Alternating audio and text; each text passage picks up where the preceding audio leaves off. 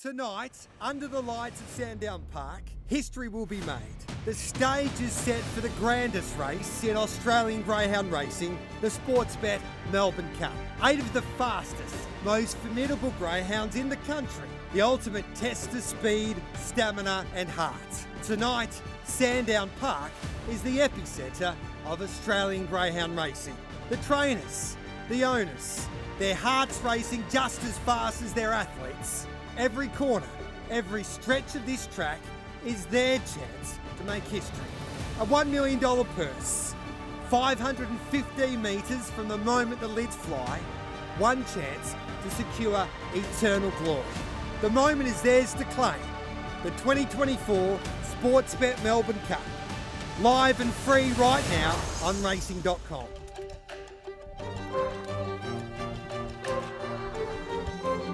It's great to be with you for the 67th running of the great race, the sport's greatest race when it comes to greyhound racing, the Sportsbet Melbourne Cup here at Sandown Park. Overcast conditions.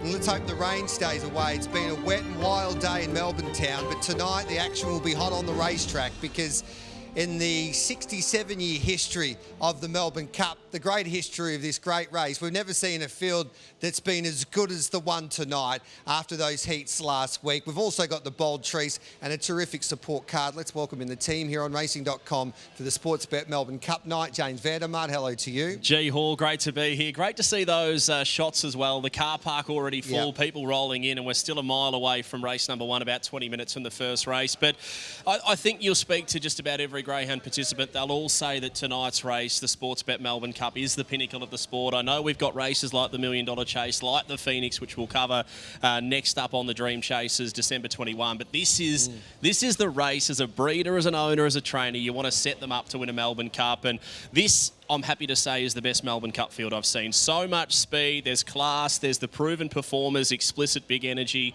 there's the up-and-comers. It's just a mix of everything, and I love it. It had it all last week because in greyhound racing, usually with this heat concept, that you don't get the best field contest the great race.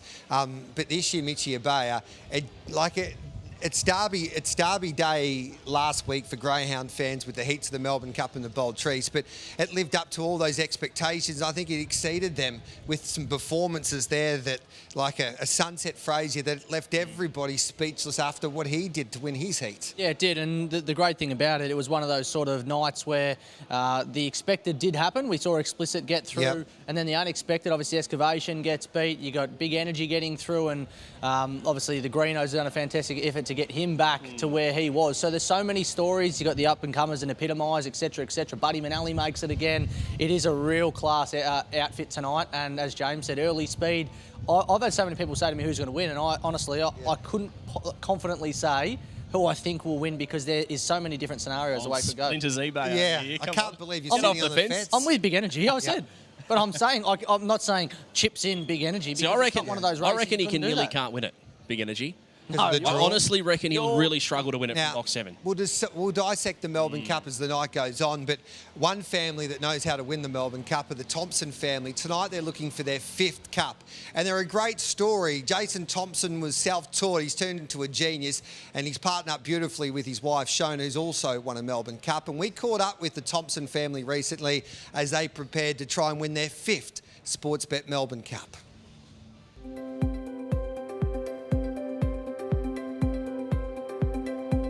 I certainly developed a love of racing when I was young, just mainly watching horse racing, and transferred into the greyhound. We've pretty much mastered how it all works here now. Luke started working for us when he finished school at 18, and Holly's been with us full time doing the dogs since start of last year. And Jason knows in his head pretty much what every dog's doing for the next 8 weeks. We type up a plan for the week, trials, racing, work out who's going to go where. Jace does quite a bit of the trialling. We've got Sophie, who's 11, so I get her off to school. Luke and Holly alternate the mornings with helping Jace. And then, the kids do the racing. Jace and I get the dogs loaded up. They go off racing. If they're home, we all just go out and help feed. And it really is all hands on deck for a very small amount of dogs. And we really enjoy having the kids here and just doing it all as a family.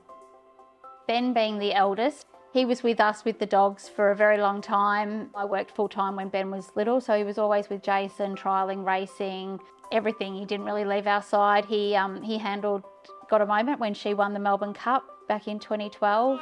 Switches down the adder, Got a Moment in front end, Got a Moment's won the Melbourne Cup. And then at 15, got the opportunity to just work in a stable part-time, had never been on a horse, and that very quickly led to him being enrolled in the Victorian Jockey Apprentice Scheme. Within sort of 12 months of being enrolled in that, he had his first race ride, which seemed to come along very quickly for a kid that had never been on a horse until probably 18 months prior. He's hit the front here, and Courier Magic. Up you go, Benny Thompson. He's going to get his first win here in Hong Kong. And we're now 10 years down the track. Ben's now 27, and yeah, he's had a year in Singapore. Earlier this year, he got the call up to go to Hong Kong, so which came very out of nowhere.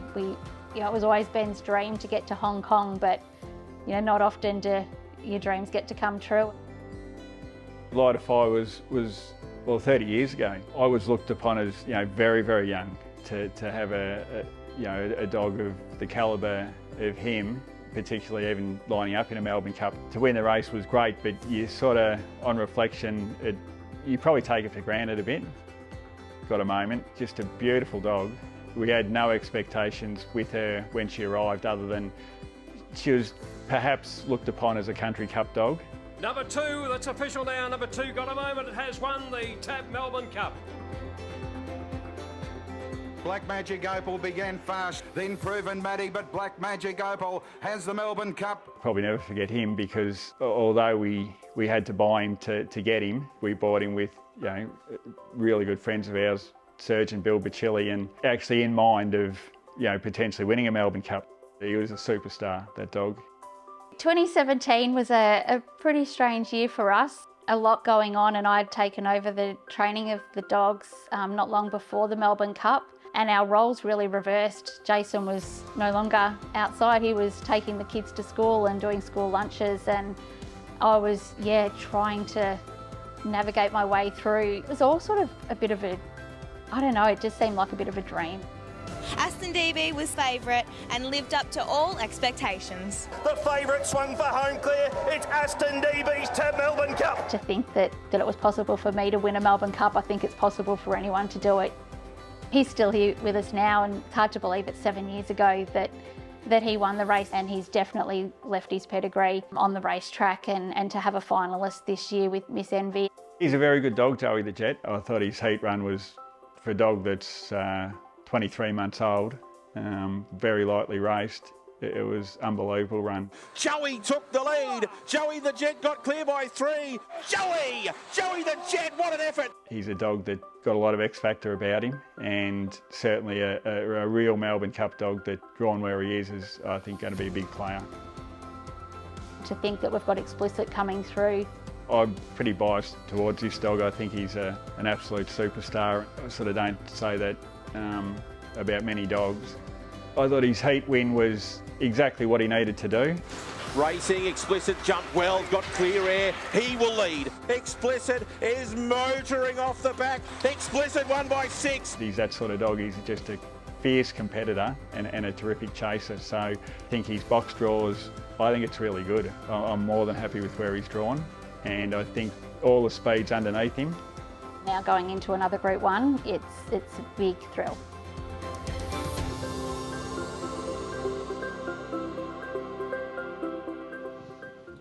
Yeah, what a great family the Thompsons are. And when you listen to Jason Thompson's story, how he was loving the horse racing, he had a crack at greyhound racing, he's a self-taught genius in a way to do what he's been able to do. And his record speaks for itself.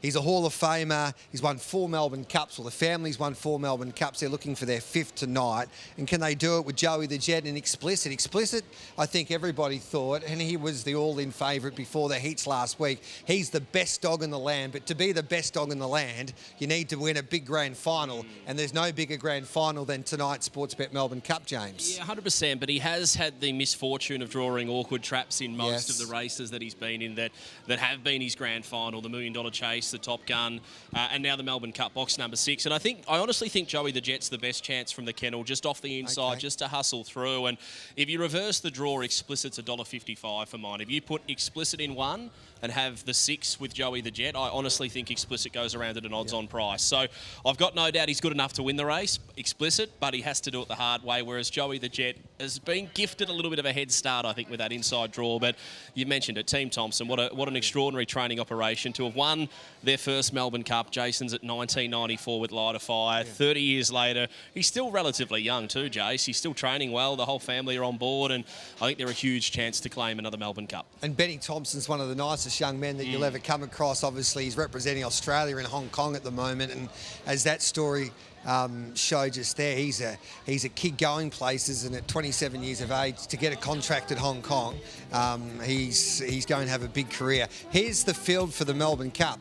Joey the Jet, box 1, epitomised. This is a story as well. Bradley Greeno prepares this greyhound. His grandparents are also in the race with big energy. Scalacci, Jihad Talji's living the dream. He won a Phoenix. Can he win a Melbourne Cup? Sunset Fraser did the unthinkable, left you two speechless after he broke the great Fernando Bale's record down the back, which everyone thought would never really happen again, but it was done by Sunset Fraser. Miss Envy's the superstar from WA. Explicit, he can run time. Big Energy was the favourite for the Cup last year, but missed the kick. And then Buddy Manelli, he's probably nearly one of the great stories of the Melbourne Cup. He couldn't be broken in when he first started off his career. Then they tried to break him in again. He nearly stuffed that up as well. He was nearly retired to Gap, but now he's in his second Melbourne Cup final. So it's a great race with so many great stories. Here's last year's Melbourne Cup, James, and talk us through this, because it was an upset with Aussie Rocks causing the boil over. Yeah, and Idolise leading the race. She was back from having a litter and she was racing so well. She lit it up from max damage, and Aussie Rocks was just able to camp behind them. It was right here going down the back where I thought, no, Big Energy's home. He swept up 3 deep here, Mitchie, loomed into the race, and he made the mistake of trying to go around them, where Aussie Rocks got the saloon run through along the inside in the yellow rug, and I think that might have been the difference in hindsight. I think it was the difference in hindsight, but take nothing away from Aussie Rocks. He just stuck to his guns on the fence. An upset in the win there from Jeff Mitchell. Will they be wearing those vests tonight, do you reckon? I don't think they'll be wearing the old Joffa vests. But it's a strange get-up last year. It's a race that throws up everything, and remember, like Fernando Bale goes in as a hot favourite, gets beat by Kennelmate Dine, a double one. It is one of those races where you expect one thing to happen, something will always surprise you, and I think we've got the ultimate field tonight to really show that, and Big Energy, what a story it would be if he could get up and win tonight after being favourite last year. What about Buddy Manelli? Back-to-back Melbourne Cups as well. 2 of the greyhounds in this year's Cup raced in last year's Cup. You won't see that very often. And it's a race that always throws a few surprises, and we've talked about this last week and through the week as we preview the Melbourne Cup, is that it's different to any other night. These big nights like the Phoenix and the Melbourne Cup, the $1 Million Chase, they attract big crowds, and big crowds attract a lot of noise, and what the dogs need to jump usually is to hear the lure, and we've seen it on a few occasions in front of some big crowds, is that some greyhounds miss the kick when they usually don't miss the kick. So I wonder how that'll all play out tonight, James. I feel there is definitely an added advantage to box 1 in a big race on a big night, whether it be a Phoenix, whether it be a Melbourne Cup. Look, the Phoenix, we haven't seen a draw domination as yet, but in the Melbourne Cup history, box 1 has always been the place to be, and maybe with the noise, with the crowd, with the atmosphere, that could play an extra part, because the greyhound closer to the lure is going to hear the lure as it spins around. And look, I've looked at this race 100 times, Mitchie, and you're looking for those tiny little advantages, and you might mention that as one. Maybe having box 1 where there's crowd noise. How much would you add that into your form, or is it something you just completely ignore? No, the only thing for me was that the year that Fernando Bale got rolled in the Cup, that the crowd here on the fence was so loud it wasn't funny. They virtually roared. Where and he had his own little group of followers too, didn't he? And they were all so loud. And he never really had a race like that. He'd just go around and win track to track to track. There'd be like those country circuits, there'd be no one really there. He'd just rock up and just win. What about the Adelaide Cup story? Did you hear that with Paul Wheeler? Don't think so. The Wheelers, Paul and Jan, were running late for the race. Might have been a flight delay or whatever it was, and they jumped out of the taxi at Angle Park, and the race had just began. And he goes, we heard the roar before we even made it inside the venue, and we knew our boy Fernando Bale had won it just because of the crowd result, the noise. Yeah, and there's a couple of best bets from the Thompson camp as well, because Tim Zoo was unlucky. He finally gets a box draw. And Excavation is the dog that won the Adelaide Cup. He finished second in a brilliant time behind Sunset Frazier, and he's in the sprint race, like a consolation race. Sprint, so if he drew box 2 in a Melbourne Cup, he probably starts favourite. But we'll discuss that a little later on. We've got to head out to Jason Adams, who's been superb throughout the Dream Chasers Festival for us, and he's catching up with one of the greats, the all-time greats, and boy, he entertained us last year throughout the coverage of the Dream Chasers. Welcome back to Simon Marshall. Thanks, G. Great to be up here at Sandown Park, isn't it, Simon? Now, Gareth just mentioned you're on debut last year. You ran riots. What have you got in store for us this year? We gave away a car, a Mitsubishi. I know. Guess what we're doing tonight? Tell me. We're giving away $1 million. $1 million. All you got to do is come down and register through this QR code, and you go into the draw. That'll stop at race 5. Race 6 will do the draw. Everybody be drawn. 8 lucky contestants with a dog in the Melbourne Cup, and whoever wins the Melbourne Cup, bang. And how's the vertebrae, mate? Because I understand you've been swinging the Callaway next door. Yeah, Jace. Just before I do that, I didn't realise how good looking you were until you're in person. It's about time we got you on the coverage there too. But no, we were just down there, Golfaholic. Now, the club have put on just another wonderful event here. Not only can you win $1 million thanks to Sportsbet, but you can get down swing and iron for $10,000. The closest two. I had a little warm-up, and I'm in top 3. Running third, Jace.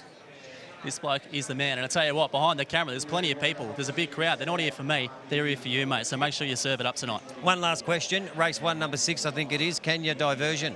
Harry Coffey, Jai McNeil are owners. They're part owners in the dog. Can it win? I think drawn pretty well. Wants to step in that direction. So what's the mail? You tell me if it can win. Well, I hope the Caulfield Cup winning jockey this year turns up. And, of course, Twilight Payments Melbourne Cup winning jockey, Jai McNeil, turns up to cheer their dog on. And if they are here, we'll get him in the headlock, mate. We'll bring him on air. That's it. All right, the first isn't too far away. Boys, back to you, trackside. Looking forward to it. I think it was this time last year, Simon Marshall actually did his back, because when the lucky person won the car, he tried to pick them up, and he did just that and gave that lucky person a kiss after telling him not to go the number that was eventually the winning number to win the car. So he's always a lot of fun. Looking forward to it. We need to find plenty of winners today. You boys have been on song. It's been a pleasure to watch your clinic throughout the first couple of nights of the Dream Chasers, and go through the market for the opening event thanks to Sportsbet. Mitchie Abaya. Number 1, My Hummingbird is your favourite. $1.90 out to $2.30, back into $2.15. Queen Avenger, my on top selection, $4.40, touched as low as $3.40. Nancy DeVere, $6.50 out to $8. Kenya Diversions doubled its quote, or almost, $4.80 out to $9. Snitch Adams, 14 into $9.50, has been a nice little nibble. Nova Owen, $15. Twilight Sleuth, $61. And Mr. Manfredi, $67. But My Hummingbird and Queen Avenger are all the rage. Gamble responsibly. Call the number on screen if you've got any issues. All right, Jason Adams, I don't think he's that quick to get downstairs to catch up with the participants, but it's definitely one of the highlights of the coverage because it's great insight before the race. So let's have a look at a speed map, James Vandermark. Talk us through this speed map. Yeah, look, I think the map is really intriguing, to be honest. It's not so good for me. My Hummingbird from box number 1 is the tip that I'm going to go with, but I think he'll get back. Queen Avenger, the likely leader. I think Sportsbet have nailed this speed map. Expected to bounce straight to the front of the 4. And then you've got Nova Owen, whose Horsham win was really good last start, just kept on hustling through the field. That's box 2, expected to be on pace.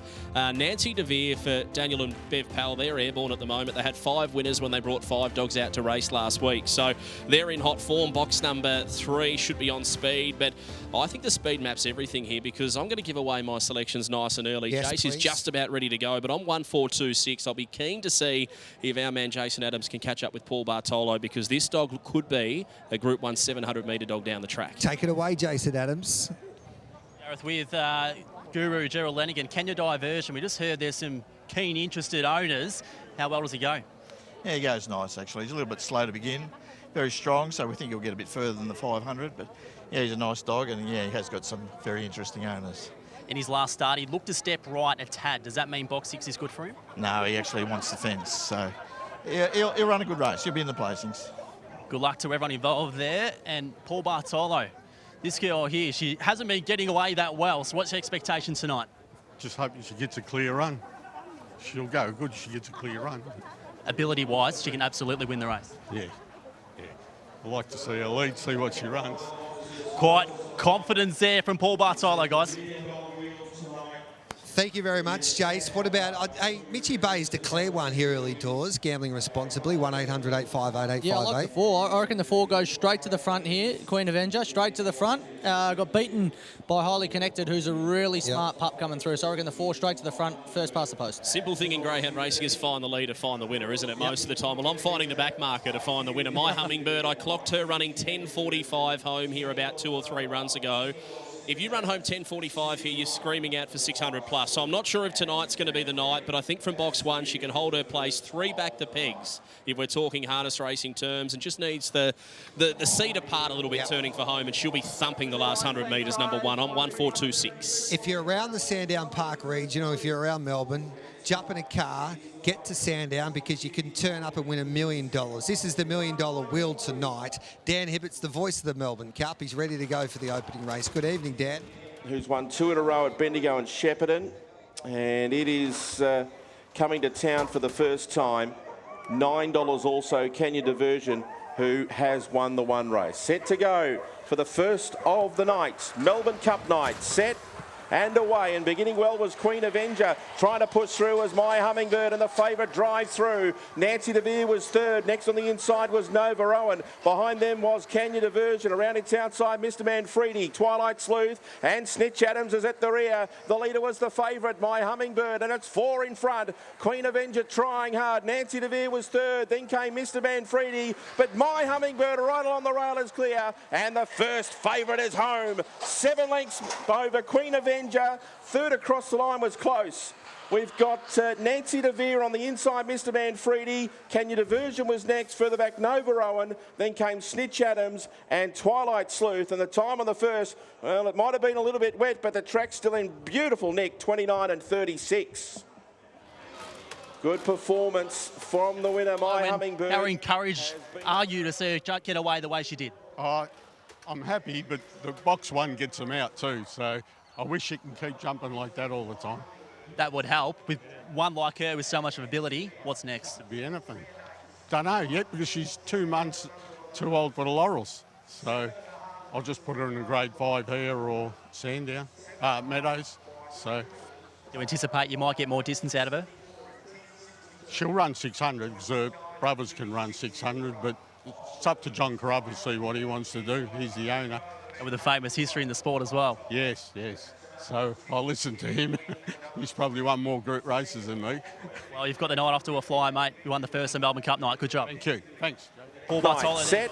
Hummingbird getting the job done from the red. Again, much like Paul, wanted to see her get out, and the time's quick as well, 29 and 36. And speaking to the curators before this meeting got underway, there's clearly been plenty of rain throughout the day. However, track's in good order. They expect it to play very well. First favourite home, all My Hummingbird needed to do was jump, and she did that from box 1. She held out Queen Avenger, and that was your best bet of the night, James Vandermaat. And once she did that, about 50 metres after the start, you've just walked up to me and said, this is all over. You can put $1 million in this greyhound. She won't be getting beat. I literally walked out from here and I said, will anyone accept a bet of $1 million on the red? No one accepted it. Lucky, because I didn't have it to... Was it 97 cents? That's why. I didn't have it to pay if it did happen to get the bet on. But no, look, I didn't expect her. I'll put my hand up and say I didn't expect her to begin that well. I thought maybe 5.20, just camp on the back of the speed. And it was an added bonus. It was a cherry on top when she led, and you could just sit back and enjoy. But I would have to say it's a real credit to the track staff, the track curators, to get the track up and going after a lot of rain. I was actually doing that thing where you sort of dodge the puddles and you sort of just flip them on the way here and splash the car next to you. I was doing a little bit of that on the way here, responsibly, of course, at slow speed. But that just shows how much rain we've had. And this track looks in wonderful order. It's a credit to maybe some of the best curators in the game here at the Sandown Greyhound Racing Club. So well done, and nice to start with a winner. Thank you. I'll tell you what, they've done everything well here on course, except set the music You're always up. whinging. No. Except put the music or the DJ set right in front of the Yes. semaphore board. And They're not worried about us, Mitchie. That's the last. Oh, yes. No, I know, but when Anyway. you're talking about fast dogs, you want to see what they run. But that's my only little gripe. All right, then he's a hard man to please. My Hummingbird, $1.80, $1.04. She heads back to the winner's circle. She'll get it. Like, I love that tap. That's the tap that where all the winners have a drink. So she'll have a well-earned drink and then go and probably have a soft serve as she heads home, and she's done her job for the night. We'll take a quick break. This is Racing.com's coverage of the biggest night on Greyhound Racing's calendar. Of course, it's Sportsbet Melbourne Cup night. We'll be back to preview the second straight after this.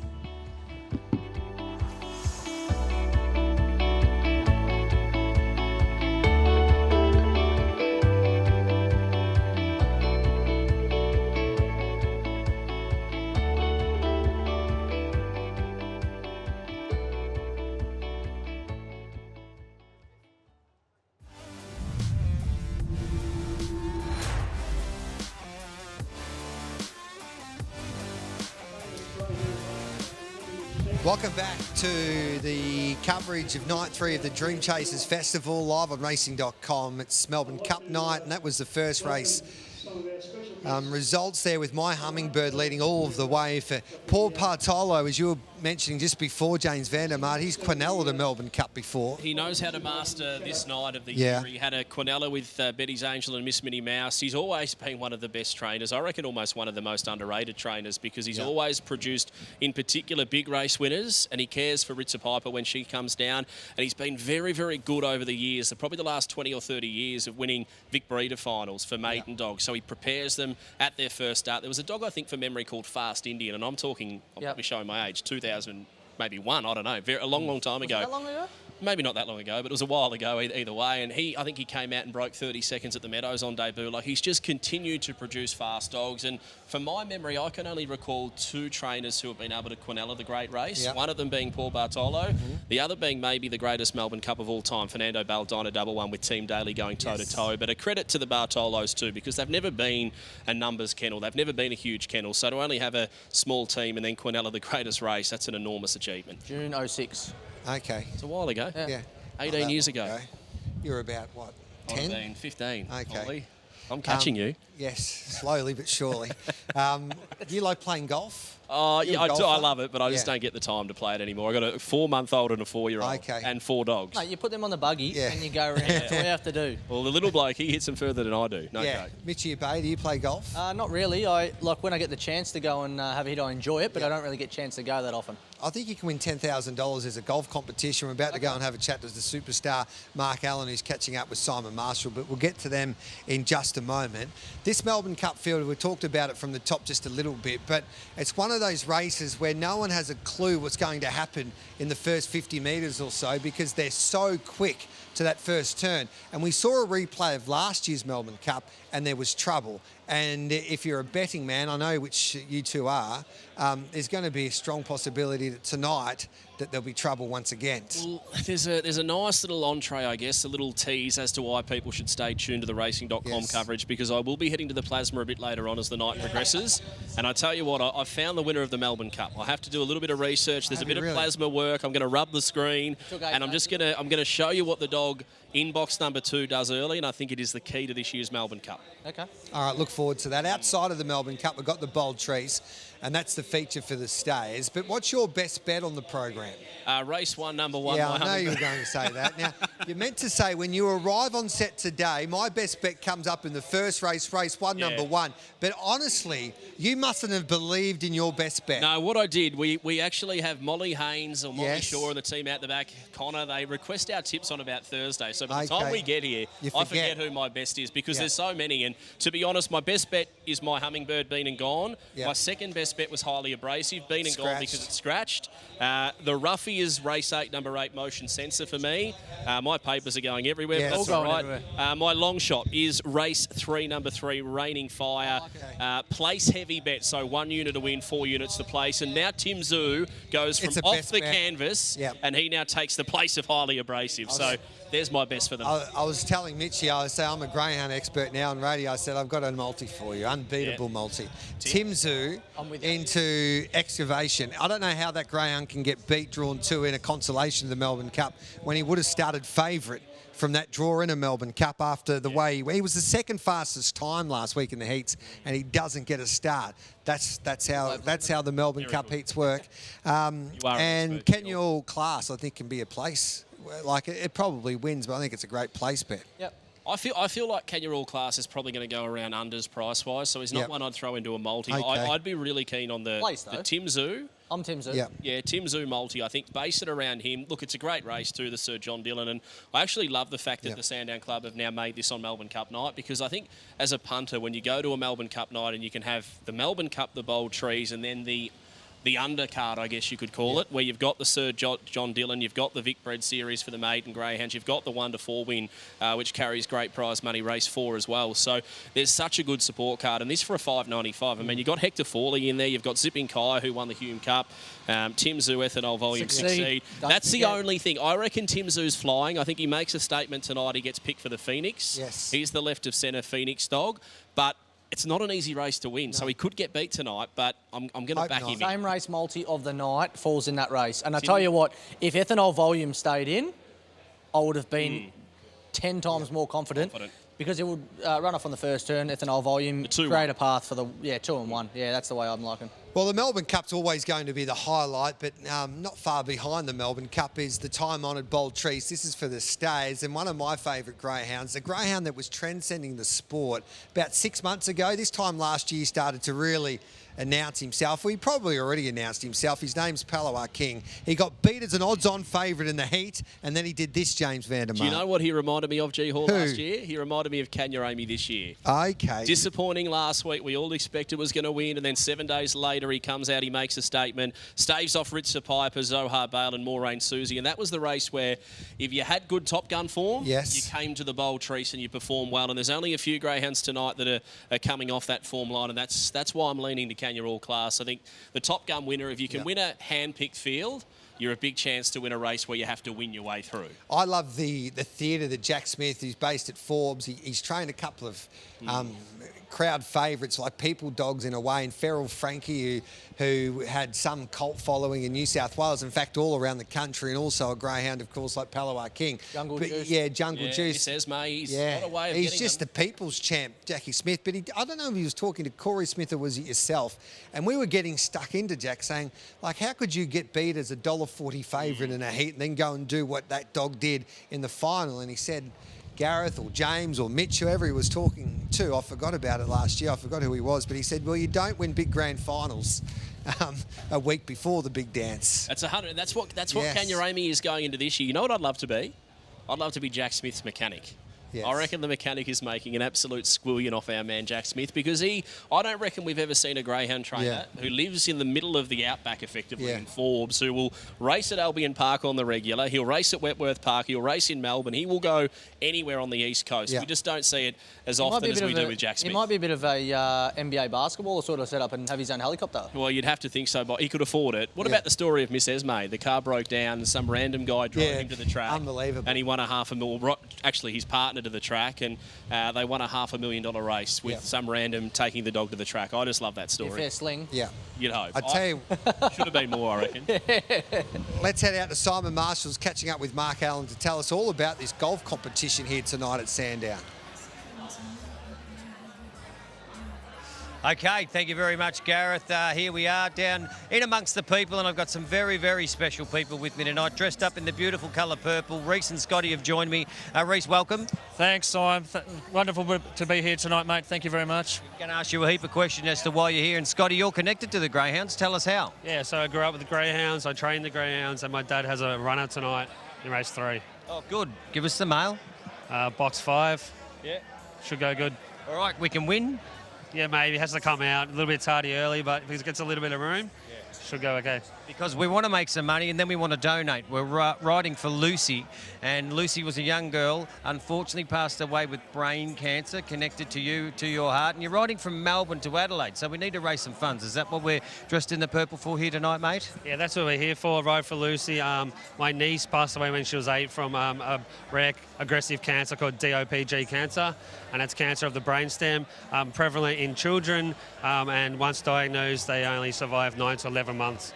There's no treatment or cure so far, so yeah, we really want to raise the awareness and raise the funds so that people that come into contact with it in the future maybe have a little bit of a chance of improving that. Absolutely, for sure. And the logistics of running this is a lot of work goes into it. Reece, tell us a little bit about that. Yeah, well, we started in about May. We started calling around all different places along the Great Ocean Road. When someone leaves these places, they normally rebook. So the problem was trying to get accommodation along the way. It was tough, but we've had a lot of people open their hearts, Simon, and either give us something just out of nowhere, and out of the generosity of their hearts, as I said, and just give us something, a bed to sleep the night and carry on the next day. So we can help donate and help these young men ride from Melbourne to Adelaide, raising money for Riding for Lucy, for brain cancer. This is what it's all about, folks. And you're going to meet some beautiful people along the way, that is for sure. But it's clearly the awareness, just to get it out there and let people know what you're doing. When's it all happening? We start on Saturday, Jan 4th, we leave. It's a 10-day trip, so we cycle about 115, 120 kilometres a day, which will be sort of 6 to 8 hours, and then hopefully make it to Glenelg. No doubt about you, boys. You're fit, you're feeling good? Yeah, we're getting up early, aren't we, Scotty? Yep. Putting in the yards. We've got a really great supporter based down there in Pakenham. Trek Cycles have helped us out a lot. Okay. They've dusted off a couple of BMXs for us, Simon. Oh, and, beautiful. And off we go. No doubt about that. Well, how do we donate, just quickly? Ride for Lucy. Yep. Scotty? Ride for Lucy has all the details, sponsorship, donation, connected to grassroots page, all the information. Reece and Scotty, outstanding. Quick name, quick. My name's Rory. Hazel. And your name? What's your name? Molly? Maeve. There we go. We got them on. How about that? Ride for Lucy. Check it out now. Yeah, if you back a winner, make sure you donate to Ride to Lucy. Great interview, Simon. It's going to be a lot of fun out there. The crowd is starting to roll in for the biggest night of greyhound racing, of course, with the highlight being the Sportsbet Melbourne Cup. But we need to back a winner before race number 2. So let's have a look at the market and the speed map here. First of all, this is the speed map, James van der Mark. Yeah, we can now put the line through the 8, shake it off, not taking its place. So it is now just a field of 6, vacant draw in 5. Hopefully makes things a little bit easier, doesn't it? Yeah, look, I'm pretty keen on the 2 getting a decent run through. Speed map expecting Urza Scarlet, Tully Luna to come blitzing across. I think there's a big chance of that. I'm sort of banking on Leroy's Girl to try and kick up from the inside, but I'm showing you the replay. Look at the yellow here. This is Intrepid Vale. He was caught 3 wide. He was trying to really accelerate into that first corner, was chopped out. He goes for an inside run, starts to make up some ground. This is 2 starts ago. He gets beaten by a neck at the end, and he goes 29.78 and defeat himself. Now, watch the closing section once he balances up. I always like greyhounds that can really run through the line. I reckon this boy's better suited to this journey. Watch the last 20 or 30 metres. Really starts to let down. He flashes, and he just said to me there, if I go to 600 metres in the next couple of weeks, which he has, yes, I think he'll go close to winning. Add to that, he had a very, very big eye-catching run at Horsham. That was between that run and today. It was over the 485, which I reckon was almost just the sharpener to pipe open and then come to Sandown Park on Melbourne Cup night and run one hell of a race here. Small field suits too. Here's a sports bet market here for the second. Mitchy Bay, talk us through this. Yeah, Tully Luna's your favourite, $3.10 into $2.50. Intrepid Bale, $6 into $2.90. Urza Scarlet's $4.60 into $3.80. That's my on top tip. I'm real keen with Urza Scarlet. 3 Extinct, 21 into 12. Leroy's Girl, the 1, 31 into 20, and It's a Runaway, $21 out to 23. Don't forget there'll be a few deductions in there with the scratching. All races run second tonight, and the Phoenix. Get a bonus bet back. Chances are you're about to lose for free and confidential support. Call the 1-800 number on screen. Visit the Gambling Help online website.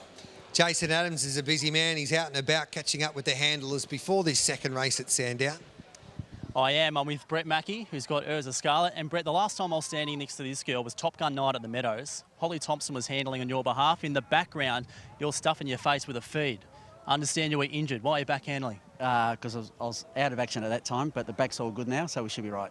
This girl here, she's had over 20 starts, but she still seems to carry that promise. When's it going to click for her over this distance? Look, she's been racing really well, but not much luck, so we're hoping today, if she clears the inside pack, I think she's a very good chance. Good luck, mate. Thanks, mate. There's Brett Mackey, Craig Solkin, Tully Luna representing Jeff Britton. She was great in her last start. What can we expect tonight from box 7? Yeah, it's not the greatest box in the world, but you know, hopefully she puts her best foot forward and, you know, does what she done last week. Good luck, mate. Cheers, mate.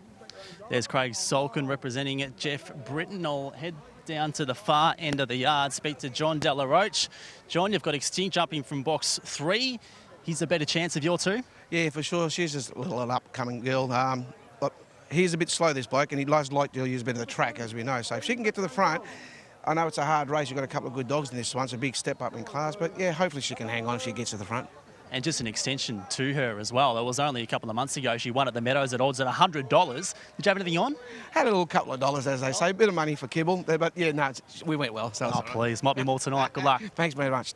There you go, guys. There's the latest mail before race 2 here on Melbourne Cup night. Good on you, Jace. They're heading to the boxes here for the second race. Tips, James Vandermark. 2 on top, Intrepid Vale for me. I'm really banking on Leroy's Girl running a bit of a race early and just hopefully controlling it, because she went 5.15 to the Mark 3 back at the Meadows, which 5.15 would equate pretty well against a 500-metre sprint field. So I'm hoping the red can drive through. Intrepid Vale can just camp behind the speed. And obviously, Urza Scarlet, Tully Luna are huge chances, but they just need a touch of luck getting over. So I'm 2 from 7, 6 up for third. The other one that I had shaken off was withdrawn. So happy to be with Intrepid Vale. Probably again a 2-unit the win, 3-unit the play style of wager for me. Richie Abaya? 6, 7, 2 and 3 are my numbers. 6, 7, 2 and 3. I'm really keen here with number 6, Tully Luna. It was a certainty beaten on Top Gun night. I think its run a couple of starts ago behind Field Day over the 5.15 was exceptional, and it'll come here tonight and run an absolute belter. So I'm really keen. Race 2, number 6. All right, then. We're getting around 370. 370 at the moment there with Sportsbet. So they're heading to the start race 2. Crowd is pretty healthy at the moment. The weather conditions, well, as you all well know, watching our coverage, it's bloody windy. But the rain has stayed away at the moment, and it looks like it is clearing up. Little bit of a tailwind again up the home running, so I reckon we're going to see some nice times over 500 despite track conditions probably being a little bit tricky to see them running fast times, if that makes sense. But I know the Mackey camp were really confident with Urza Scarlet here, but I try not to be swayed by trainers, because generally most trainers are pretty confident with their own animal. But as I said a moment ago, Intrepid Vale for me, number 2. I just think might be able to tuck in, camp behind the speed and get the job done. But it is windy. It is a beautiful night, though, for racing, Hawley, and I can't wait to count down to the Melbourne Cup a bit later on. Let's head upstairs. Here's Dan Hibbert. 4 and 38. And Urza Scarlet placed its last 2, was second over the 5.15 to Field Day before running third to Tully Luna last week. So they're about to get set for race number 2. Thanks, Gareth. They're about to get into the boxes for the second of the night. Really strong crowd rolling through the gates. It's going to be a fantastic event here tonight and a fantastic crowd rolling in. And it'll be building up towards the big Group 1s later on, the Bold Trease race 8 and the Cup race number 10. And, of course, the chance to win $1 million if you are here on course tonight. Getting set, the green light turned on for race 2. Tully Luna, number 7, will start the favourite. They're ready. And away. Tully Luna jumped pretty well. There was good speed out from Extinct underneath it, and Extinct will find the lead. Going through Leroy's Girl. Third was Tully Luna. On the inside, Intrepid Vale. Urza Scarlet clipped heels there with Tully Luna. And last of all was It's a Runway. Extinct is the leader. A 3-length margin over Leroy's Girl. Intrepid Vale starts to run on. Finding bother there was Urza Scarlet, dropped to the rear. The leader was Extinct. After it was Intrepid Vale. Closing in strongly. Tully Luna on the inside. Intrepid Vale charge to the lead, comes away, and Intrepid Vale will beat Tully Luna, Extinct, and Leroy's Girl. It's a Runway was next, and Urza Scarlet is just about to complete the course, and the time on race 2 is 34 and 30. Intrepid Vale wins race 2 on at Melbourne at Cup night. Corey Grenfell was sort of had him in the crosshairs mid-race and 2 strong late. Is that what you expected from him? Yeah, that's his go. He sort of walks out and he got a birthday run through that corner, and when he sort of lobbed second or third, he was always going to be a chance come late in the race. His last start was at Horsham, and it's a long way to go to Horsham, as we know. Is there any method from a training point of view as to why you do that? Oh, look, we race him around here every week, and I find some dogs, if you just change it up a little bit and go somewhere that they're not used to, and Horsham's a hard run, so it's sort of a perfect prep coming into 600 at Sandown, and the last 20 metres of Horsham, he just flew, so we knew he was back for 600 and ready, and that shows that with the result.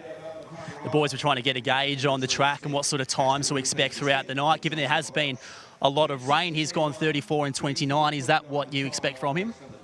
Yeah, that's probably him. You know, he's on a star, but he's a consistent dog. You know, he's always around the money, so I think the track's playing okay. Good job, mate. Thanks, mate.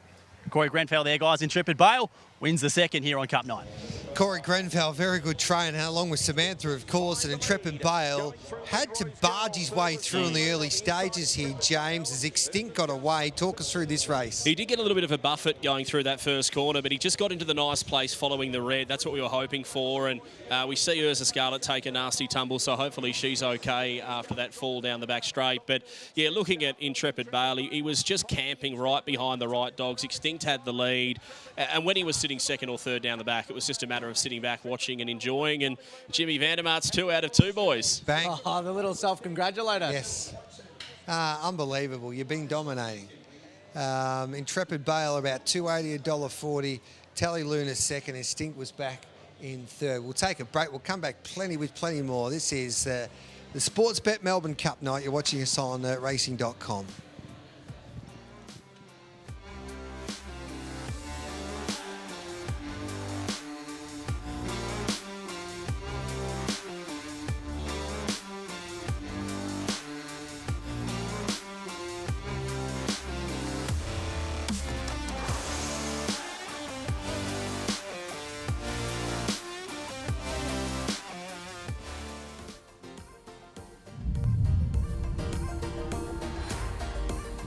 Welcome back to night 3 of the Dream Chasers Festival. Intrepid Bale wins the second race on Melbourne Cup 9 and does it pretty easily. Samantha Grenfell prepares.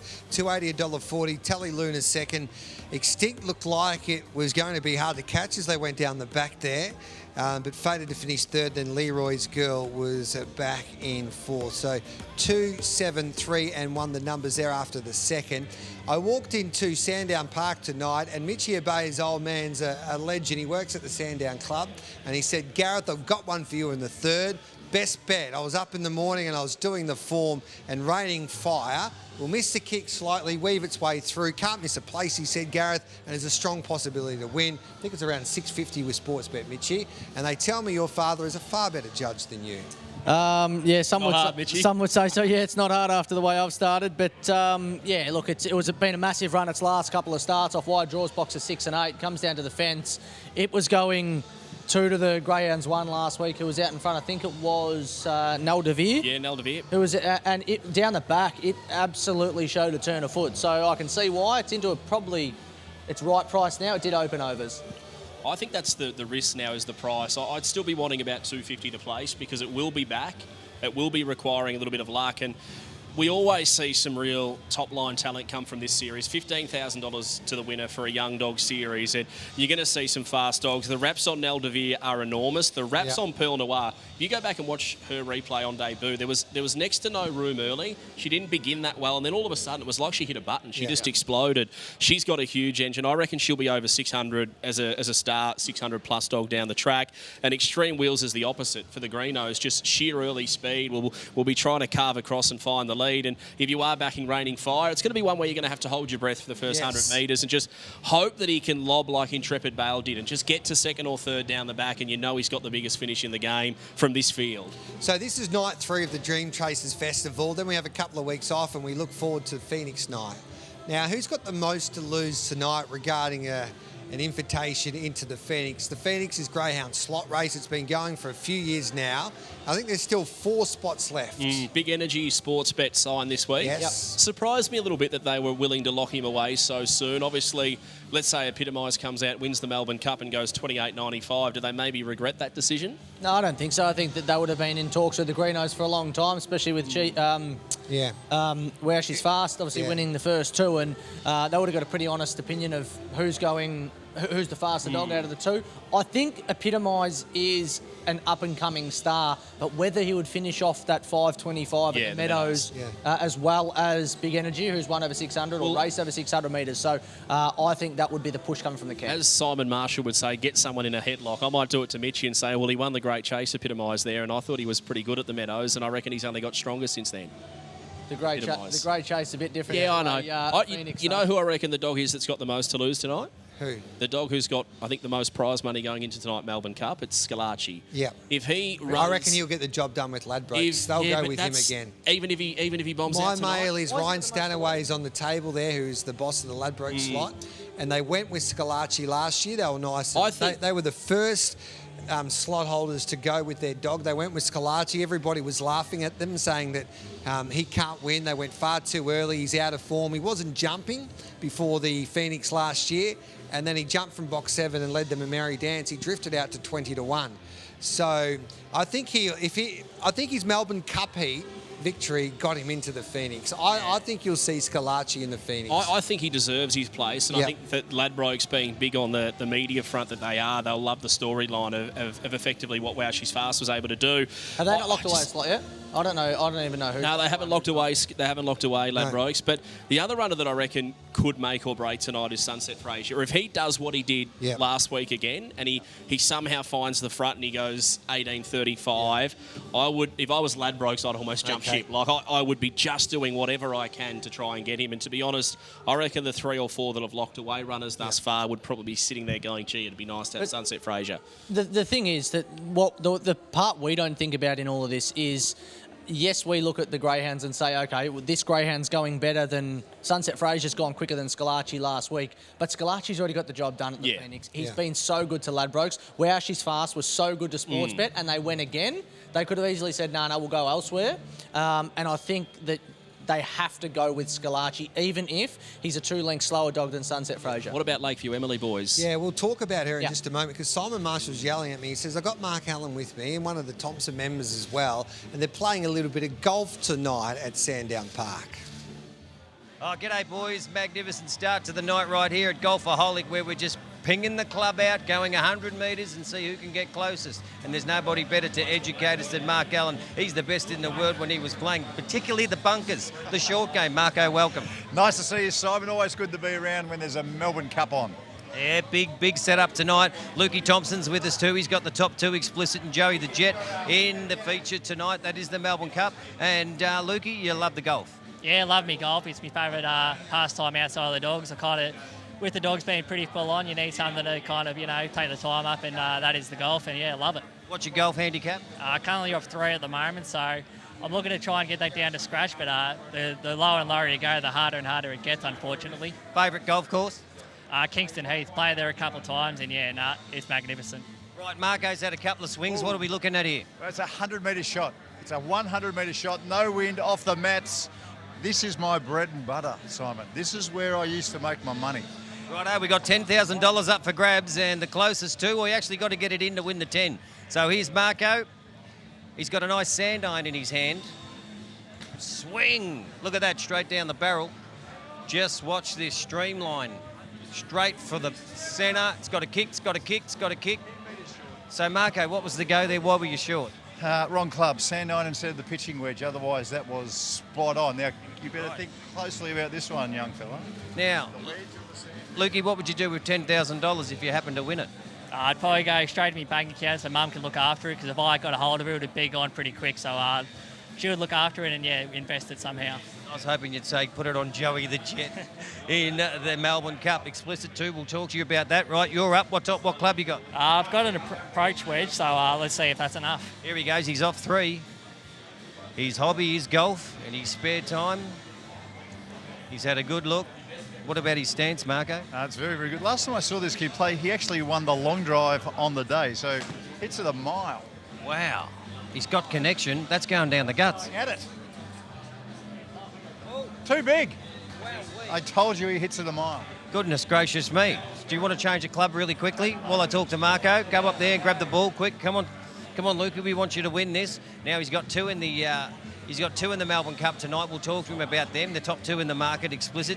What about the greyhounds here, Marco? It's great to get people here. We've got the Wheel Sportsbet. We're spinning for $1 million as well. Bit of fun. Yeah, absolutely it is. Look, I've been around the greyhounds my entire life. My grandfather was a dog trainer, my dad was a dog trainer, and I love the Melbourne Cup. I love Sandown, and I love the dog people. Are fantastic people. Well, they're coming out in force. He sprayed that left, and it's in near it.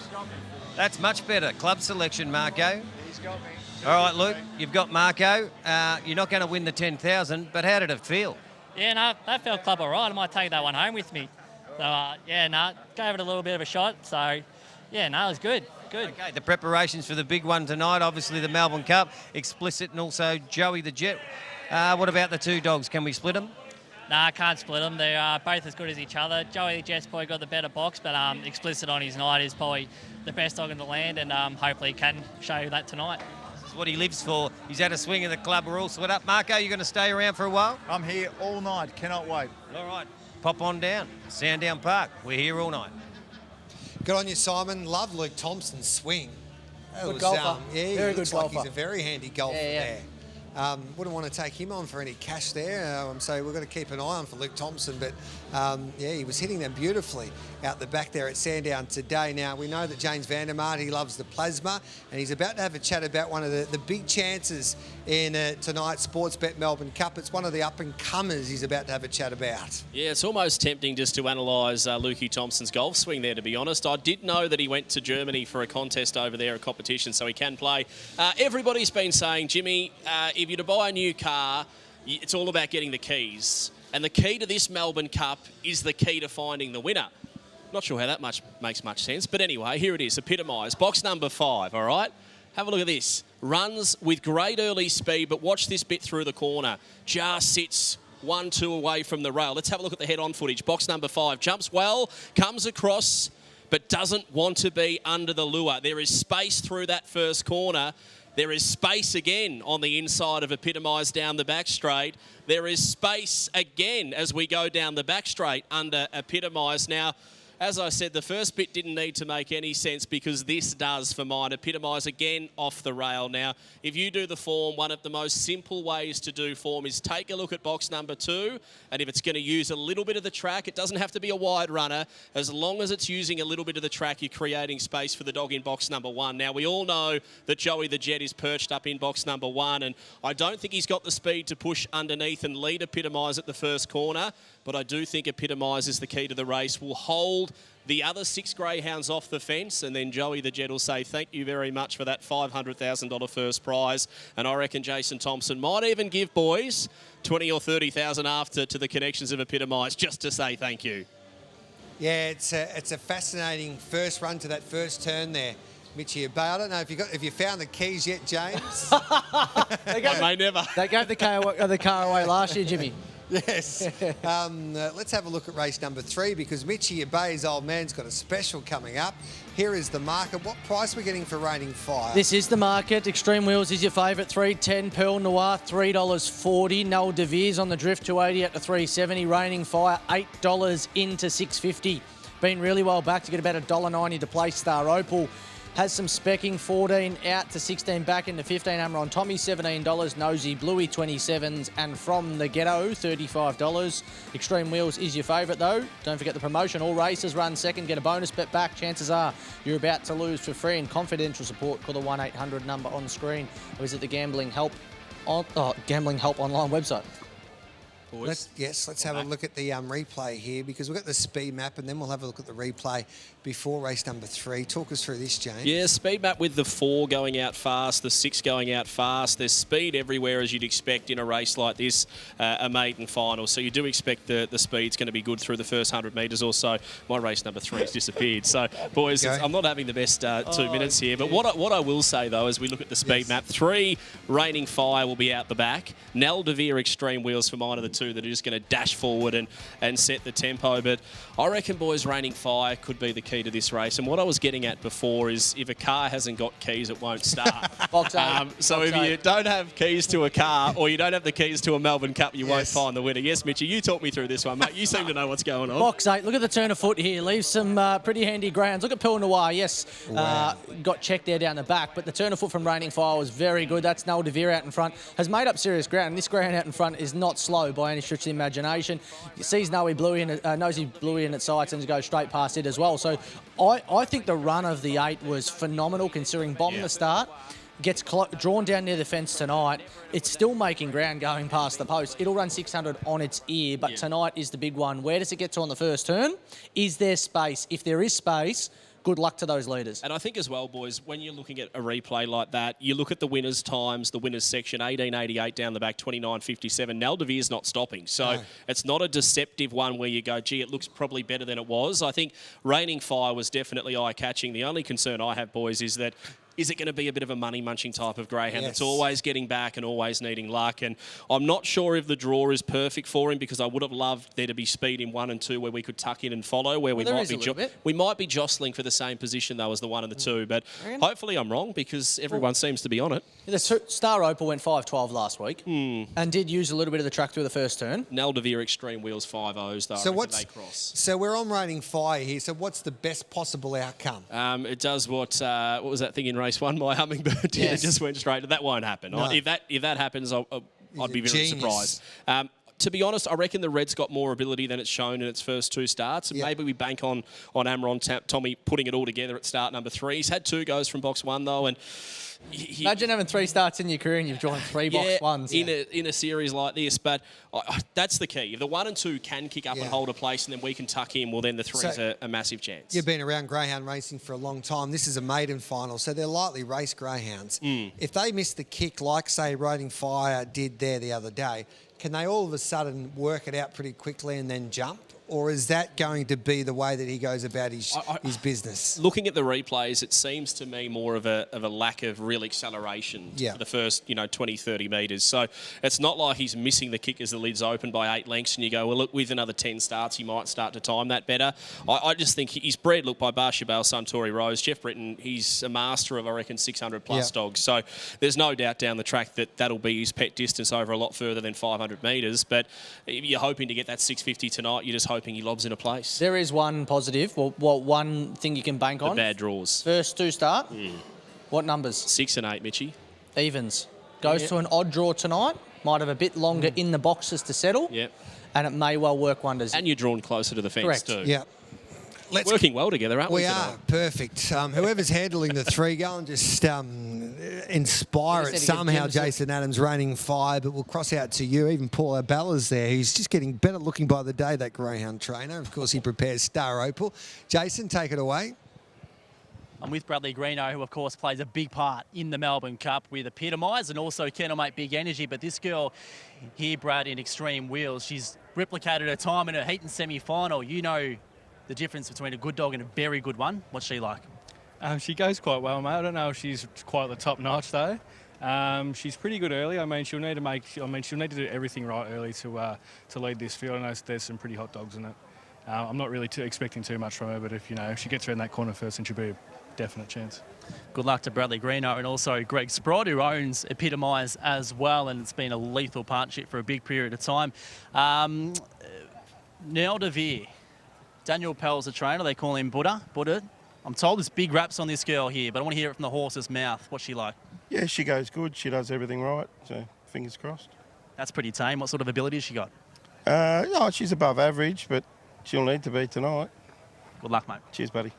Buddha Pell. Let's head over to Nick Britton with Raining Fire. Nick, this boy looks to have stacks of ability. It's one thing to have ability. It's another to be a good race dog. What's your opinion of him?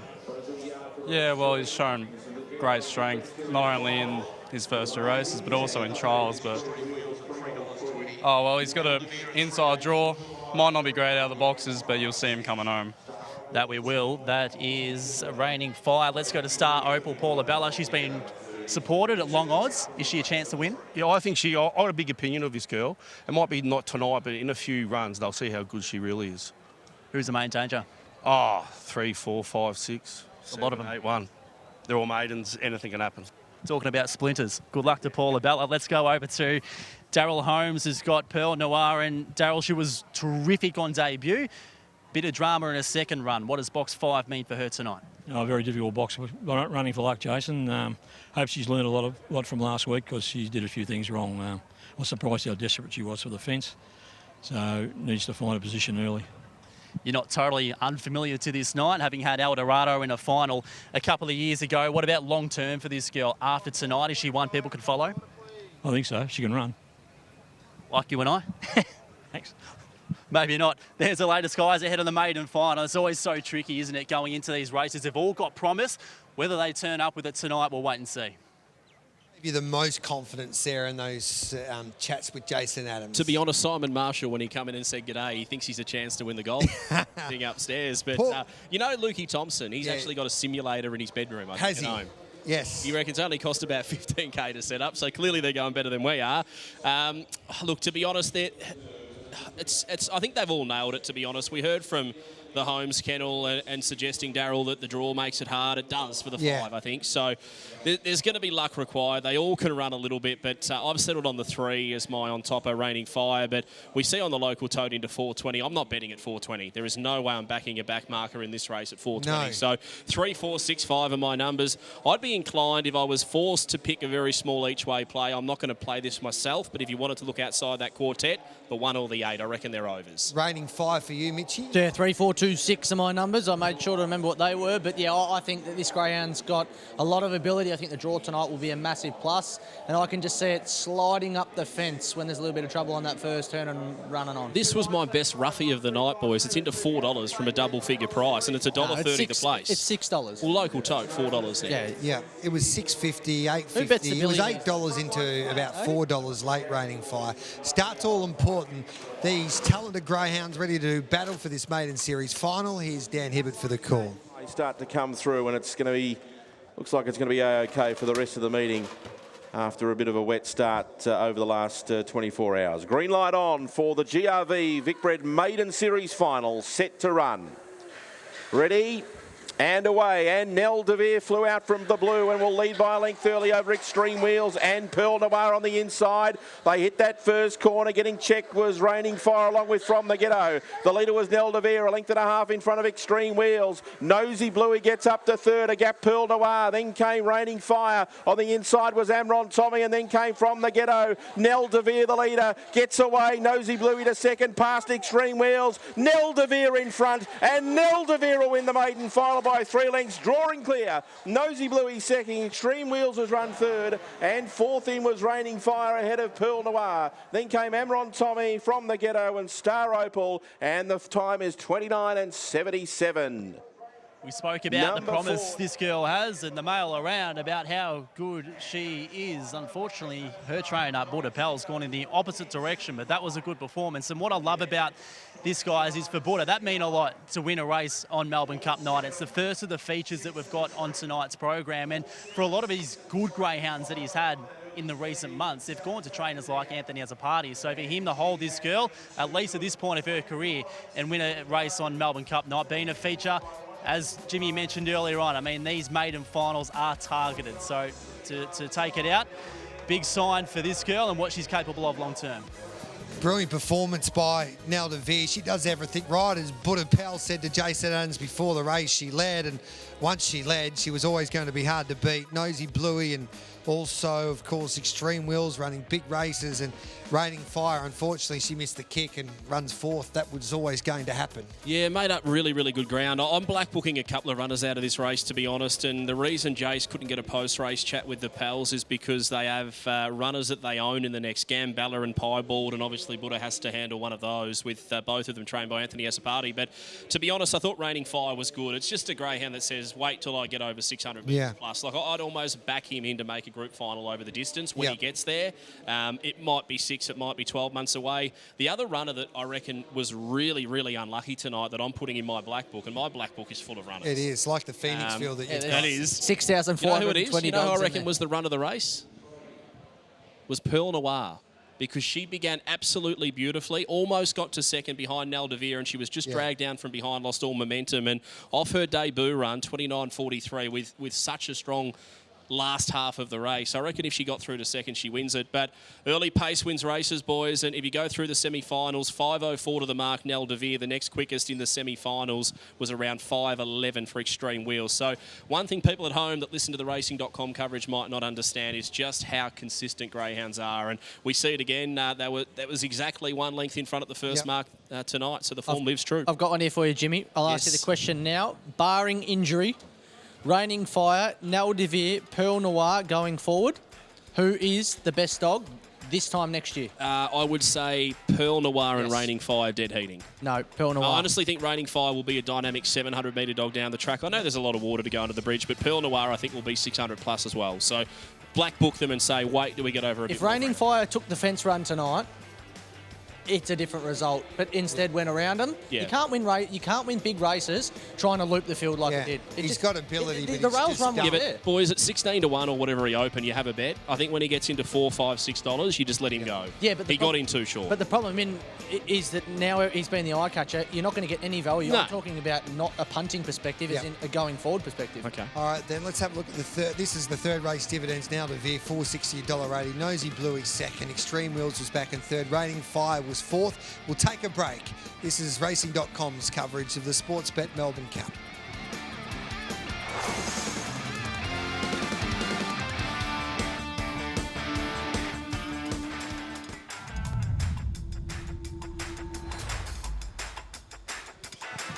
Welcome back to our Dream Chasers Festival coverage. This is night 3 and it's the biggest night of all. It's the Sportsbet Melbourne Cup and Bold Trease night, and Nell Devere wins the Maiden Series final. She did what she did there the other day. She leads all of the way, defeating Nosy Blue, Extreme Wheels, and Reigning Fire was back in fourth, 4, 7, 6 and 3. Of course, one of the features is the Bold Trease. It's the Group 1 for the stays, and a greyhound that was so impressive last week was Black Silencer, and Stephen White prepares this greyhound and he joins us on the set. Steve, thanks for joining us, mate. Thank you, Gareth. James. Barrier, box number 1. You must have been happy with that box draw. Yeah, it probably suits him. Look, he's not overly quick early, but he does muster up quick. It's better than being drawn out in the pink where he's then got to try and manoeuvre himself across. But, look, he's a really good chaser, and I'm hoping that he's going to be sitting around about third, hopefully. Third or fourth going for past the post. Well, mate, we all look at the form guide and we see Kenya All Class, Top Gun winner, expected to be on speed. And your boy from the red, are you just hoping that he can just camp on the back of him? He got to within 3/4 of a length of him last time. You'd be fairly confident now that he's back in your kennel. There might even be that little bit of improvement as well. Well, after he went to Adelaide and he raced really, really well for Tim Aloisi, who actually bought him, and he said to send him back for the Bold Trease and then the Sale Cup. But he brought him over for the Top Gun, which he was reserve.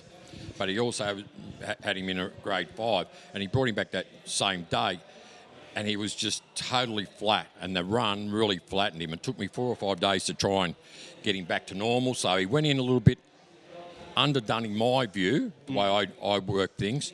But this week, back to normal, and he's a lot better dog. Is that the travel factor, the fact that he had to come from Adelaide to race him in Melbourne? Is that another reason why they've decided to leave him here for the campaign? Yeah, and then Tim's here tonight and we're speaking that when he does go home after the Sale Cup, he'll probably come back about 3 weeks before the Zoom Top. Yeah. And any other major stay-in race.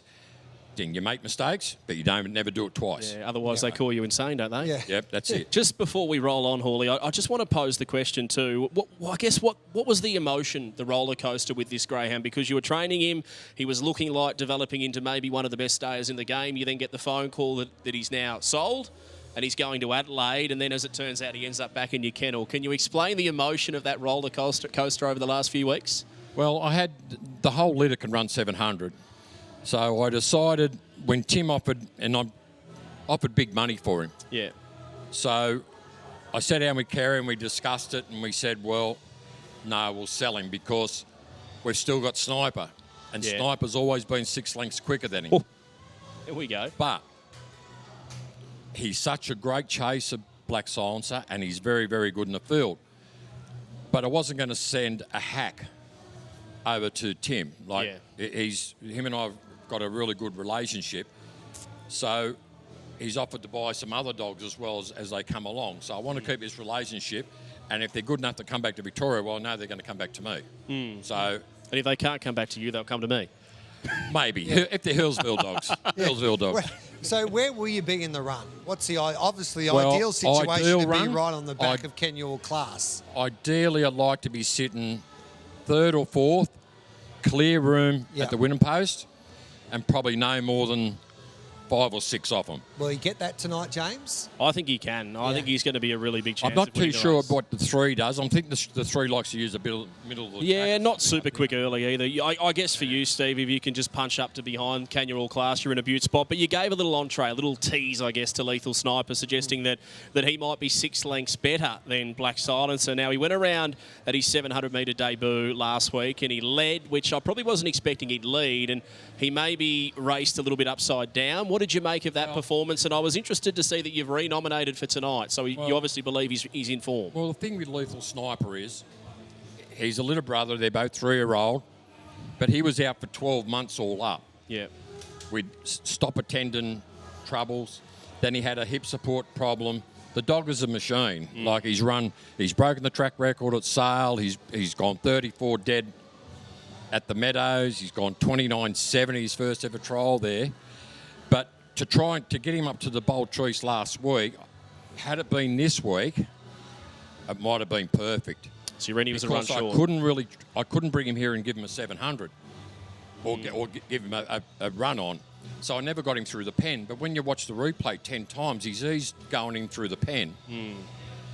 And I think he thought the race was finished. But I still think he was probably just that little bit underdone But I'm hoping, now that I've gone back to the original way with him, because we've had the time, I'm hoping he can do it. And if he can't run it out tonight, he's probably not going to run 700. Well, mate, 6:02 he went to the first peg compared to Black Silencer 6:29. So he went about 5 lengths quicker. Do you believe, you've trained both of them for a very long time, do you believe he's as strong as Black Silencer, or is that still a little bit of an unknown? Because if he's even half as strong as Black Silencer, we're backing him tonight. On all his trial times and his race times over the 660, 640, 680 at Geelong and whatever, he's definitely stronger. Yeah. That's why we were mystified last week. I was too, absolutely I must say. mystified because we actually backed him at $81 and kept backing him for the Bold Trease. There you go. That's a good push. I'll ask you this question just quickly. If I gave you $100, forget the emotion and obviously one being a Group 1 and one not being, who would you be backing, Sniper or the Bold Trease or the Silencer? I reckon Sniper by the looks of it. Look, the way the race is and a couple of scratchings, I'm probably not sure if I really want him to lead tonight. I want something to try and drag him through the pen. I don't want him to make the same mistake as last week. But Reiterate will lead him, I reckon. It's scratched. Is it? Yeah. Should have updated my form. Yeah, the 4 and 4 and He 7 might lead are all out. the way now. Yeah, so anyway, but no, Black Silencer, he has absolutely blossomed since last week, and in 3 weeks since he's been here, he's absolutely blossomed. So you didn't answer the question.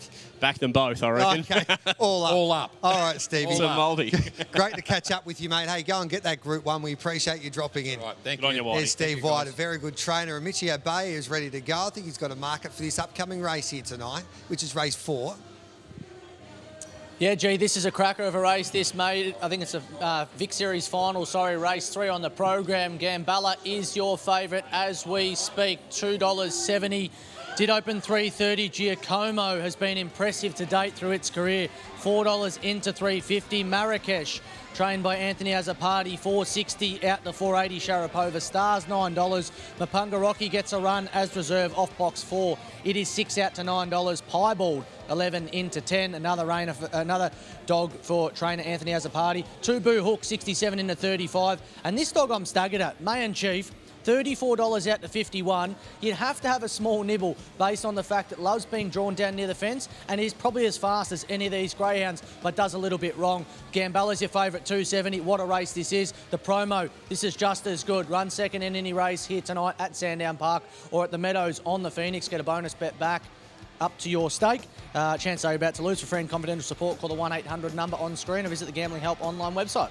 Good on you, Mitchie. Let's have a look at a speed map for race number 4. James Vandermart's going to talk us through this speed map, James. Yeah, the speed map here with the 2 Gambella to go out fast. Scratching is the 4, which was highly abrasive, which was my second best bet of the night. I'm not sure what the Paraskeevers kennel are doing, but it just shows they put animal welfare clearly first. This is a $12,000 race with a huge Vic Gray's bonus, and they've withdrawn him, so obviously not 100% right. But the 2, the 5, the 6 expected to be on speed.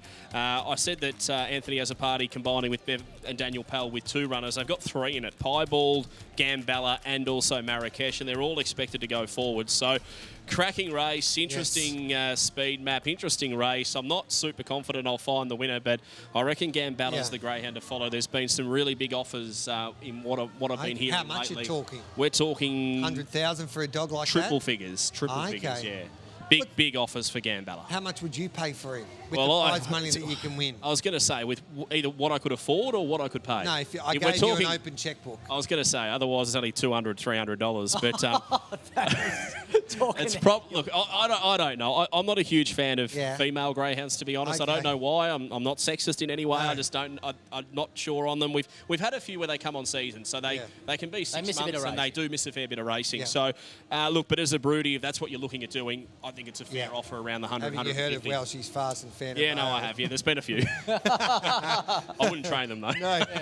Anthony has a party. Who are you tipping here, just quickly, Mitchie? Yeah, I'm with the 2 to beat the 1, but I'm just concerned that the 1 can push up inside the 2. The 2 does use a little bit of the track. Who's the 1? Presti? Yeah, Presta Giacomo. Oh, there you go. Yeah.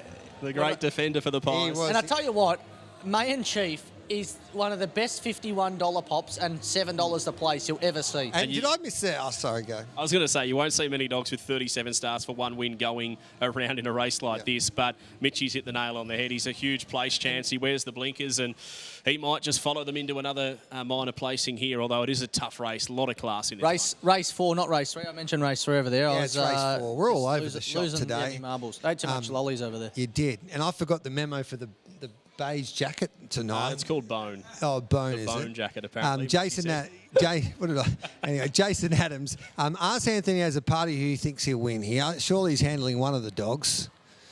Yes, indeed he is, and he's handling Marrakesh. So we'll ask him if there's anything to read into that, because obviously he's got 3 good chances. They're all owned by Bold Trease, who I want to speak to again, who escaped us after the previous. Anthony, of this trio, who's the best of them? I say the 2 because where she's boxed. The dog in the pink's well boxed as well. He's got a lot of ability, but I'll probably stick with the 2. But I'm my worst tip, so I'll tell you. Hey, he's going well, that bloke, isn't he, over there? Buddha, he owns these 3. He's got a pretty good crop at the moment. Yeah, he has, and he deserves it. He puts a lot of hard work in breeding them and rearing them. There's a lot of work involved, and it's a pleasure training these dogs as well. Good luck, mate. Thanks. Anthony has a party there who's handling Marrakesh, one of his trio of runners. Just as we're walking through here, I might get the camera to get down here to Mayan Chief, who obviously back in studio, there was a suggestion of supporting him at Big Oz. He's just got a blinker just on his right-hand side. So for any thoroughbred fan out there who sees that and thinks what on earth's going on, it's very similar purpose to what we would see when they do get applied to a thoroughbred. Buddha Pal, you're handling Gambella. Now, has there been some big offers to buy this girl? Yeah, there has been, yep. You give me nothing tonight. You've won the previous. Can you win this one? Yeah, I got 3 in it, so hopefully. They've all got strange names, so where have they come from? I named them after you, because you're a strange bloke. You are a lovely human being. Where's it come from? No, I just found them. Just Piebald's Piebald because of the horse. He's the same colouring as a Piebald horse. Yeah, Gambella, Mum found when she was in Canada, and Marrakesh, I just liked it. So. Good luck to Buddha. Geez, he's a lovely human being, isn't he? Yeah, Buddha's he's just got you right on the ropes tonight, Jace. I like the fact that Jace just kept coming for more, though. He didn't give up. He got a couple of left hooks there, and Jace Jace kept on coming at Buddha.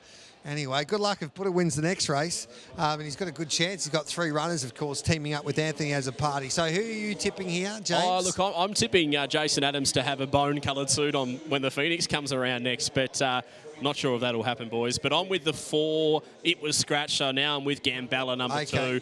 Prestigia Como in for second, number 1.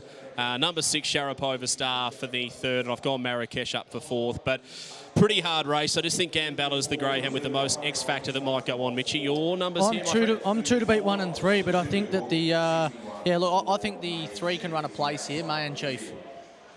Let's head upstairs. Here's Dan Hibbert for the 4th. Last leg of the early quaddie. Giacomo the favourite, winner at this track in 29.63 on Monday. He's won 5 of 13 with 5 minor placings. 320 for Gambella, who won in 29.50 and beat Sharapova Star as a very short price favourite. She's had 6 starts and she's won 4 of them. $6.50 for Marrakesh, who won brilliantly at the Meadows 3 starts ago and then won the heat of this series from the red in 29.56. Getting set for race number 4. And the favourite on the fixed odds is number 1, and that is Giacomo. So they're moving in well. Second line runners moving up. Green light turned on. Lewis on the roll for race number 4. Set. Racing, beginning quickly was Gambella. Speed from Giacomo, pushing up underneath it. And Giacomo will lead to the first turn from Gambella, and Piebold got across to third. On the inside was May and Chief. Around its outside, Sharapova Star. Deeper out on the track, Mapunga Rocky. Then came Marrakesh and Tubu Hook. Leader was Giacomo. Trying to get through as Gambella got disappointed. On the outside, Piebold running on. It's Giacomo. Coming again was Gambella. She pushes through on the inside. Takes the lead. Gambella. Gambella won it, beat Piebold and Giacomo. May and Chief has run 4th. Next in was Marrakesh ahead of Tubu Hook, Mapunga Rocky and Sharapova Star. And Gambella goes 29.49. 29.49 for Gambella. She's been terrific. A lot of promise surrounding her, as we spoke about in the build-up. Buildup. Now give me something, mate. You've decided not to sell this girl. She's obviously been great tonight, but from your point of view, give us the reasons why you decided that. Oh, they're the future of your line. Like, we bred her. She's probably 5 generations of what we've bred. Trying to get dogs like her, city and group class type dogs. You know, if you sell them, you haven't got them. So, you know, they're just the next generation of pups will come from her and her sister and, you know, Nell DeVere and dogs like that. So if you sell them, they're gone. You know, I sold McKenna as a pup. You have regrets about it, but I sold her as a pup. I didn't know what she was. So, but once we get them up and going, they're not for sale. You're a popular man and you've worked hard in this game for years. Is the current crop of greyhounds that you've got racing at the moment the best you've ever had? Yeah, potentially they are. Red Reactor was a good dog, won a Pink Diamond, and semis of $1 million chase, and a couple other, he was placed in a Group 1. So until these get to that and win 200,000 and break a track record, they haven't got him yet. But yeah, definitely. As far as numbers go, or volume of quality city dogs, it would be the best we've had. Hey, we know greyhound racing is such a family sport, and you share a lot of that hard work with your mum, Bev. How special is that to not only share day to day with her, but these big wins on big occasions? Day to day, she spends half her life overseas. I'm on my own. No, it's brilliant. Like, that's what we do. Like, she was born into the game. I was born into the game. You know, my grandfather had dogs, so we were only talking the other day. We've probably been training for 75 years or something combined between us, and you know, we do it because we love it. Obviously, it's rewarding. It can be rewarding. So that's just, you know, makes you get out of bed. It's like tomorrow morning, you're happy to go out and, you know, or sit up all night whelping a litter of pups, or drive to Adelaide through the night and back. And, you know, this is what it's for. This is why you do it. You're no stranger to getting away with your away shorts on, mate. So you've got plenty of corn out tonight. Book another holiday. I've already booked. I'll get some Euros now. Geez, he's good near this bloke. Buildup. He's just won the Super Vic Grayson Melbourne Cup night, and he's given me a chip all night long. But credit to him, he works very hard, and now he's starting to get those returns. Good on you, Jace and Buddha. I think you two should get a nightly show together. It'd be box office, Buddha and Jace. But Gambella wins. She was good today. She nearly led, and then she nearly took that gap down the back. She didn't. She waited. Then she took the gap when she needed to most, and that was in the home straight. And away she went. Giacomo was second. Big night for Buddha because, of course, Buddha Power won with Nell DeVere in the maiden final, and then he teams up with Anthony as a party there. Pieball was second, Giacomo third, May in Chief was back in fourth. Smart win, held up off the back straight, checked over heels, lost all momentum, and you can see why they're knocking back the figures they were. And to be honest... So in all seriousness, a lot of people ask me, like, there's so much money in greyhound racing now. You got $1 million chase, you got the Phoenix. What's the Melbourne Cup? 500,000 to the winner. Yeah. To the winner. So you can. It's life changing if you can find the right dog. But with the prize money going up and being so strong, it means that if you want to buy one, you have to pay. To be honest, I think it's a catch-22, isn't it? Because a lot of dogs, excuse me, the frog's just jumped out of the throat, but he's been there all day. He's still there. But anyway, I think it's a catch-22 because only one dog wins a Melbourne Cup per year. Only one dog wins $1 million chase per year. We know they pay $10,000, Blue Camaro $1 million chase winner. But I think when you're selling and buying a dog, you can't expect you're going to win one of those big races, to be fair. We've got to take a break. The other aspect to all of that is if you paid $200,000 for a dog, you've got to win $400,000 because if you give it to a greyhound trainer, you guys, you greedy guys, take 50%, which is unbelievable. We should take more. Yeah, well, let's take a break. We'll come back with plenty more. This is Racing.com's coverage of Sportsbet Melbourne Cup night.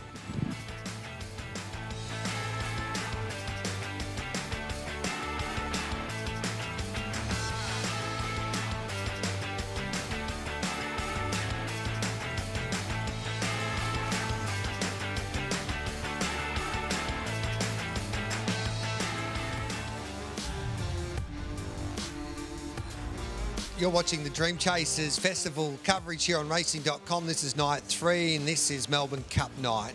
We just had the running of the 4th race and she is a smart customer. Gambella for Anthony has a party who can find a pretty handy greyhound, and it defeats Pieball, Giacomo and May in Chief. 2, 8, 1 and 3. The band is rocking. The crowd is rocking as well. They're turned up in good numbers tonight for the Melbourne Cup, and as James Vandermeer and Mitchie Bay have said now for a week or so, this is the best ever field that the Melbourne Cup has ever seen, and this is the 68th running of the sport's greatest race. That's coming up, race number 10, and one of the big chances is a dog that has been able to transcend the sport a little bit in Scalacci. Of course, Damien Oliver, he's fallen in love with Scalacci. He rode that great galloper, and that's who the dog is named after. G. Hartelji is the trainer of the dog, who's a pizza owner in Carrum Downs. He says it's free pizza for everybody who turns up to his pizza shop. If Scalacci can win the Melbourne Cup tonight. But this is Scalacci causing an upset from box 5 in the Phoenix, when no one really gave him a chance of winning. No, and he got the right run through the first 100 metres. Hector Fawley was probably the hardest luck story you'll see in the history of the race, and Postman Pat was launching home at the end. But right here, I was lucky enough to be behind the boxes interviewing Jihad Talji, or the winner of the race, and I could just sit back and look at him and just watch him enjoy the sheer emotion of winning a race. A life-changing race. He only gets there by 3/4, but he claims the $1 million race, and I think it was a substantial win. It was a really big win for so many different reasons, because he is a hobbyist trainer. He owns a pizza shop. That's how he makes his living. And then he comes out and wins $1 million race that completely changes his life. You see him now rolling around in one of the nicest looking greyhound vans you'll see. Air conditioning just about on the outside. He's going that well. And he loves his dog, Scalacci. He's changed his life, and he's a Collingwood supporter. He's got a... Poor bugger. Yeah.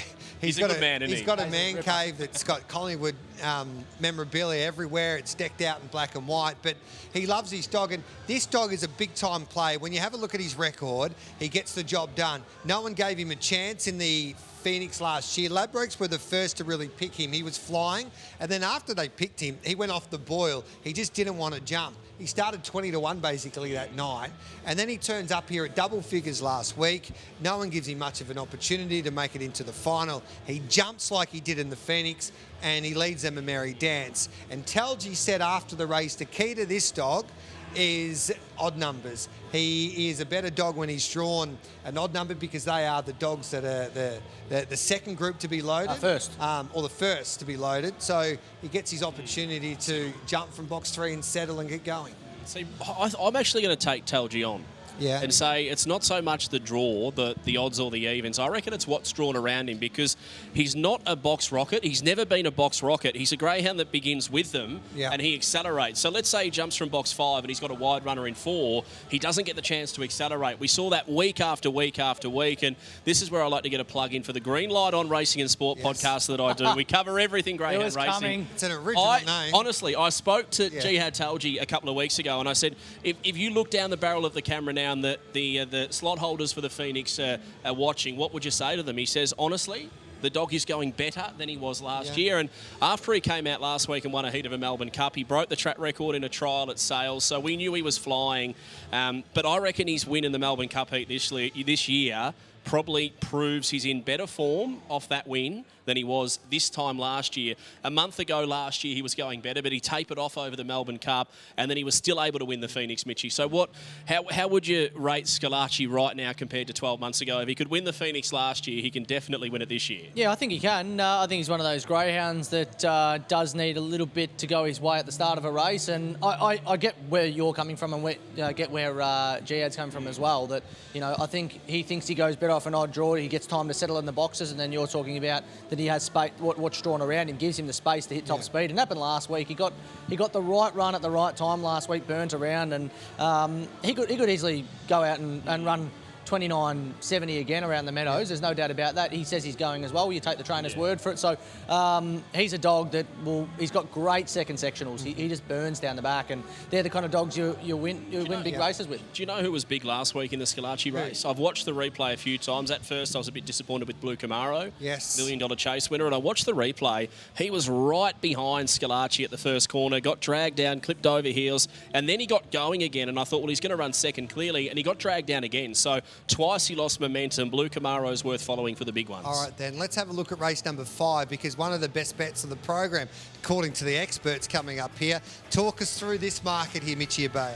There's your market. Tim Zoo, 280 into 240, back out to $2.70. Hector Fawley's 360 out to 380. Succeed, one of my favourite greyhounds going around. 5 into 480, back out to $5.50. Zipping Kai, 650 out to 750. Poor Yasmin, 7 out to 950. Shake It Off gets a run off box number 3. Replaces Ethanol Volume, 16 into 13. Werrisbale, 23. And Poor Lulu, $51. Tim Zoo on the drift. Good money around for the red. All races run second. Get a bonus bet back. Chances are about to lose for a friend. Confidential support, call 1-800-858-858 or visit the Gambling Help online website. That's a great promo, the old bet returns. Yeah. Served us well last week. I needed them last week, haven't needed them tonight. But let's take a look at the speed map.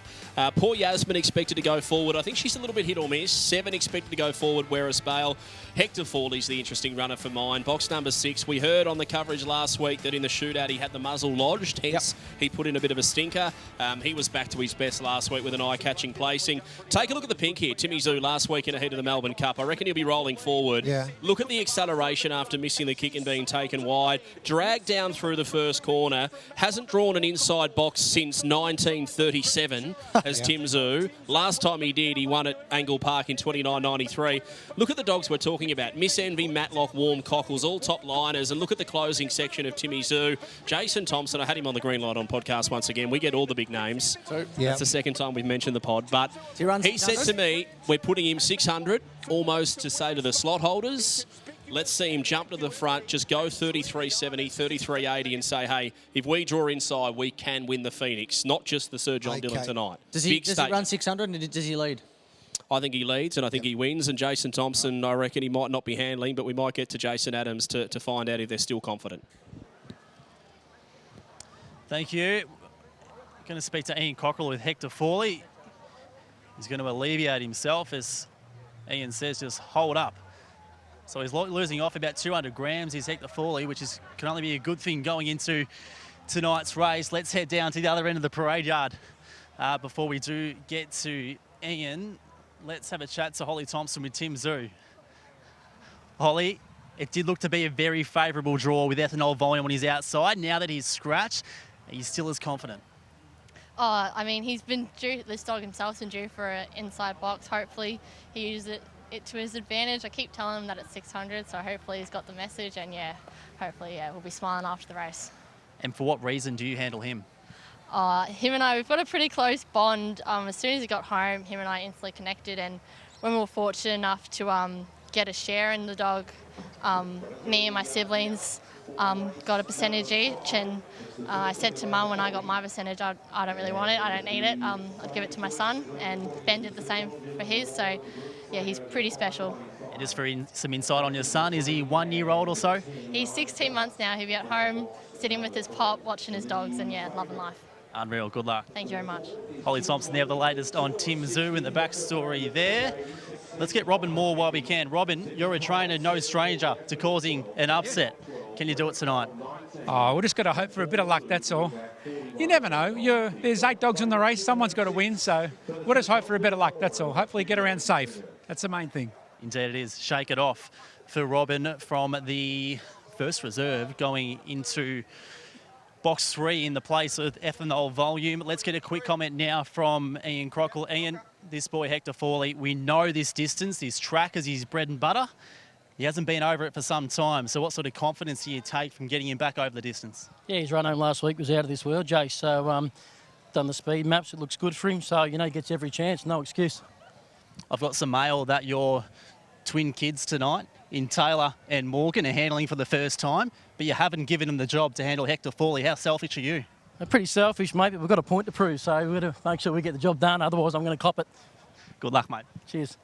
There's the latest guys ahead of this feature over the 595. Great contest and some real sharp operators to do battle here. This is where the night starts to warm up.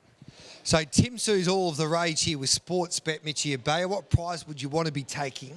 $270. I think that's the price at the moment. Yep. I'd be happy to take that. I think he's drawn beautifully to feature here. How's old mate, the photographer in the singlet? That is outrageous. I love that. Steve, he's a hard worker though, mate. You wouldn't know about that, Mitchie. But I tell you what, he's got the guns out. There's no sun out, but guns out. They're taking him on. He's at the $2.80. Yeah. Well, they're probably going to. He's never run over 600 before. He'll run it though. They want proven performers over the trip.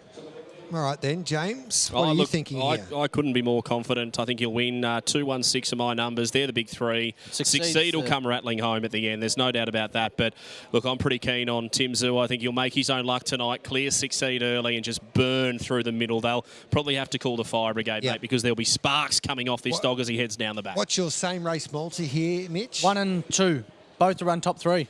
Okay. What do you get there? $2.90. Yep. That looks like it could be a good bet. Yeah, I like it. I reckon both are drawn beautifully to feature. As I said, I would have loved ethanol volume in. Not to beat. No. They are moving into the boxes now for race number 5. Tim Zoo flying at the moment. He finally gets a draw. He does step up and trip, but James Vandermaat and Mitchie Abaya say that that'll be no problem to this greyhound, who has performed on the big stage for a good 18 months now. And he'd be looking to impress to try and get the eye of the slot holders for the Phoenix with only 4 more slots left. No, 4 spots left in that great race coming up in the middle part of December. Here's Dan Hibbert for the call. He is the second elect in the market. $5 for Succeed is next best. He was third in the Cup heat behind Scalacci last week. And $6.50 Zipping Kai, the Hume Cup winner, is next best. But it is a very, very good race. The Sir John Dillon Memorial, they're set to run. Ready? Racing. Tim Zoo began well from the inside. There was speed. Zipping Kai trying to get across it. They get bumpy. It's Zipping Kai, and on the inside, Tim Zoo out by about 4 lengths now on Shake It Off, and on the inside, Succeed. Hector Fawley's trying to get around them. Then came Where's Bale, Poor Yasmin, and last of all was Paul Lulu. Hector's been checked to the rear. Tim Zoo, the leader, 3 in front of Trying Hard. Zipping Kai running on was Succeed, but Tim Zoo's on the arm. They're 4 in front next to Where's Bale. Tim Zoo, the leader. He's well out in front, and a deserved win for Tim Zoo. 6 lengths, second Succeed, third in Zipping Kai, and Poor Yasmin's roared home at the finish. Whereas Bale was next, further back Hector Fawley, No Luck, Shake It Off, and Paul Lulu, and there is a run and a half. I'll tell you that for nothing. 33 and 67. Run and a half, don't worry about that. He struggled with box draws. He's been in good fields. Now he's got his chance, Holly Thompson. That was sensational. Oh, that was absolutely unreal. To be honest, I was kind of more pumped for him racing over the 595 than the actual Melbourne Cup itself. Yeah, that literally gave me goosebumps. You spoke briefly about the ownership group before. Tell us how many people are involved. Oh, there's a few. There's some great people. Tristan Lynch, he owns majority of the dog. He's the one that contacted Dad about him and first got a Rose to train him, and he's here tonight with one of the other owners, Matt, Ken Bailey, my siblings. Yeah, it's unreal. It's a great group of people. And tonight's obviously been a real good opportunity for him to show us what he's made of and remind us what he's made of. Do you think he'll remain racing over this distance or drop back to the 500? I think it's whatever Dad thinks is best for him, obviously. I would love to see him keep going over the 600. He seems to be handling just well from the time. Yeah, couldn't be happier. But like I said, whatever's best for the dog and whatever Dad says.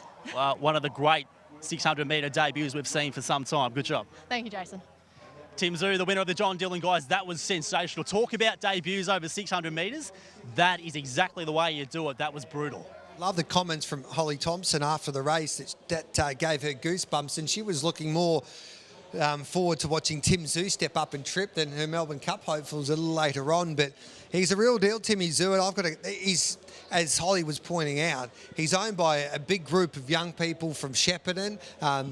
They listen to my radio show. They text in every second day to tell me not to forget about Tim Zoo. Yeah. They're always blind, drinking responsibly at the Ascot Vale Hotel. How can you be blind and drinking responsibly? Well, they do that responsibly, I should say. They enjoy a good time. And I must have accidentally gave them my phone number one night, and they bombard me till about 1 o'clock, 2 o'clock in the morning. I have to turn my phone off, and I reckon tonight will be pretty similar after Tim Zoo gets the job done. And would you believe he got out to $3? Yep. It's a good price. And he's burnt the clock. 33.67. Yeah. They haven't been running much time out there tonight either, with obviously all the rain this afternoon. But I just honestly feel like a massive weight just got lifted off my shoulders. Why? Because for weeks I've had him in as my number one ranked greyhound for the Phoenix that hasn't been picked yet. Yep. And Sportsbet went big energy. I'm telling you now, I'd much rather be with Tim Zoo. He hasn't. What about been Scalacci? Selected. I'd be with Tim Zoo. Yep. I think Scalacci will go to Ladbrokes. One of the other three groups should be selecting Tim Zoo because the word on the streets is he's been flying. You go through, and as a form analyst, I guess, expert, you're always watching replay after replay, and the draws have been just bringing him unstuck, but he's been eye-catching week in, week out. That was a statement. Even go back and watch the Top Gun sprint. He had, as a reserve, started from an awkward draw. It's all been against him, Mitchie, but the weight's off the shoulders, and I feel good.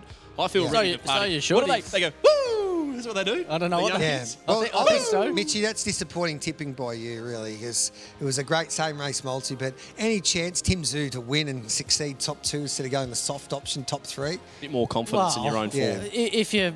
If you went back and had a look on the sports map, they're doing previews at the moment. Like, no wonder preview worked a treat. Yeah, you're you know what I'm hearing? I've got to get to a break. I'm hearing Sportsbet. I just hold you up from the break. I hear that Sportsbet are ditching Mitchie and they're getting Jimmy Vandermeer on. He's been with every other bookie. Anyway, I've got two massive egos I'm working with tonight. I'll take a quick break and I'll come back with plenty more straight after this.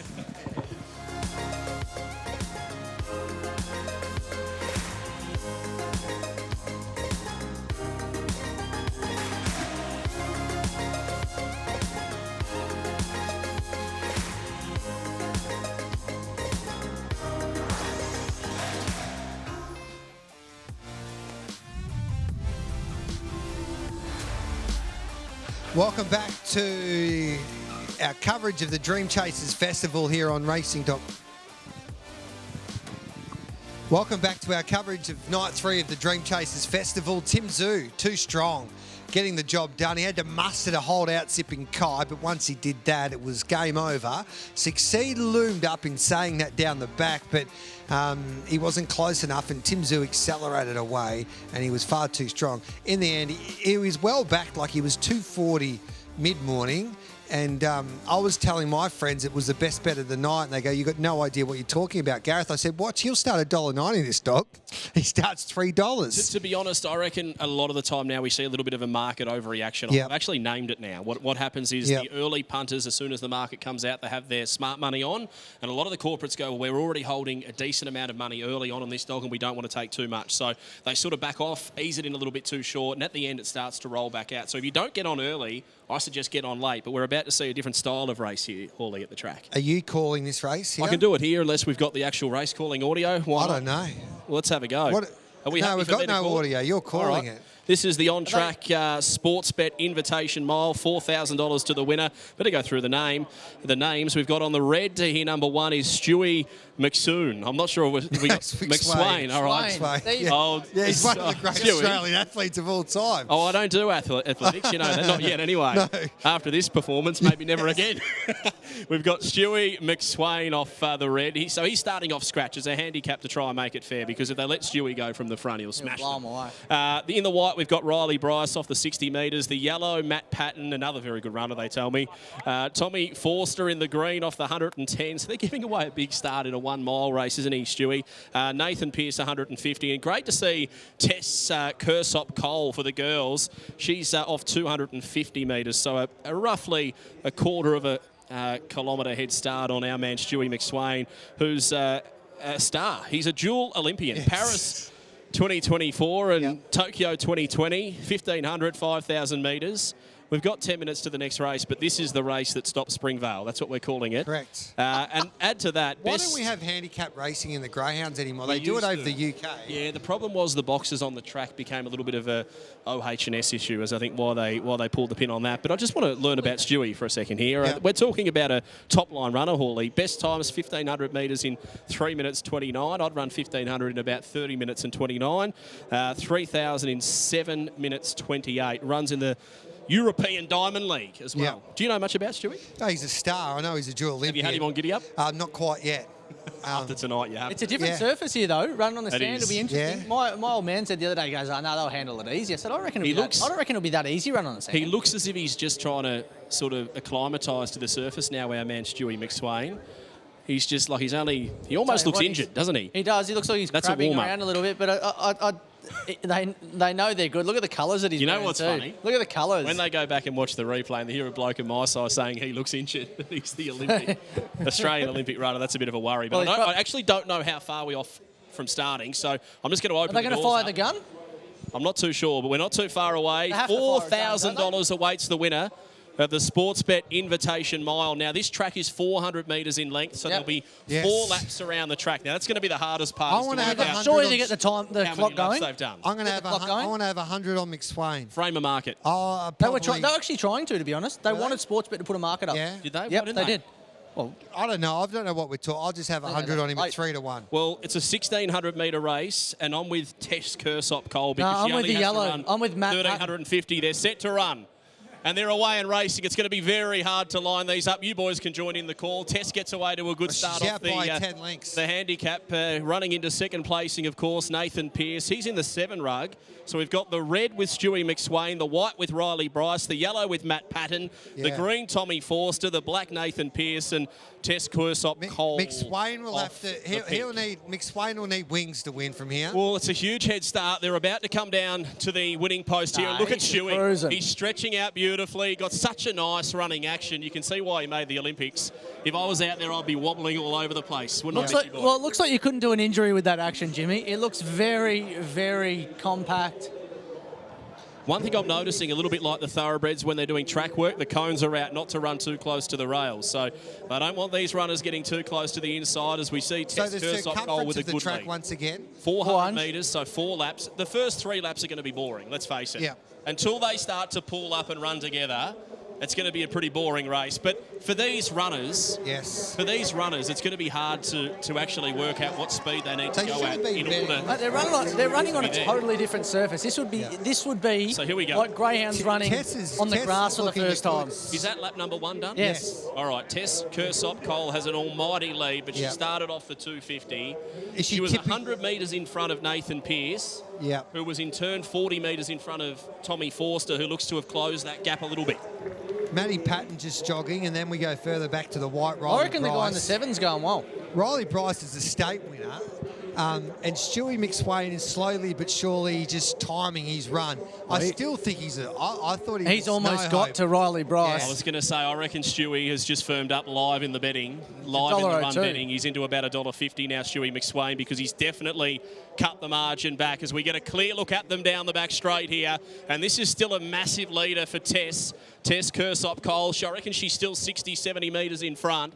and still travelling strongly over Nathan Pearce. I reckon the margin's still at 70, 80 metres, boys. Yeah, she's run one hell of a race in the early part, Tess. We're still only, 2.5 laps to go. So Tess with an almighty lead as she passes the 5.95. This is where it becomes a bit of a test of attrition. Who wants it the most? The lactic acid starts to build up. You feel the pressure. You're running on a Melbourne Cup surface, for goodness sake, as they wheel with just on 2 laps to go. And Tess Kersop-Cole, she is running the race of her life. I bet you as a youngster, she never thought she'd be racing on Melbourne Cup night at Sandown Park. She hopes she's been watching the videos of Fair to Bale in previous years. Old mate in the 7 hasn't been able to make ground, and I wouldn't have thought. Well, Nathan Pearce crosses the line now with 2 laps to go, and here comes Tommy Forster. He bounds up to the line now with 2 to go. Matt Patton starts to amp it up a little bit. Where are these back markers? Still a lot to do as Stewie McSwain makes his move and he goes past Riley Bryce with 2 laps to go. I think he's toying with him, Jim. Still a lot to go for Stewie. He'll need wings. I don't know if you can do the Bill Collins. He can't win from here. I think he's toying. I think he's not going to do that yet. They're starting to close. I hope Tess wins and leads all of the way. Well, Tess has run one hell of a race. What price would she be in the run now? She's starting to drift because the close of Nathan Pearce. They're tippy-toeing here. The margin would be 40 metres. Jeez. It's a 20 metres away to Tom Forster, who's closing in. And they're still 30, 40 metres to Matt Patton, 20 to Stewie McSwain. McSwain's going to have to be... He'd have to be Bold Trease to win from there. No, I reckon the green. I want to be on the green. I tell you what. Who's the green? It's about to heat up. It's about to heat up. We've just Tommy Forster. A lap and a quarter to go. The young gun, the rising star. Who have we got in front, Hawley? I reckon Tommy Forster will win this. He'll announce himself. Look at the cheer for Tess. She's under pressure. Is this the last lap? This could be the end. No. Tess Kersop-Cole has the lead. Oh, no. She's getting tired. She's holding on. And she's... Yes. Oh, it's a photo finish. That was the end. And I think Tess may have done enough to win. Who was closing at her? Nathan Pearce. I thought there was another lap. Yeah. She's got there. Oh, I tell you what, she might have won it. Victory. In fact, who was closing off? It might have been Tommy Forster. Yeah, that was my man. He's made the pass. No, it wasn't. It was the 7. Which was Nathan Pearce. Oh, and those who have done the handicap might have got it a shade off. Stewie McSwain never, ever came into contention. No, she won easily, Tess. Where's the fly? It would be funny if there was another lap to go and they've all just halted here. Oh, no. This would be a massive stewards inquiry if she's actually misjudged where the winning post was. She might have gone at the partied at the cone. What about the broadcasters? The numbers are in the frame, gents. The 8's got it. They would the 8 has got it. And the broadcasters thought there was another lap to go. That was the worst racing broadcast. I did say that was going to be challenging. Yeah. I did say that could have been the problem here. I think in the history of Bruce McEvoy would be watching and just be like disgusted. Well, to be fair, Hawley, we didn't even. Tess has only run 3 laps. Yes. That's what might have got her. She's done just over 3 laps, but the numbers are coming through officially. Stewie McSwain, he might have to get caught in the 7. steward's room and just ask for his tactics there tonight. 8, Simon, 7, 6, you're 5. catching up with Tess. What a performance. Thank you, Gareth. That was unbelievable, Tess. You took off. You got your momentum going. And that 3rd lap was just monstrous. Congratulations. Thank you, yeah. I tried to relax as much as I could leading into the 3rd lap, and then I was just like, you know what, I just got to, everything I've got left, I've got to give it a go. And I could hear people screaming over there, you've got 30 metres on him, you've got 30 metres on him. So I was just like, I just got to go for it. I've got this. What about that feeling when you turn for home and you can feel the crowd absolutely roaring you over the line? The lactics are kicking in, you're concentrating on your breathing? Yeah, no, it's so awesome. I've really had the hardest 12 months with injury, missing the entirety of the last running season and unfortunately the Olympics. So this year's a bit of next year's a bit of a comeback year for me. So that's a nice way to get it started. And to beat the boys under lights here, Sandown Park, how good? Nothing better than beating boys, let's be honest. Okay, this is your time to shine. Anyone you want to shout out to? Coaches, your family? An absolute shout out to my coach, Gavin. I've only been working with him for probably 6 months now, but he's just been an absolute blessing to my life and just helped me get the love back for the sport. And another shout out to my partner, Nathan.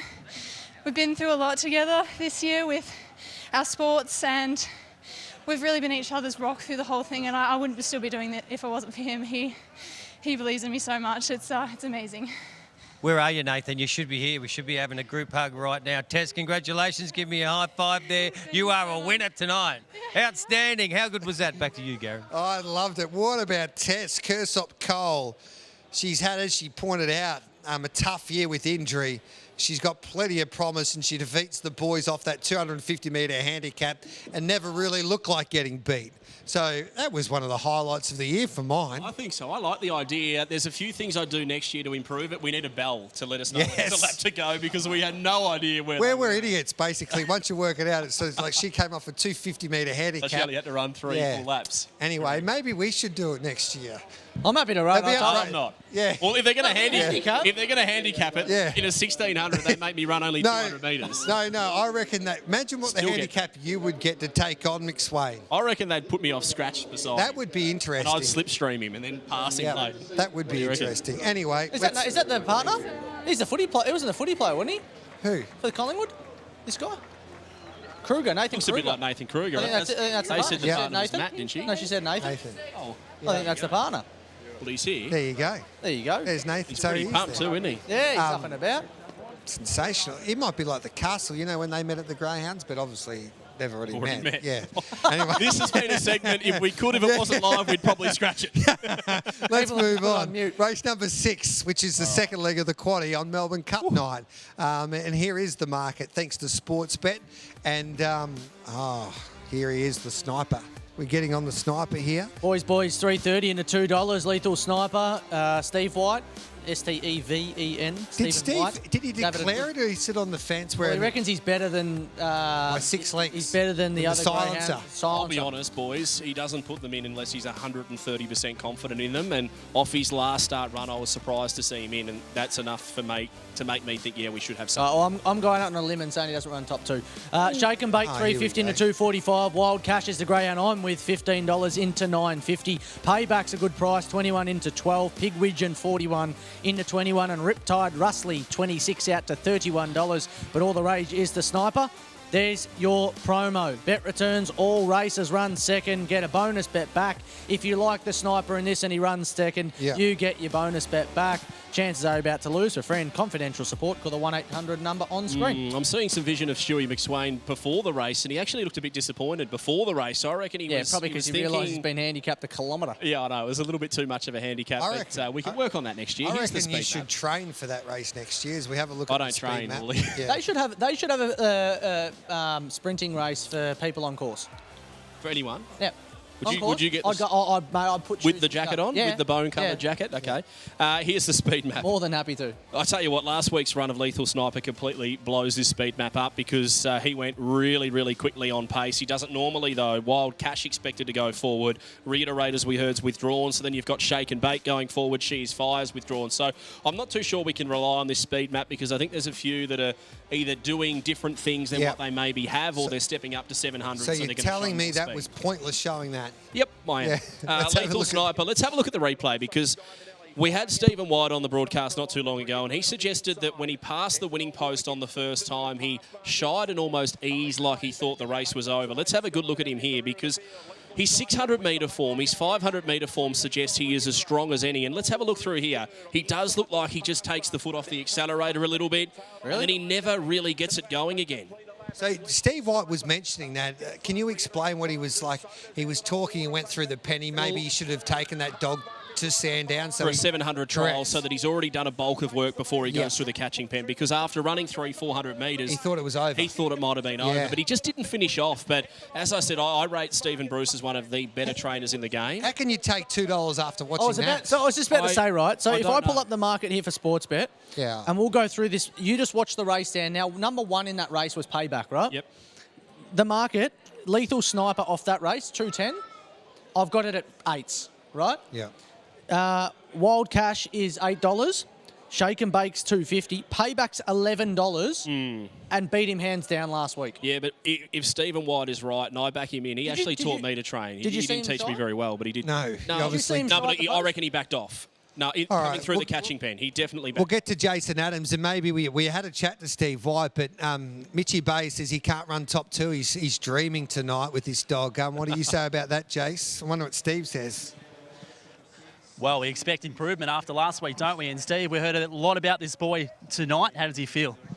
No, he's fine and everything. You know, as I said last week, he's very injury prone. He's a week-to-week proposition with him, but, you know, he's got a massive motor on him, and You know, it's probably unfortunate last week that I've had to rush him to the Bold Trease and couldn't get a 700 box to box here, and you could see him ease through the pen, but I still think he was running out of puff anyway, but hopefully he's going to go a bit better this week, you know what I mean? This will tell me whether he's going to run 700 or not. Best luck to Steve White. Terry Evanshaw, Wild Cash, and this boy here, he's scored 41.9 in the past. Is he capable of doing that tonight from 2? Definitely, yep. He's probably under prep coming into the heats last week. We're just hoping that run last week helps him out for this week. Best of luck to Terry. Let's go through the whole field. Russell Edwards, he's a lovely gentleman. He's got Riptide Rusley lining up at his 100th start. What has this boy meant to your career? Heaps, mate. Heaps. Has actually made me a better person, he has. Why? Oh, just he's so much fun to play with and run with, and he's a top dog. And just quickly on your training career, you gave up a fair bit in recent time to sort of invest in the whole thing. Tell us more. Oh, yeah, but I'm just branching out and having a fair dinkum crack at it now, so yeah, got a few pups coming through, which is good. Great to see you, mate. Good luck. Thanks. Start 100 for Riptide Rusley. Quickly, Terry Reid with Payback. She's got talent. She just needs the room to show it, doesn't she? Yeah, just needs room to move. She's slow early. So just hope she just runs on. Like you and I at 6 a.m, hey, Terry? What's that? Like you and I at 6 a.m, quite slow. Yeah, exactly. Good luck to Terry Reid. Nick Britton with Shake and Bake. Heavy chance. She was good last week. Yeah, well, I reckon she's just one of those dogs that goes better at Sandown rather than the Meadows. So, well, yeah, hopefully she just gets into a good position at the start and she's good on the bunny. Good luck to Nick. Now, the most importantly, Morgan Cockrell, you're handling tonight for the first time of your career. You handled in the first. Now you got Pig Widgeon here. How do you feel being on the big stage? Oh, yeah, all right. Surviving. Have you got the confidence of mum and dad? Oh, yeah, but I'm apparently sacked after the first one, so a bit screwed there. They'd have to think twice if something goes right here. Good luck. Thank you. There you go, guys. Every runner before the Cup night stays. Tips here, once again, recapping the tips. My original tips are 2, 1, 6, 4, but I'm really keen on Lethal Sniper so much, so I'm going to elevate him to number 1. 1, 2, 6. Arms easily twisted. Jimmy, I'm with the 2 to win here. I'm really keen on Wild Cash. I think he camps on the red and wins 2, 6, 5 and 1. I've left him out of my top 3. Here's Daniel Hibbert for the call. Sportsbet Cup night stayers. Favourite is going to go number 6. Shake and Bake at $2.40 ahead of Lethal Sniper at $2.60. The green light turned on. Lure rolls for the Sportsbet Cup night stayers. And they're away and racing, and beginning well was Lethal Sniper on the inside, and then it will fire out to lead early. Wild Cash was second. Shake and Bake tries to get across to third, does so now in front of Riptide Rusley on its outside Pig Widgeon, and Payback is at the rear of the field. A lap to go. Lethal Sniper leads it by 4. Wild Cash away from the rail. Shake and Bake trying to get up underneath it, but the door nearly closed on it. Pig Widgeon has tacked on, starts to run on, clear on Payback and Riptide Rusley. Lethal Sniper the leader. Wild Cash trying hard. Shake and Bake's desperate to get up on the inside but can't get past Wild Cash. Pig Widgeon was next. Lethal Sniper. Wild Cash is a big chance. Lethal Sniper. Wild Cash. The cash. Wild Cash has won it. Beats Lethal Sniper and Shake and Bake. The inside will run third. Fourth home will be Pig Widgeon, Payback and Riptide Rusley. 41.95 the time. 41.95 the time. Terry Evanshaw, we spoke pre-race and said would 41.9 be good enough? Tonight it is. He was great. Yeah, no, he went super. He's just that one short of a run last week, and we thought it'd be payoff this week. So, no, real happy with him. So, just done what he does, week in, week out. Flying Envy in the Bold Trease later on tonight. How's she feeling? Yeah, $1 million. Yeah, she's feeling real good. Just needs a bit of luck, and hopefully we can pull it off. Well, so are you for that run, Terry. Good job. Thank you. Thanks, Chase. Terry Evanshaw there with Wild Cash takes out the Cup night stays, and who knows how big of a night it could be for Terry. Yeah, well done to Terry. Wild Cash gets the job done for the Evanshaw camp. Lethal Sniper.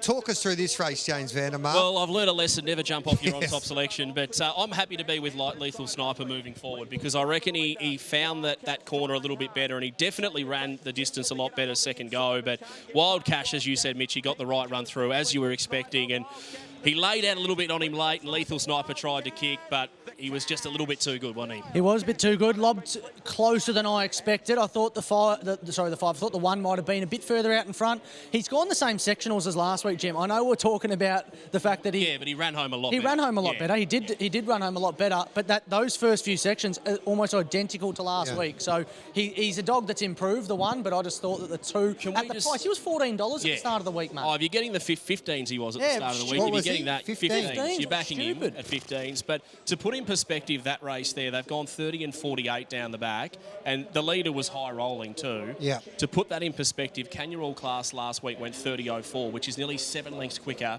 Who would you rather, Lethal Sniper or Kenya All Class? Kenya All Class. Yeah. Who would you rather in the kennel right now, Wild Cash or Lethal Sniper? Depends how much improvement Lethal Sniper's got in him. Yeah, I'd definitely. They're on level playing field. I tell you, he's travelling well tonight. The cameraman, Steve Whitmore. He doesn't have a shirt on. Look at the He's just got guns the vest on him. Isn't he? Unbelievable. He has got a there singlet he underneath. is. You just don't see it. You don't see. It looks like he's just taken his top off and said, "Have a look at me tonight. I'm going to get a lot of action." And he's got the guns out with the tattoos. And he went overseas to get that tattoo. Good on you, Stevie boy.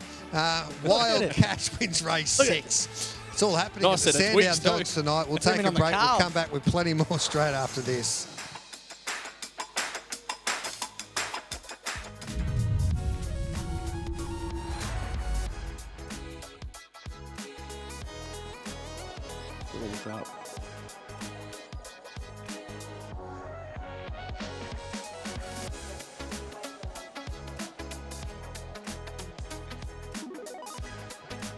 Been a great night of greyhound racing so far, and it's just the start. We've got plenty more to come, including the 2 Group 1s, the Sportsbet Melbourne Cup, race 10, and the Bold Trease, the Sportsbet Bold Trease, race 8. There is Terry Earnshaw with Wild Cash. That's the dog on the Sportsbet feed that Mitchie Obey tipped at $14 there. I think on Thursday, was it? Friday. Started 6.50, 2.70, 6.30 New South Wales. Lethal Sniper, he was better tonight. He finished the second, Shake and Bake third.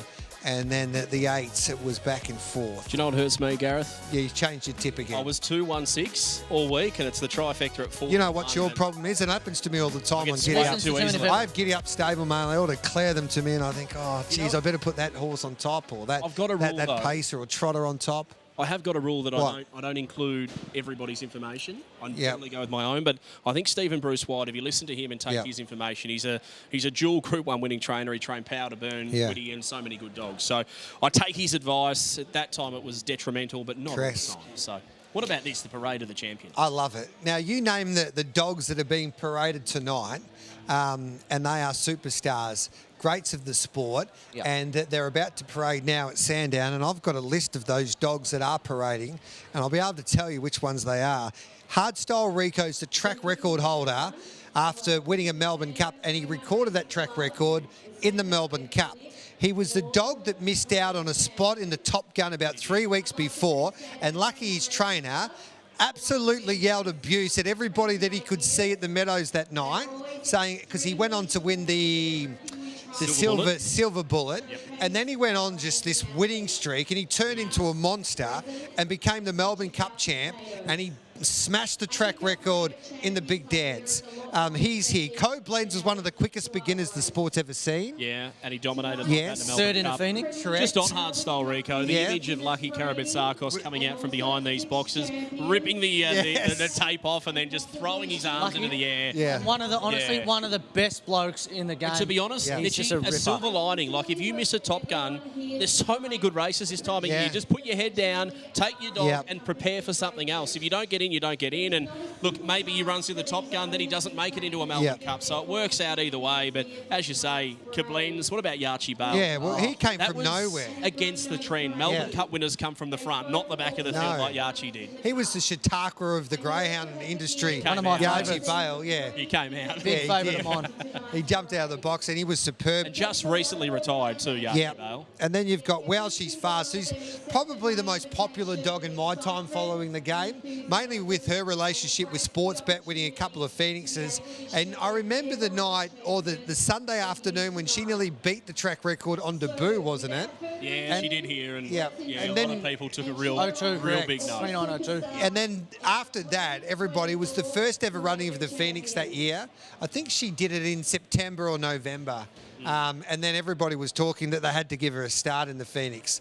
Let's catch up with Dan Hibbert now, who is about to announce these champions for this parade. Welcome back to racing.com and to the Parade of Champions here at Sandown Park tonight.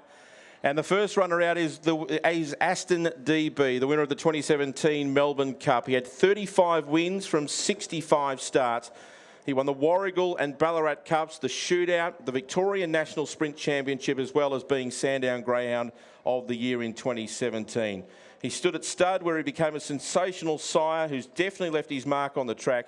And tonight, Nero is being paraded by Holly Thompson. He lives at Awesome Lodge as a much-loved pet with the Thompson family.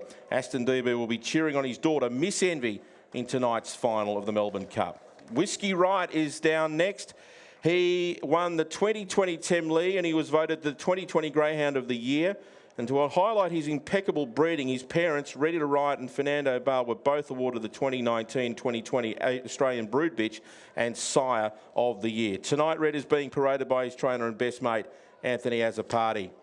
Number 3 is Hardstyle Rico. I don't think anyone will ever forget the emotion-charged win of the 2020 Melbourne Cup with Lucky Karabatakis, showing us all how life-changing this race can be, especially for an owner-trainer.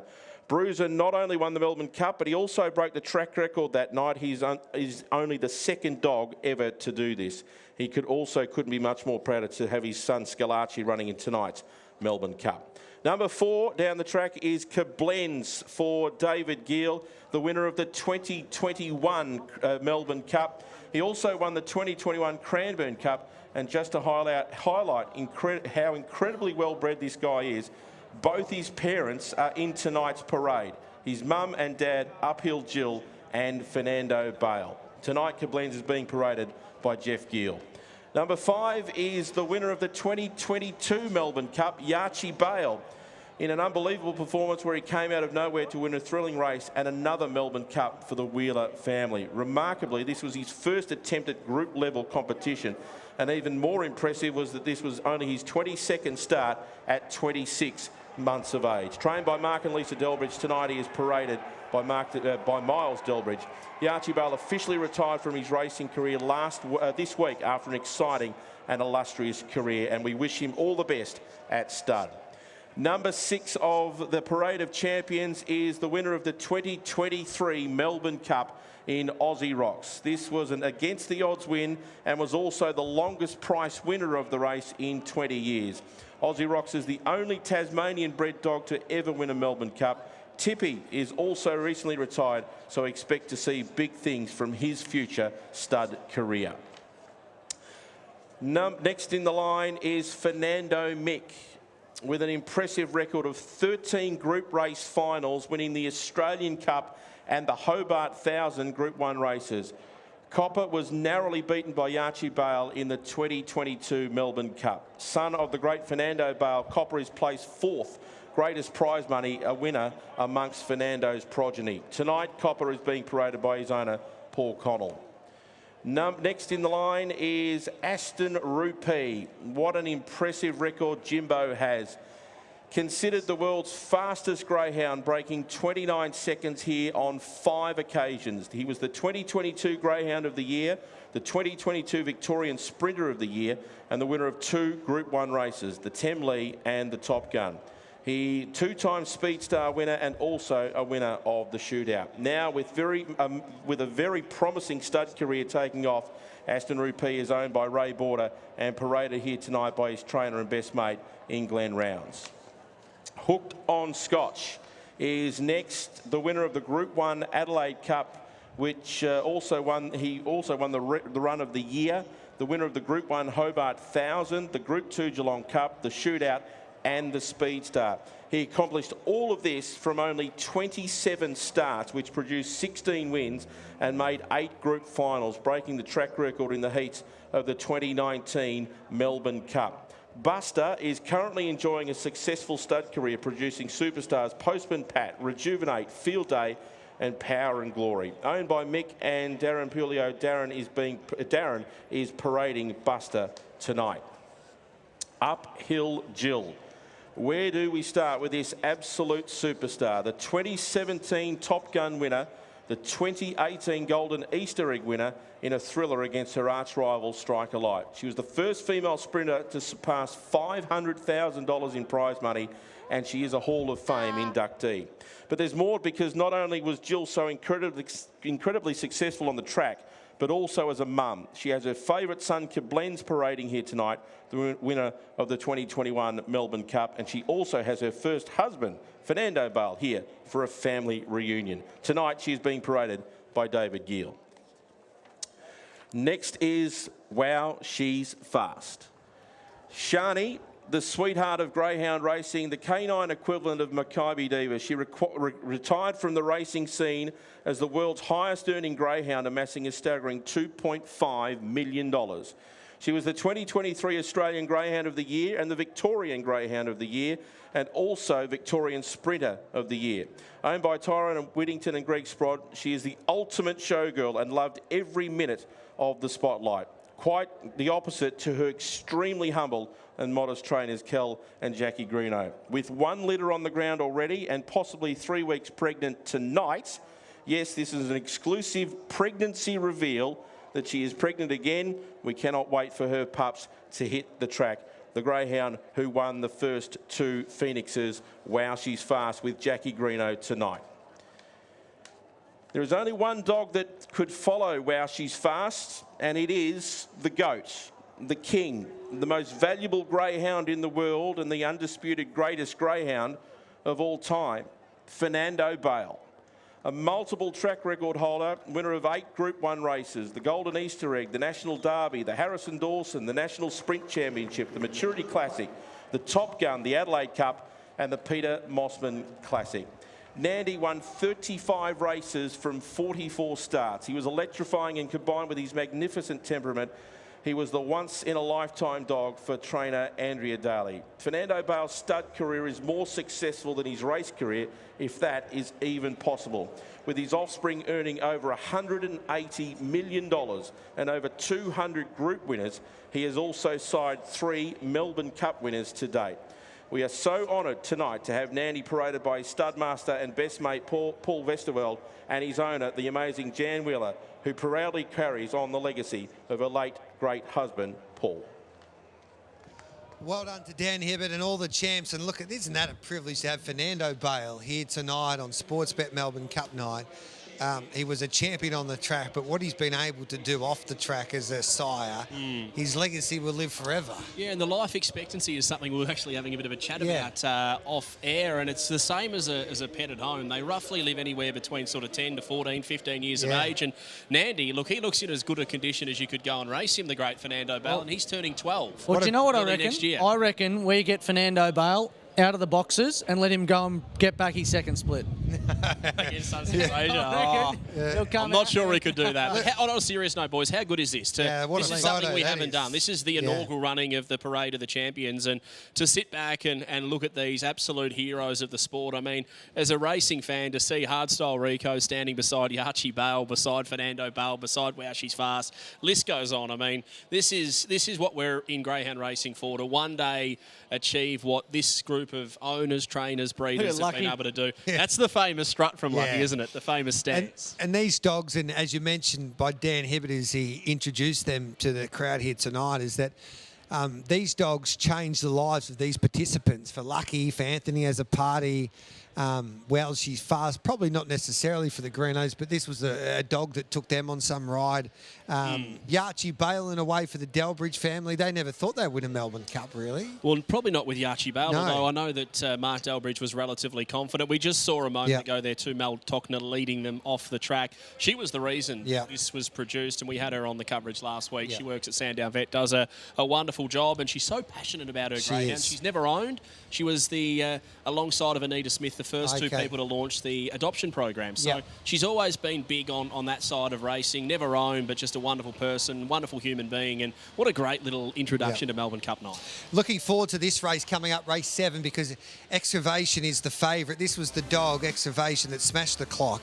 He was the second fastest dog last week in the heats of the Melbourne Cup, but he didn't make the field because you need to win to get into the race, and he couldn't get the better of Sunset Frazier, who smashed the clock and went 29 flat and defeated that great dog you just saw there, Fernando Bale's back straight record, well, the section for the back straight. So he's at 210. He's been a little easy. What price would you be taking for him? Well, if we have to take 210, we take 210. Look, if he had the red and Mapunga Tully was in box 2, I'd be dirtily confident. A little bit concerned, Mitchie. What do you make of that market? I think it's pretty spot on in a sense that you got your two standout greyhounds with the early speed, 225 Excavation, Mapunga Tully's 360. Grand Tour has been well back, 14 into 9. He's drawn beautifully out wide. Minimal speed in Vincent Bale. I think he can find a nice position. Grand Tour out wide, and he was a massive run a couple of starts ago, so 850 now represents a bit of value. Smooth Plains been the other way, 950 out to 12, back into 10. Vincent Bale Cranbourne Cup winner, $13.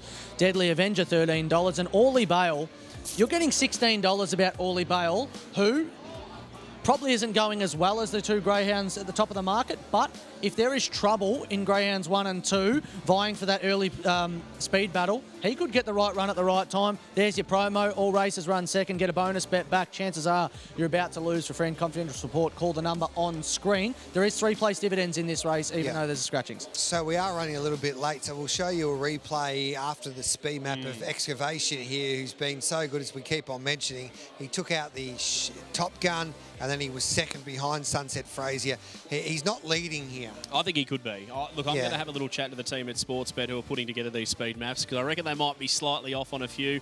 Although I do think they've got it right with Mapunga Tully being that runner that could hold Excavation out. And look, we see this replay of Excavation last week from box 8. What more can you say? Began Just beautifully. It's unbelievable. Straight up on the outside of Sunset Frazier, and from here. What price? Oh, look at what price here? Struggling to keep here up. He drifts out now, doesn't he? Because the He's acceleration. $1.10. I think now you're getting probably $1.50. Yeah, 50. It was just explosive speed from Sunset Frazier, but he made $1.10. Excavation look ordinary, but Excavation had still gone probably sub 1860 off the back. So, and then ran 29.05, the second quickest of all of the races alongside of Explicit. So, look, on that performance, I think he'll win. I think he'll make a bit of a statement. He just has to cross the red early. So I'm with the 2 numbers here, boys, as they've arrived at the start. 2, 4, 1, 6. Can I make? I'm with the 2 as well. I believe. Sorry, Mitchie, can I just butt numbers in? 2, 1, 6. I hadn't scratched Blue Camaro. Oh, okay. I am 2, 3, 1, and 7. Here's Dan Hibbert. This is race 7. Can he produce what he did last week, Excavation? We're about to find out. Cup Night Sprint, the group listed event. 15,000 to the winner. Green light has turned on, and the lure rolls for the Sportsbet Cup Night Sprint. Favourite the 2. They're set. Racing Excavation jumped pretty well. There was Speed Out, Smooth Plain, who jumped a hell of a lot better tonight, and he's going to lead. Smooth Plain got across to lead. Excavation, a little bit of a check. Grand Tour got around him. On the inside as they run towards the back straight was Mapunga Tully, and then came at the rear of the field, Deadly Avenger. It is Smooth Plain, the leader. Grand Tour is running on. Excavation was next. Further back, Orly Bale around the turn. Smooth Plain in front. Grand Tour is trying hard, but Smooth Plain, he's back. Smooth Plain a length. Second, Grand Tour. Third, Excavation. Fourth, Orly Bale. Next in was Vincent Bale. Further back to Mapunga Tully and Deadly Avenger. 29 and 25 the time. Smooth Plain, he's a very good operator, used to doing his stuff from off the pace. His handle is Shane Slinstock's gone in the opposite direction. We're being burnt yet again tonight, but Smooth Plain, I mean, total professional. We're used to seeing him settle midfield, run on and use his strength, but as soon as he began like he did tonight, time and margins, and he's put on some super fast sectionals and, of course, fast overall. Thanks, Jace. Yeah, great performance there by the 5 who jumped straight to the front, and Smooth Playing for Thomas Daly. Once he got to the front, it was all over because there was trouble behind him, James. I'm just going through the history of Smooth playing over 500 metres, and I reckon he's had, we could probably tell you from the form guide here, track and distance, that was his 15th start. He's never broken 5:07. He's gone 4:95. So that's a race you completely throw the form in the bin. It buggered up Excavation because if he's not there, Excavation wins. But that happens in racing, and credit to the dailies, but I have got absolutely no idea where he's just plucked a 4.95 from. These great. No You idea. said they're consistent. Well, then in that case, they're not. That was, look, sorry, a 5:04 is the best he's gone in a free-for-all. But to come out and run 4.95, look, we sit there and we do form, we watch replays. There's no way I could have anticipated No. it. So I accept it. Is he the most underrated dog in the country? If he comes out like that, he probably should have been to the Melbourne Cup. What did he run last week to the section, boys? He had no luck, but he went 5:20 to the peg. Is he the most underrated dog in the country in general? Look at his form. Well, you probably want to put him in the Phoenix now. I'm not saying I put him in the Phoenix, but I think he's so underrated. Yeah. If he steps like that, he probably could be in a Phoenix, to be honest, but I wouldn't. Yeah, you've got 100 dogs in this year's Phoenix. Grand Tourer was second, Excavation third, Orly Bale was fourth. We'll take a break. The first of the Group 1s, the Sportsbet Bold Trease final, is coming up next here on racing.com.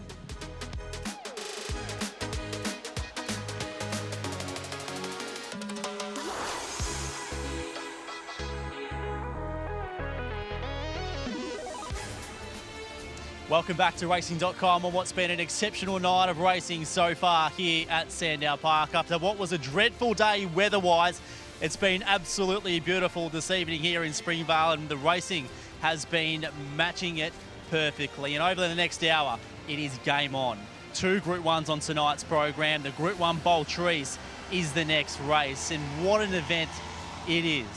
What can Kenya Oil Class 2? Can he win his second Group 1 in a number of weeks? Ella's Babe's got a point to prove. She's shown so much promise and yet to deliver on the big stage. And of course, we get to the Melbourne Cup itself. And yes, there's been races over time that have carried more prize money, but I tell you what, nothing matches the tradition, the prestige, and the magic of the Melbourne Cup. It's been won by some of the sport's all-time greats. So I wind my mind back to 2015 and that absolute jet that we saw out here before, Fernando Bale, narrowly beaten by Dinah Double One, is what most consider their most favourite memory this sport has served up, guys. It is a race that is unmatched in terms of magic, excitement. We've got a big crowd here ready to watch history unfold tonight, and of course one more will make their way onto the honour roll in what is one of the best ones our sport has seen. Great stuff. Jason Adams setting the scene for the biggest hour in greyhound racing for the year. The Bold Trease final not far away. It's coming up next. And then race 10 is the Sportsbet Melbourne Cup. It's been going for 67 years. That's the trophy everybody wants to win. This is the 68th running of this great race. And all of the experts say that this is the best ever field to ever be assembled for the great race, the Sportsbet Melbourne Cup. I'm going to have a chat to the producers out the back, Gareth, and see if I can get that little intro from Jason Adams with that uplifting music so I can use it as an alarm clock in the morning. Because if that doesn't get you out of bed, I'm not too sure. I thought you were going to use it on something else. What's that? I thought the podcast. Yeah, possibly. We won't give it a third plug, Mitchie, but it is. What's the podcast called? Green Light on. You got me. No, on a serious note, boys, this could be the best Melbourne Cup of the ages. I mean, you go through the history of the race and they're extraordinary, even Black Magic Opal. Then you go back to that Surgeon race where he was chomping the dogs on the home corner and he still won the race. And he got a ticket for failing to chase. He never raced again, but he won the greatest race, the Melbourne Cup. And Jason Thompson finished second and third in that race with Hannafai's Impact and Nitro Burst. So it could have been, it maybe should have been another win for Team Thompson there, but it wasn't to be. There's been a few of them, hasn't there? It's just whole thing back to Jezelenko. Oh my days, should have won. But it's a race just etched in history, and this edition tonight, I mean, whoever wins it, any of the 8, they're worthy winners. The only one I honestly can't see winning it the 8 is Buddy Manelli. Yeah, and what price is Buddy? 81s. Yeah, he'll I'll win give by you 300 to 1. If I was a bookie, Night Choice won the Melbourne Cup when no one gave it a chance. Well, I said earlier you've been with every other bookie. You might as well start your own bookie. Well, that's it. If I could, honestly, Jimmy Bet. Green light on Bet.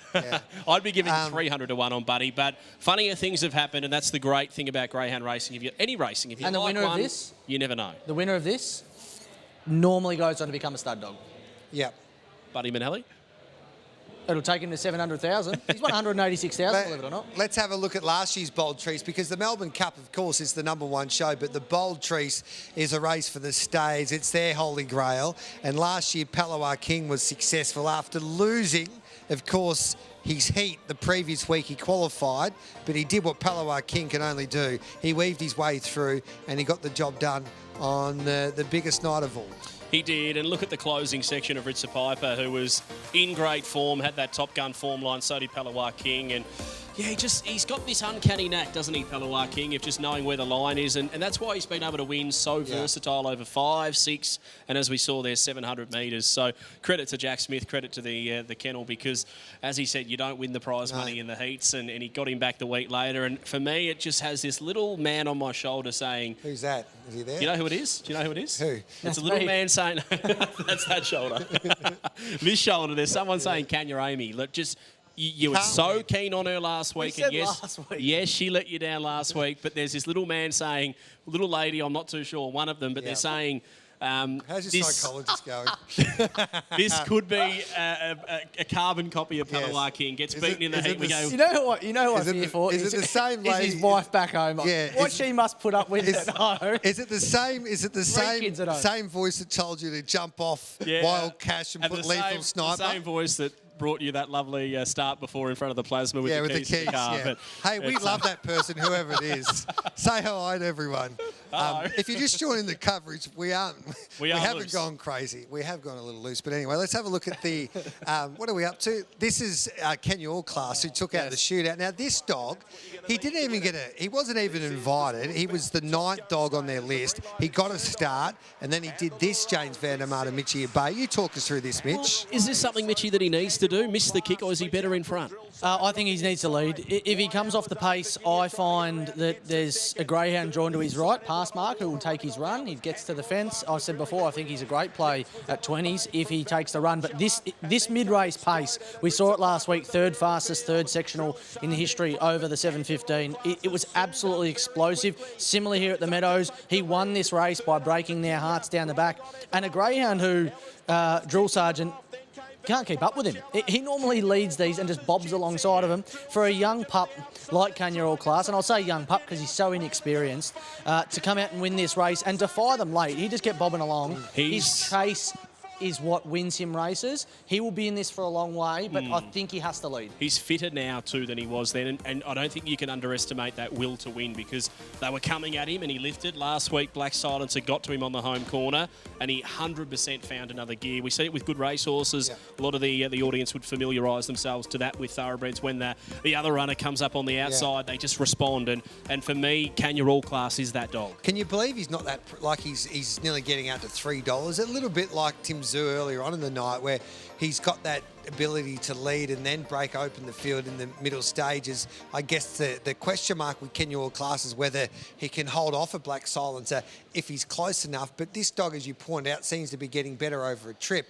And what you got to love about this dog as well, Jess Hopkins has been the story of the Dream Chasers Festival. Yeah. She's living the dream with this Group 1 quality dog, and the emotion after the shootout was one of the highlights of my year, watching any code really, when there was a winning participant interviewed after winning a big race. And the other aspect with Kenya All Class is that you guys tell me that he's good enough to get into a Phoenix. It's exactly what I was about to say. As Meatloaf once said, Gareth, you took the words right out of my mouth, mate. And 2 out of 3 ain't bad, he also said. I was waiting for James to sing that. Yeah, I definitely didn't take the words out of your mouth when you're talking about the keys. He actually rates himself as a singer, I've heard. No, I don't. Yes, you do. Kenya All Class. What were we talking about, boys? He could win a Phoenix, you said. No, 100%. I honestly think now that they've really dedicated this dog as a genuine stayer, and they've gone down that path, and I reckon it's starting to pay dividends, because last start 41.55, quickest qualifier into a Group 1. He's won the Top Gun. I think they've made the right call. In saying that, I think there is a chance he will drop back every now and then, because he's quick enough. He trialled 29.05 here, which so far tonight he'd be the fastest dog at the track tonight. So he could be in a Melbourne Cup, but he's going to need luck. Where the 700 metres, he takes luck out of the equation. He can bounce to the front, and if he breaks them up like he did last week, he's a huge chance. The only concern I have is if the red sucks through on the inside and gets within 4 or 5 lengths of him off the back, I think he will run him down. Okay. Where's he going to get the run, though? This is my thing, right? Here's your market. Let's get the market out of the way first. Kenya All Class $3 into $2.80. Black Silencer 3 out to $3.70. Ethanol Water 6 into $4.80. The Graham, we haven't even spoken about Ethanol Water. Ella's Babes $5.50 out to $7.50. Getting out to a backable price now, drawn well. Kenya Amy 11 out to $12. How Kenya Amy is shorter than Flying Envy at $14, staggering. Pass Marks 26 into 16, a great value play. And Shadows of Blue, the outside, at $67. Chance they're about to lose for free and confidential support. Call the number on screen. Let's head to Jason Adams, catching up with the handlers before this Group 1. Jace. Thanks, Steve White. Black Silencer, you mentioned at the Meadows, he was a bit flat going to that run. Much better last week. How's he feeling now? Mate, I'm expecting to go a lot better than last week. But even though he's got the red, he's still going to have to try and use it, you know what I mean? Because he's not overly blessed with pace, so he's just going to have to do his best and try and shuffle his way through and find clear air. Generally back in the field, and I thought with Sunset Frazier last week in the Melbourne Cup heat, Steve, that box 1 got him out a bit better. Could that be the case here with this boy too? Well, I'm hoping so. Just depends on how much pace is around, so we'll see what happens. Good luck to Steve and Black Silencer. Jess Hopkins, Kenya all class. I mean, stunning last week, and you must really just block your ears when people come up with the argument that possibly he's not a genuine stayer with the numbers that he puts on the board. Yeah, exactly. I mean, he's not that out-and-out stayer, but he's never going to be. Look, if he leads and those dogs are able to settle second and third and not blow themselves up and they run him down, good luck to them. And if those that settle at the back get a bit of luck and run him down, good luck to them too. You know, they're going to have to be good to beat him and he's going to have to be good to win it. It's a Group 1. Nothing different about him tonight? No, he's spot on. When he was checked this week, they said he's just improving. He just feels better each week. So, like, obviously he's got to do it a week later now, but I don't see any reason why he can't. Good luck. Thank you. Jess Hopkins there, pass mark there. We'll speak to Nick Britton about him. But Guru, Gerald Lanigan, Kenya Amy, I think most people thought she was disappointing last week. Are you expecting a better run tonight? Yeah, 100%. Yeah, I mean, most people thought that. We'll see what happens. We're happy with her. That's all that we can go by. Good luck, mate. Thank you. Kenya Amy there with a point to prove. Shane Senslog with ethanol water. She's mixed up her racing. She went back in the field last week and went on to win. So what does the camp want her to do? Look, obviously we wanted to lead, so better out in front than chasing from behind. So we'll see how we go. Good luck to Team Daly, who have won this race before with Sweet Burbsky going back to 2013. Nick Britton, you've got Shadows of Blue here, where last week he looked like he was going fast. The time didn't suggest that. Do you think he can go better than what he did? Well, there's always room for improvement when he's only had very few starts over 700, but yeah, I think this race is just going to be a bit too hard for him. Pass marks a more genuine chance. We always speak about him being underrated. What do you expect from him tonight? Well, I think he's still a good chance. I would have rather the rain to keep coming if he was going to be a chance to win, but no, he's always running home, and yeah, I'd say he's a bit underrated. Good luck to the whole team. Britain, Brooke Ennis, Ella's babe. Brooke, she just seems to be finding so much trouble. Does it worry you going into a big race like this? Oh, look, I think, that stayers, she's always a back marker, and at this point in time, there's a lot of front-running stayers, so it's always going to be hard for her. Look, we'll just see how she goes. Well, she'll be hook and wide on the home turn, we know that, and hitting the line like very few other greyhounds in this field. Terry Erenshaw's got Flying Envy. It's been a good start to the night for him. And Terry, does the pink give you any sort of concerns about where she might land early? Every bit. Yeah, we're going to struggle from out here. So she's just going to have to jump and do her best. So see how she goes. There's the latest from All 8 Connection, boys, as we build up towards the Group 1 Bold Trease for 2024. Bring it on. Mitchy Bays just talked me into having something small and pass mark. What are you doing here, James Van der Mark? Kenya all class for me, 2, 1, 5 and 7. Ethanol water for third, Ella's babe to get back and run on. Flying Envy's my include, but she will need luck from a bad draw. Her first up 700 was brilliant last week. Yeah, I think Kenya class is my on-top selection, but I do think that the 3 can get a lovely run pass mark. So 2 to beat 3 for me.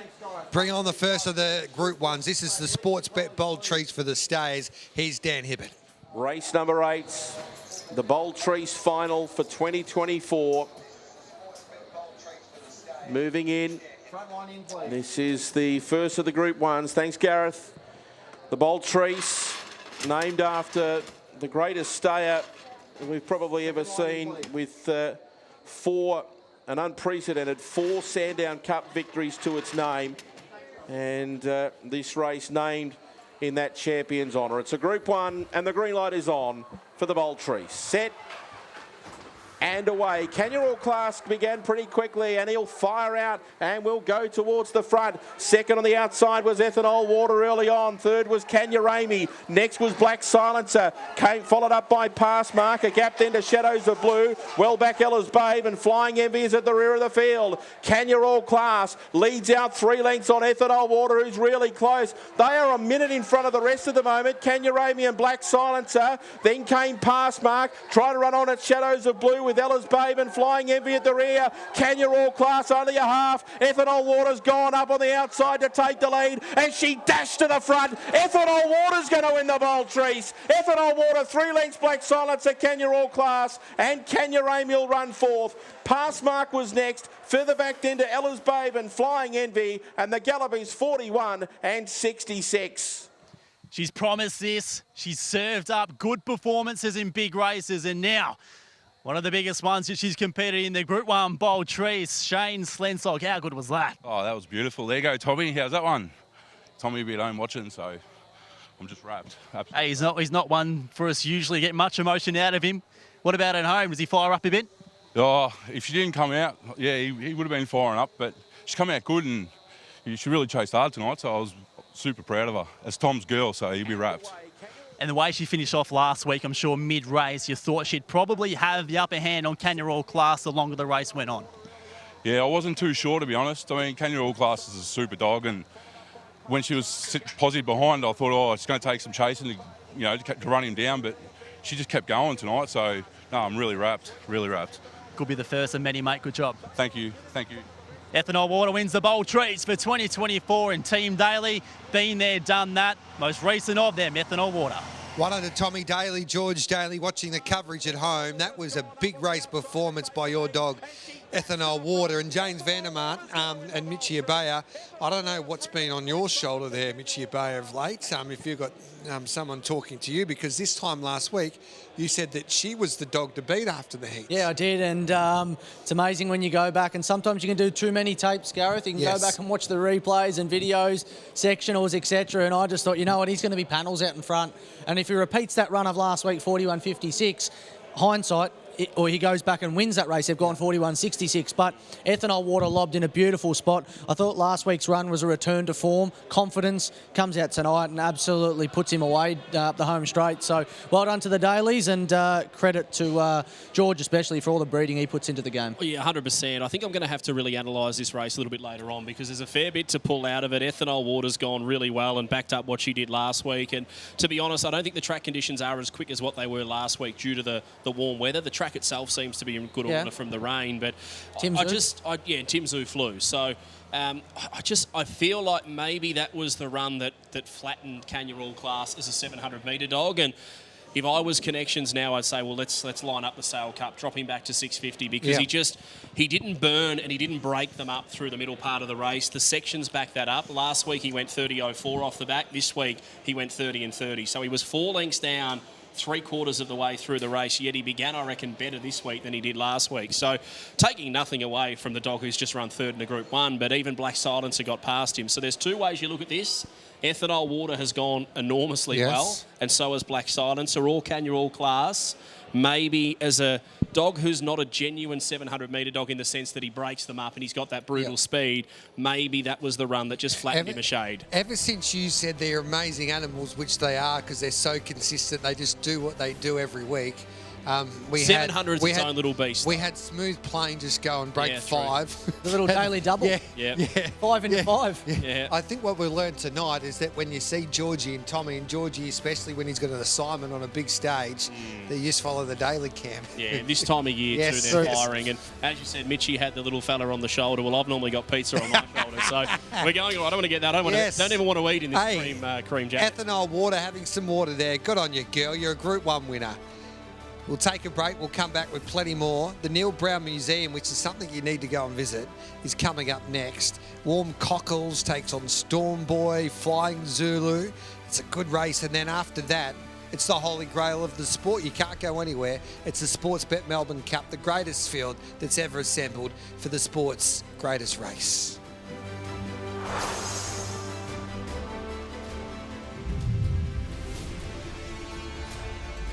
Welcome back to night 3 of the Dream Chasers Festival. There's the first of the Group 1s done and dusted. And it was a performance by the Daily Train galloper in Ethanol Water that galloped her way to Group 1 glory in the Sportsbet Bold Trease final. She took out the heats. Last week, Mitchie Bay, straight after the heat, said, she's the one that we've got to beat. He changes his mind, would you believe? Black Silencer was very good back in second. He did defeat Kenya All Class, but he didn't defeat Ethanol Water. So Kenya All Class, who was the favourite after dominating the heat with the quickest time last week, finishes third. But there she is, Ethanol Water, too strong. She jumped nice and close tonight, and she looked the winner a long way from home, Mitchie Abaya. Very, very impressive run, and you know the Dailies dogs are always fit. This is a seasoned distance dog. This is a greyhound that's had a few starts. It's prepped and ready to rock. You worked with the Dailies. I did. I annoyed the absolute crap out of the both of them. You know, I went down there, used to go down to their place and trial back when I was 5 and 6. Dad used to take me down there, and I was that annoying that they used to put me in the viewing pens because I annoyed the absolute crap out of them. So they're like, let's put him to the side so we can get something done. But lovely people, put so much into the game and have had great success. What makes them so great? They work the dogs hard. They work hard themselves. They get the dogs nice and fit. They love them. George has done a phenomenal job with the breeding. He spent a fortune. His setup's fantastic. Normally, whenever I give him a buzz, we'll give George a buzz to have a chat. I know I've got to keep it short, 1 or 2 minutes, because he's always a busy man. And normally when I ring him, he says, "What do you want?" or something along the lines of that, because he knows I'm going to annoy the crap out of him. But credit to them. They've got this greyhound back to its staying best, and there's big things ahead. Wonder what analogies James Vandermart's got for us as he relives and analyses the Bold Trease, the Sportsbet Bold Trease for 2024. Well, Gareth, you've got to cook the pizza before you can eat the pizza. I'm only joking. The Melbourne Cup still to come, but let's take a look at the Bold Trease. Kenya All Class, was he disappointing? Was Ethanol Water good? Stop. Freeze it here. He's began as well as he possibly can, Kenya All Class. Hits the first mark at 6.05 compared to 6.03. We'll let the tape roll, let the race unravel. So he's began as good as he did last week. Ethanol Water slides straight over to second. Kenya Amy up to third. Black Silencer pass mark, and the rest drop away with early trouble. Now, as they head down to the post, I reckon the leader's going as good. We might pause it here too and have a look. We've got Kenya All Class still scooting along, leading it clearly from Ethanol Water. A big breakaway to Black Silencer. At this point of the race, I'm thinking Kenya All Class is far enough ahead to beat Black Silencer. Is he far enough ahead to beat Ethanol Water? Again, we'll let the tape unravel and let it roll down the back straight. And this is the point of the race, the third section, where I feel like the leader, Kenya All Class, has just not did what he did last week. Had not done what he did last week. Right here, we'll pause it again, and he looks on tired legs. He's a length in front at this stage of the race from Ethanol Water, but he's still got 8 lengths on Black Silencer. Now, at this point in time, I'm thinking, well, this is the Quinella. They're going to go 1-2. He's too far away. Now, what I'm getting at here, as we let the conclusion of the race go, I reckon Kenya All Class has said tonight, I've had enough of running 700 metres. I'm flat. I've had a really hard campaign. I'm a young dog, and this was a little bit too much. Ethanol Water was outstanding. Take nothing away from the winner. Take nothing away from second. But I just feel like Kenya All Class, to me, seemed like a stayer who was just a little bit flat. And again, I don't want to be negative. I don't want to talk down upon a greyhound who's just won a Group 1.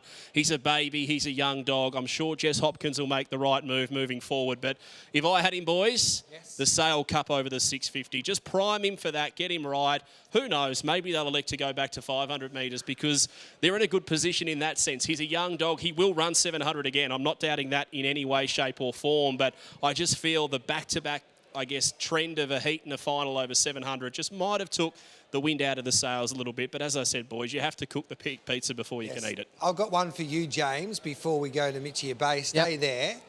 I'll go to James first and then get your I want to use that plasma. I want it rewound a little bit. Okay, Tim Zoo, the Kenya All Class over 600 in the Sale Cup after what you watched tonight. Yeah, the 650 Sale Cup, that would be an awesome clash. I think Tim Zoo won't go 650. Probably could go 650. I reckon they're going to go target the Phoenix. That's the plan for Team Thompson. That's why they went to 600 tonight, to win the Sir John Dillon and then make a statement, get Phoenix slot holders talking, and then hopefully get a slot there. They clash the Sale Cup and the Phoenix. I'm not sure on tonight's performance. Unless he goes to the Meadows and Trials really quick, Kenya All Class, I'm not sure he'll push on to the Phoenix. He may. We'll soon find out. But in saying that, it looks to be like that might have been a little bit of a tough run for a rising star of the sport. I don't want to underestimate that. He's still a superstar. I was going to say, if we could rewind that tape just quickly to educate further on what you've said, that third sectional, he was 5 lengths different. So if we could get that tape rewound, I don't know what the crew at the back can do in such a short period of time. You're directing now. You look down that barrel. I was talking to Jimmy Boy. Oh, okay, yeah. Right, Here we go. We're rolling again. So we roll the tape, right? And I'm big on education, trying to guide people at home as to like positions on, as James said, where he was last week and where he was tonight. So we'll pause it after about 30 seconds. Is that what you want to do, after Mitchie? about 30 seconds. The end of the back straight, we'll pause it. And Mitchie, what he's getting at is last week he went 30.04. Tonight he went 30.48. Correct. Yep. 7 lengths behind where he was last So week. if we keep rolling, just like wheels on a car that you pause just it bought. about there. Pause. See that red marker? Do you want me to show you where he would have been? That is as good of timing as you'll see. For those that don't know, that red paint on the fence there, that straight line, that is the third split. That's where they're going. He's going 30.02 last week. Do you know where he was if this was last week? Yep. 7 lengths. I'm not even sure if I'm still on the frame, but he would have been about here. Yep. That's how far back he was from his last start run. What does it tell you, Mitchie? Because I've put my heart on the line. I'm very good mates with Corey Smith. He may never talk to me again. So what do you think about the run of Kenya All Class? As I said, I don't want to take away from the dog, but I just feel that run definitely flattened. Well, you're telling us he was disappointing. Well, on off last week's Correct. performance, yes. Yeah. He is a young dog and he's going to be a very, very good distance dog. There's no doubt about that. But what we've seen tonight, and usually it happens after their first start over the distance, is that they blow up the second start. Yep. So they'll go one start over 700 and they'll fly, and then the next start they'll lose 6 lengths, and that is exactly what's happened tonight. And they might not have done anything different. Yeah. But the dog just chases so hard that it's taken the life out of him for this week. The back-to-back nature of a heat and final, I reckon, might have been what got him, because in the lead up to the Top Gun, he had a 500 trial at the Meadows. He went 29.60 or something like that. Yep. In the lead up to the Bold Trease heats, he had a 500 trial, went 29.05 here. So if somehow Jess Hopkins can get on the phone to GRV and say, can we stretch these out to a 2-week series, because then I feel he would get it. So again, boys, I'm not saying that he won't stay again. I think he'll be a top-line Group 1 stayer for the next 12, 18 months. But I think right now, we might just see him come back a little bit in distance until he's a little bit more mature, a bit more built, and then hopefully, if he looks like me, he can win another Group 1 over 700 metres. In saying that, Jess sit on Hopkins, shoulders. yeah, can take a bow, because she has trained the hell out of that dog, really. She's won, of course, the Top Gun, and then won a heat of the Bold Trease, and he was brave tonight. He just wasn't at his best like he was last Saturday night. Race 9's not far away. Mitchie Abaya, let's have a look at the Sportsbet market here, because you like one. I do like one here. Top of the market, Flying Zulu for Team Thompson, 230 out to 270. I'm a Mustang. They say that about JVDM, 420 into $3. I'd love to see Jim out the boxes, 485, I reckon. Warm Cockles, 480 into $4. He's drawn well, but he's drawn well to give the beautiful run. Stormy Day showed speed last week before being run down, 360 out to 550. Mackinaw Peach, $15. Denison the Frisbee, $67, and Dallas Diggle, the Kennelmate, $71. Flying Zulu is all the rage. Good money around for the one. I'm a Mustang. Chances are you're about to lose for friend. Confidential support. Call the 1-800 number on screen or visit the Gambling Help hotline. The other thing, bet returns. If you are like me in the next and like I'm a Mustang, where it's drawn beautifully, it runs second. Bonus bets back. Yep. Let's have a quick look at the speed map, because Jason Adams is not far away. The 3 leads here, Stormy Day. Do you agree with that? If he produces what he did last week to burn to the front, yes, he can. Number 3, Big Energy out fast. But I'm a Mustang, loves the inside part of the track. If she begins evenly, she'll take a lot of passing, and I think Warm Cockles has the best form without winning of just about any dog of late. So 100%. Throw him to your SRMs, and Flying Zulu's the other runner that should go well. But boys, you can't buy a car, a Mustang, without having a nice set of keys. That's my theory, and I'm just not sure if I'm a Mustang's up to this level, but drawn beautifully. I'm looking back 3 starts, 29.39, held off Tully Luna. Okay. Let's hear from Jason Adams with the handlers before this 9th race. Going to catch up with Shona Thompson, who's got Flying Zulu. Shona, he was great last week. I'm sure you would have been impressed with his run. Yeah, very happy with his run last week, JC. He only knows how to give 110% every start, so, no, very happy. We spoke to Holly earlier about the ownership connections with Tim Zoo and a real family flavour behind it, which is quite similar with this bloke here. Yeah, no, we own this bloke as well, so he's been a very, very good dog to us, and hopefully he has some luck. What do you all think of box 7 for him here? I'd prefer if he had the inside, but, you know, if he's going to win, he'll have to be out and having a clear run to the first turn, so hopefully he jumps. Good luck to Team Thompson. Of course, could be a big night for them with a number of chances in the Group 1 Melbourne Cup as well.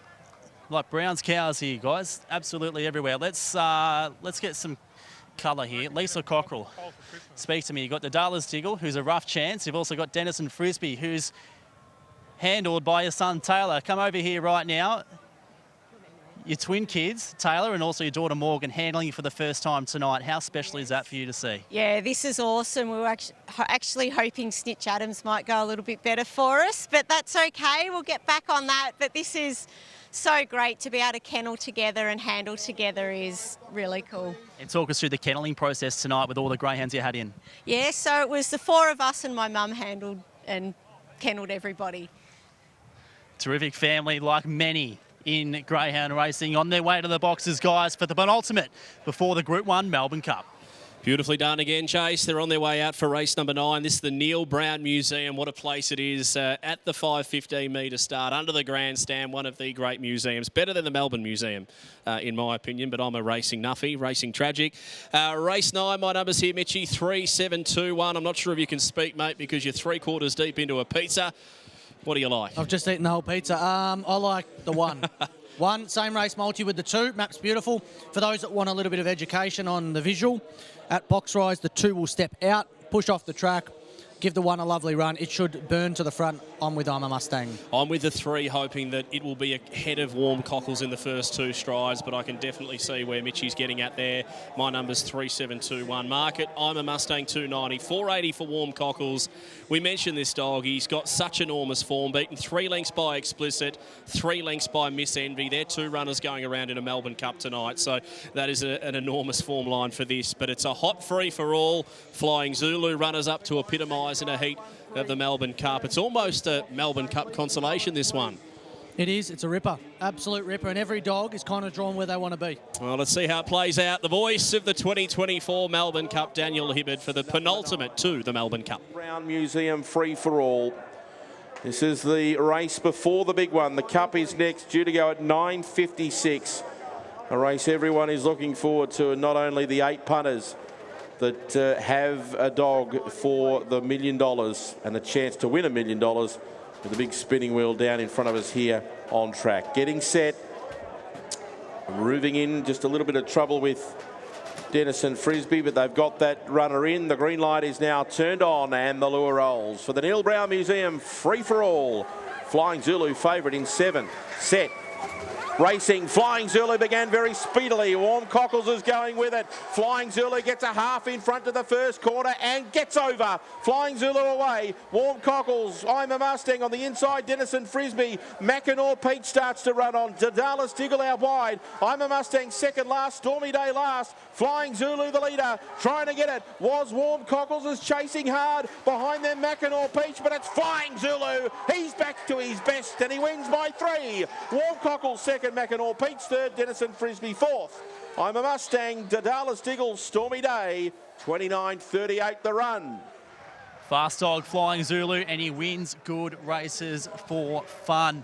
He was awesome up in Brisbane, and shown to Thompson, he was unlucky last week, big run, but tonight was just about perfect.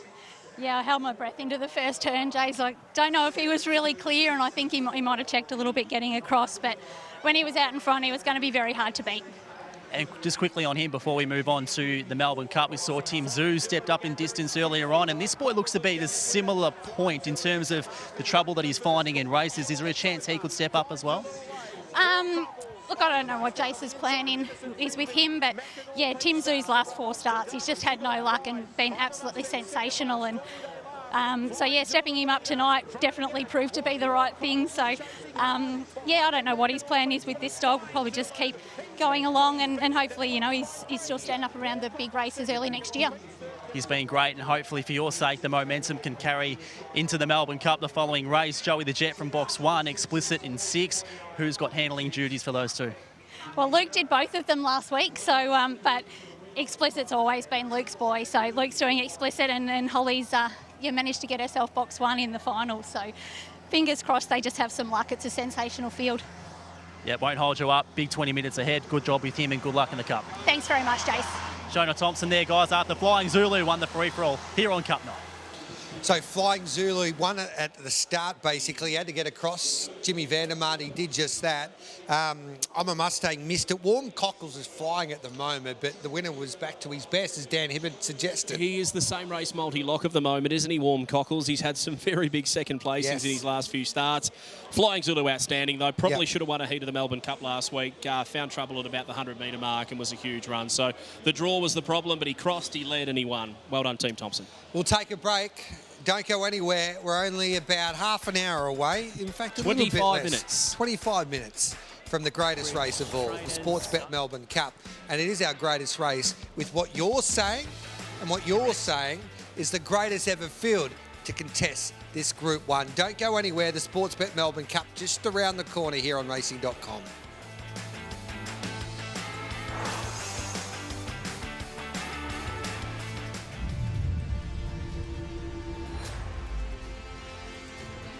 Chasers Festival. This is night 3. It's Melbourne Cup night, Sportsbet Melbourne Cup night. There is the scene. It's been a rough old day here in Melbourne town. Plenty of rain throughout the day, but just in time.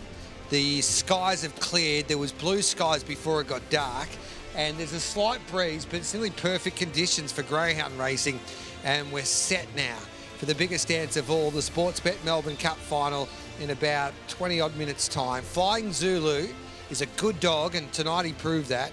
He led all the way, basically, to defeat Warm Cockles in what was basically the Melbourne Cup consolation. This is the race that greyhound participants, when they're growing up loving this sport, when you ask most participants anyway, this is the race they want to win, the Sportsbet Melbourne Cup. And we've seen it with the Parade of Champions tonight. There is that trophy. Anthony Azzopardi, when I first started following this game, I remember interviewing Anthony Azzopardi straight after that event.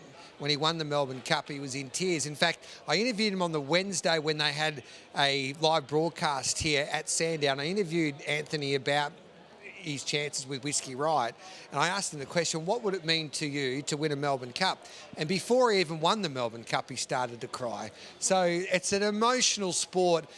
They love these dogs, but this is the race that everybody wants to win. It is the holy grail of greyhound racing. And to be honest, I think the cutthroat nature of the heats into final probably adds that extra dimension to it. You can get lucky in some races, qualify and get lucky, but I feel like in the Melbourne Cup, you have to be at the top of your game. You have to firstly qualify through a prelude, and then you have to do or die. You have to win your way through. There's the field. Joey the Jet, Epitomise, Scalacci, Sunset Fraser, Miss Envy, Explicit, Big Energy, Buddy Manelli. It's extraordinary, this. So Mitchie Abaya, and then we'll go to you, James, for your comment on this.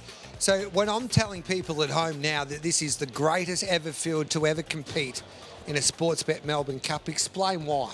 Well, let's start at the top, Joey the Jet and Epitomise, the up-and-comers of the sport. Super speed. These are two greyhounds that have got absolutely as top speed as you'll find in young pups. Scalacci's been there on the scene for a while. He's probably going as good as he was last year. He's won a Phoenix. He's been in numerous big races. Sunset Fraser's won 330,000. He's broken Fernando Bale's second split record last week. That's how good he's going at the moment. He is a greyhound that had serious prospects over in WA. Miss Envy, absolute flying machine on the up, same as Joey the Jet and Epitomise, young in its career. Explicit is probably between those.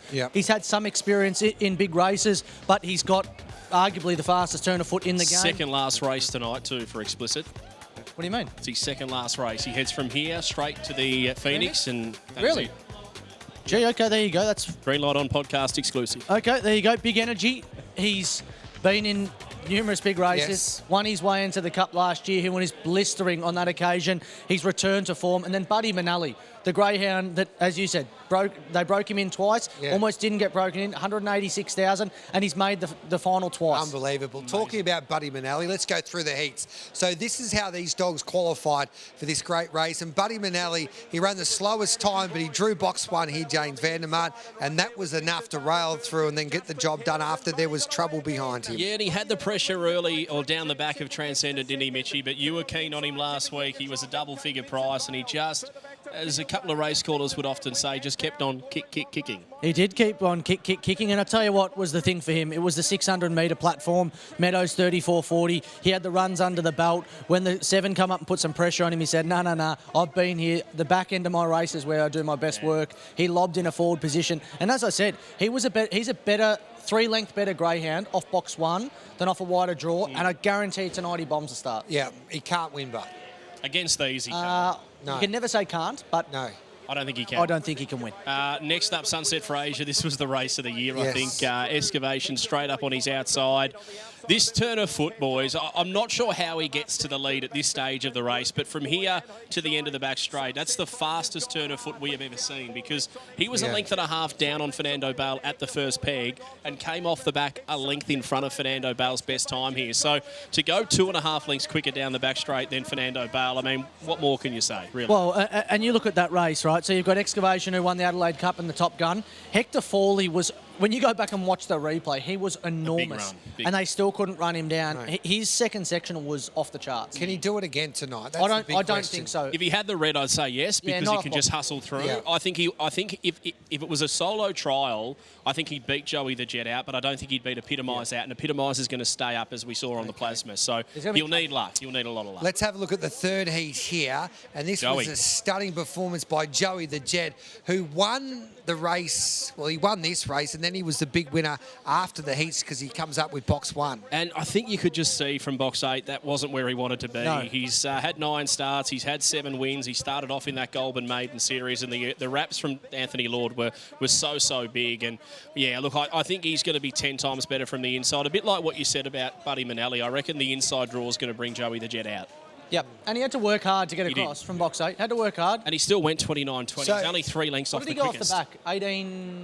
18.60, I think it was, yeah. Which you probably could say you could shave a length or 2 off that. Yeah. So is box 1 a good draw for him? Has he got enough speed to hustle up? Because Lakeview Emily, we all thought it was a good box for her. But if you get cross in this type of field, it's nearly your ticket's confetti. I don't think he will get crossed because of what's drawn outside. Okay. I think Epitomise stays up the track. It creates a little bit of room, Yep. which we'll see now with the replay. But if he does not step, if you do not step off box 1, you're almost curtains. We'll look at Epitomise. Will come across initially, but that's because he was from 5 wanting to get down to about box 3.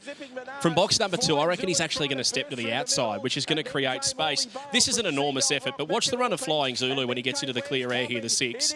I mean, if you watch this replay, you would have backed him in the previous. He's closing, gets that little check, loses momentum, balances up and cuts him back to, what, 3/4 of a length at the end? It was an eye-catching run, but Epitomise, for a young dog, only tasting defeat once, and I reckon it was 3 months ago. He's had 8 starts for 7 wins. 3 months ago, he debuted in a 300-metre race at Hillsville. It's an extraordinary turnaround. Yeah, the band is starting to pump. You were about to dance there. And Bradley Greeno prepares his greyhound, and he's got his grandparents here competing against him tonight. This is explicit. He was the pre-post favourite. He had the draw, and he didn't disappoint Mitchie Abaya. No, he was awesome last week. Back to the greyhound that we know to be explicit.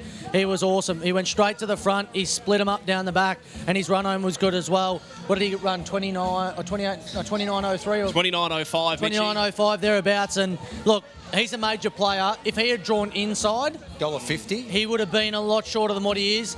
I think he is the vessel for big energy into the race. Okay. But if he goes to the front, I don't think they run him down. Yeah, I agree. It's all. Can he go to the front? I don't think so from the draw. Okay. He'd need a few favours. I think he can. Yeah. I think there is a way that he can, but he'll need to absolutely hit it. All right, then, let's have a look at the 5th heat here. And this night was only getting better.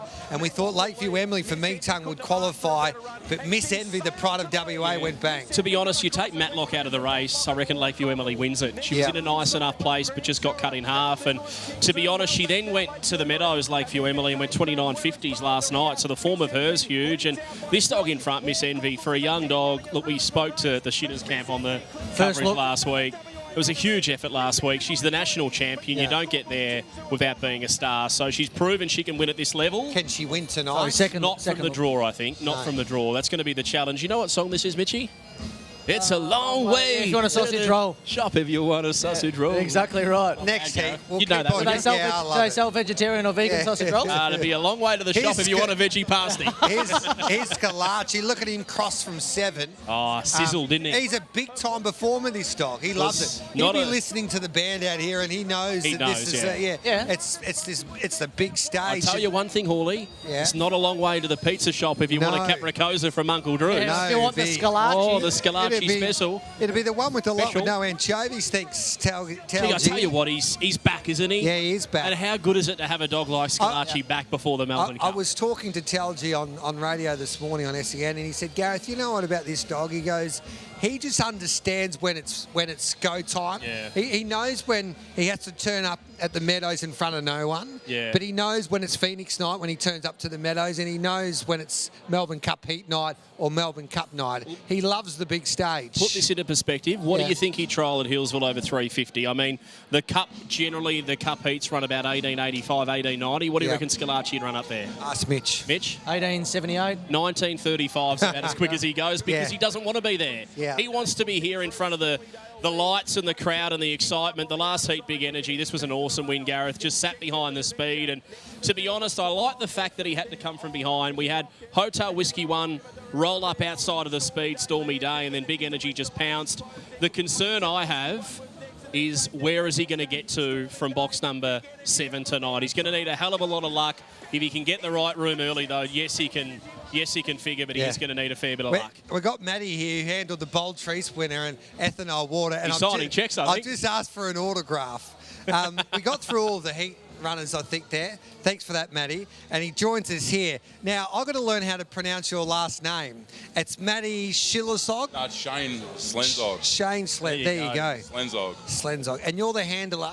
Yeah, Tom gave me the duties tonight, and yeah. Are you related to the Carl Schlenschlog who used to have a few dogs and imported a few, did he? Yeah, that's Did he import a couple from America or do something like that? Yeah, I think he had them with Tom and George, so yeah, that was a while ago now. Hey, talk to me about tonight, mate, winning a Group 1 as the handler. It's a big assignment for you, the Daily Kennel, one of the powerhouses. What's it like taking a dog like her to the track and actually winning it? Now, Shane, put the mic up a little bit. To be honest, it's a privilege. Like, you know, like most weeks I'm down at Ballarat or, you know, the Meadows on a Wednesday, and yeah, Tom said later in the week, he said, you're going to Sandown tonight, Shane, and look, I wasn't nervous, but I had a feeling she could win, but she just needed to lead, and when she got out, sat behind Kenya All Class, I thought, geez, I'm a chance here, you know? Yeah. And she motored home, so yeah, I was wrapped. There you go, mate. He's got the promotion from Ballarat to Sandown Park. Yeah. Do you reckon now they might go, look, this is our Group 1 man moving forward? Nah, look, what happens is, you know, like, we all work and we share the weekends, and it's my weekend this weekend, so it was my turn to come to the track. And So Shane, tell us the operation at the Dailies. How big is it? And so what would be your day like there working for the Daily Camp? Yeah. Get up early. Yeah, we're at work at 7, and you know, we're emptying race dogs and getting them ready for the day. We've got plenty of trial dogs. We're forever trialing dogs, but you know, and then we head down the back. We've got 3 sheds, so we start working the back shed, all the pups and that, and then get down to the main shed. Look, I can't give away too many of Tom's secrets, but yeah. But one thing I hear is the Daily Camp, you all work bloody hard. Is there truth to that? Yeah. Yeah.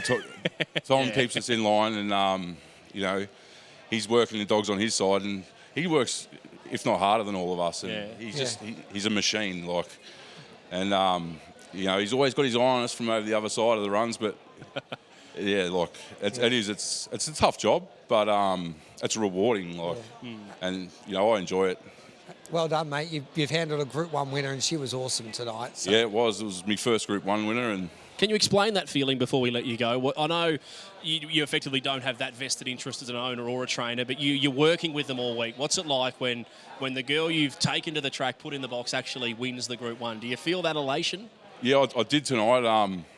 Look, I know how much Tom really, really loves that dog, and you know, it's one of his little girls, and you know, I knew it was a big task to win tonight, and you know, when she come down the home straight, like, yeah, I was that pumped for Tom, like. So, yeah, no, real happy. Good on you, Shane. Congratulations, mate. Bloody Cheers, pleasure to meet you, mate. You're a Group 1 handler. Thank you, guys. We'll see you next time, brother. Cheers, guys. Thank there you. we go. Mitchie Bayes at the Plasma. What have you got for us, Mitchie? I'll tell you what, he's old man, one of the best in the business. Carl had a couple of good greyhounds as well in the name. Big Cat, one. Beckham Hat-Trick was another. And he loves his fishing, does Carl, and him and Tom go often. But let's have a look at this race. Congrats to the Dailies on that feature there. Let's talk about the Sportsbet Melbourne Cup final. What a field we have assembled here. Explicit, 380 into 350. Well back, Joey the Jet. 390 out to 440. Jason Thompson has the top two in the market. Sunset Fraser, $4 out to 5. Punters don't think he's as good a chance as he was last week when he had great late market support. Epitomizer, $6 and firm. Big Energy, $7.50 into $6.50. He's had a little specking there. Miss Envy's gone the other way, $9.50 out to $12. Scalacci, tell you what, if he wins this after winning a Phoenix, there might be numerous pizza chains going around selling the Scalacci, $14 out to $15. And Buddy Manelli, 101 into 61. Those that like some value, he's your dog. But Thompson headlines the market here with 350 with Explicit. There's the promo. All races tonight and Phoenix night run second. Get a bonus bet back. Chances are you're about to lose. For free and confidential support, call the 1-800 number on screen. What a race we have, boys. The band is rocking. These dogs are about to rock this Sandown Park tonight with the running of the Sportsbet Melbourne Cup. Let's get a speed map here, if that's okay, James. Oh, it's always okay, Hawley. That's what I'm paid for, mate. If you weren't paying me, it wouldn't be okay. But Here is the speed map. And interestingly enough, Joey the Jet expected to be last, but that just shows how vital box number 1 is to hold a place. Epitomise out fast, Scalacci out relatively quickly, and then Sunset Fraser, Miss Envy, Explicit, and even Big Energy to all show speed. And Buddy Manelli, although he can match it with them, he's just not going to be able to cross them from out there. So it's such an intriguing speed map because look at that. They're all nearly off the chart. And look at the 8, Joey the Jet, in this replay. He carved hard left. He told me in this race, I want the 1 next week. If he could talk, he would have been barking orders to Team Thompson. Just draw me the red and I'll run one hell of a race. And what I liked here, I know Champagne Cuddle's not overly strong, but he's having to work overtime because he's on the outside when he wants to be on the inside. So for a greyhound to be in an uncomfortable place like that and yet still accelerate to the lead, I know the 7 looks enormous, Mapunga Reward. It's because he is. Yeah. He's one of the strongest dogs in the country. So this win from Joey the Jet last week just proved that he can do it tonight. The handlers, as you heard from Shane, this is their big moment as well. They get a chance to try and handle a Melbourne Cup winner, and Jason Adams is catching up with all of them now before the great race. Thanks, Gareth. They're about to be paraded here one by one, so we'll hold our breath until Dan Hibbard gives us that. Just while Joey the Jet and Holly Thompson are coming out, how about the crowd? I mean, this is what it is all about. Melbourne Cup night, the biggest night on the calendar, and particularly from a race point of view, to tradition. It means a lot, as you guys have discussed all night. Firstly, Holly Thompson, Joey the Jet, your boy Joey. Holly, how's he feeling? He's feeling great. He's only a baby and he's absolutely loving it. We know you guys have won 4 Melbourne Cups in the past. Where do they live at home? Well, they're the only trophies that we actually have up on the stand, along with the Brisbane Cup and the Australian Cup. Good luck with Joey. Thank you very much. Holly Thompson there. Let's quickly get over to the other Thompson with Luke, who's got Explicit. Luke, you've been in many situations with this boy here. Does it feel any different tonight or much the same? Oh, pretty much the same. He's feeling really good. He's had a great week. So has Joey the Jet. We just, fingers crossed, one of them get the start right and have luck in running. And, it's a top quality race. Anything can happen.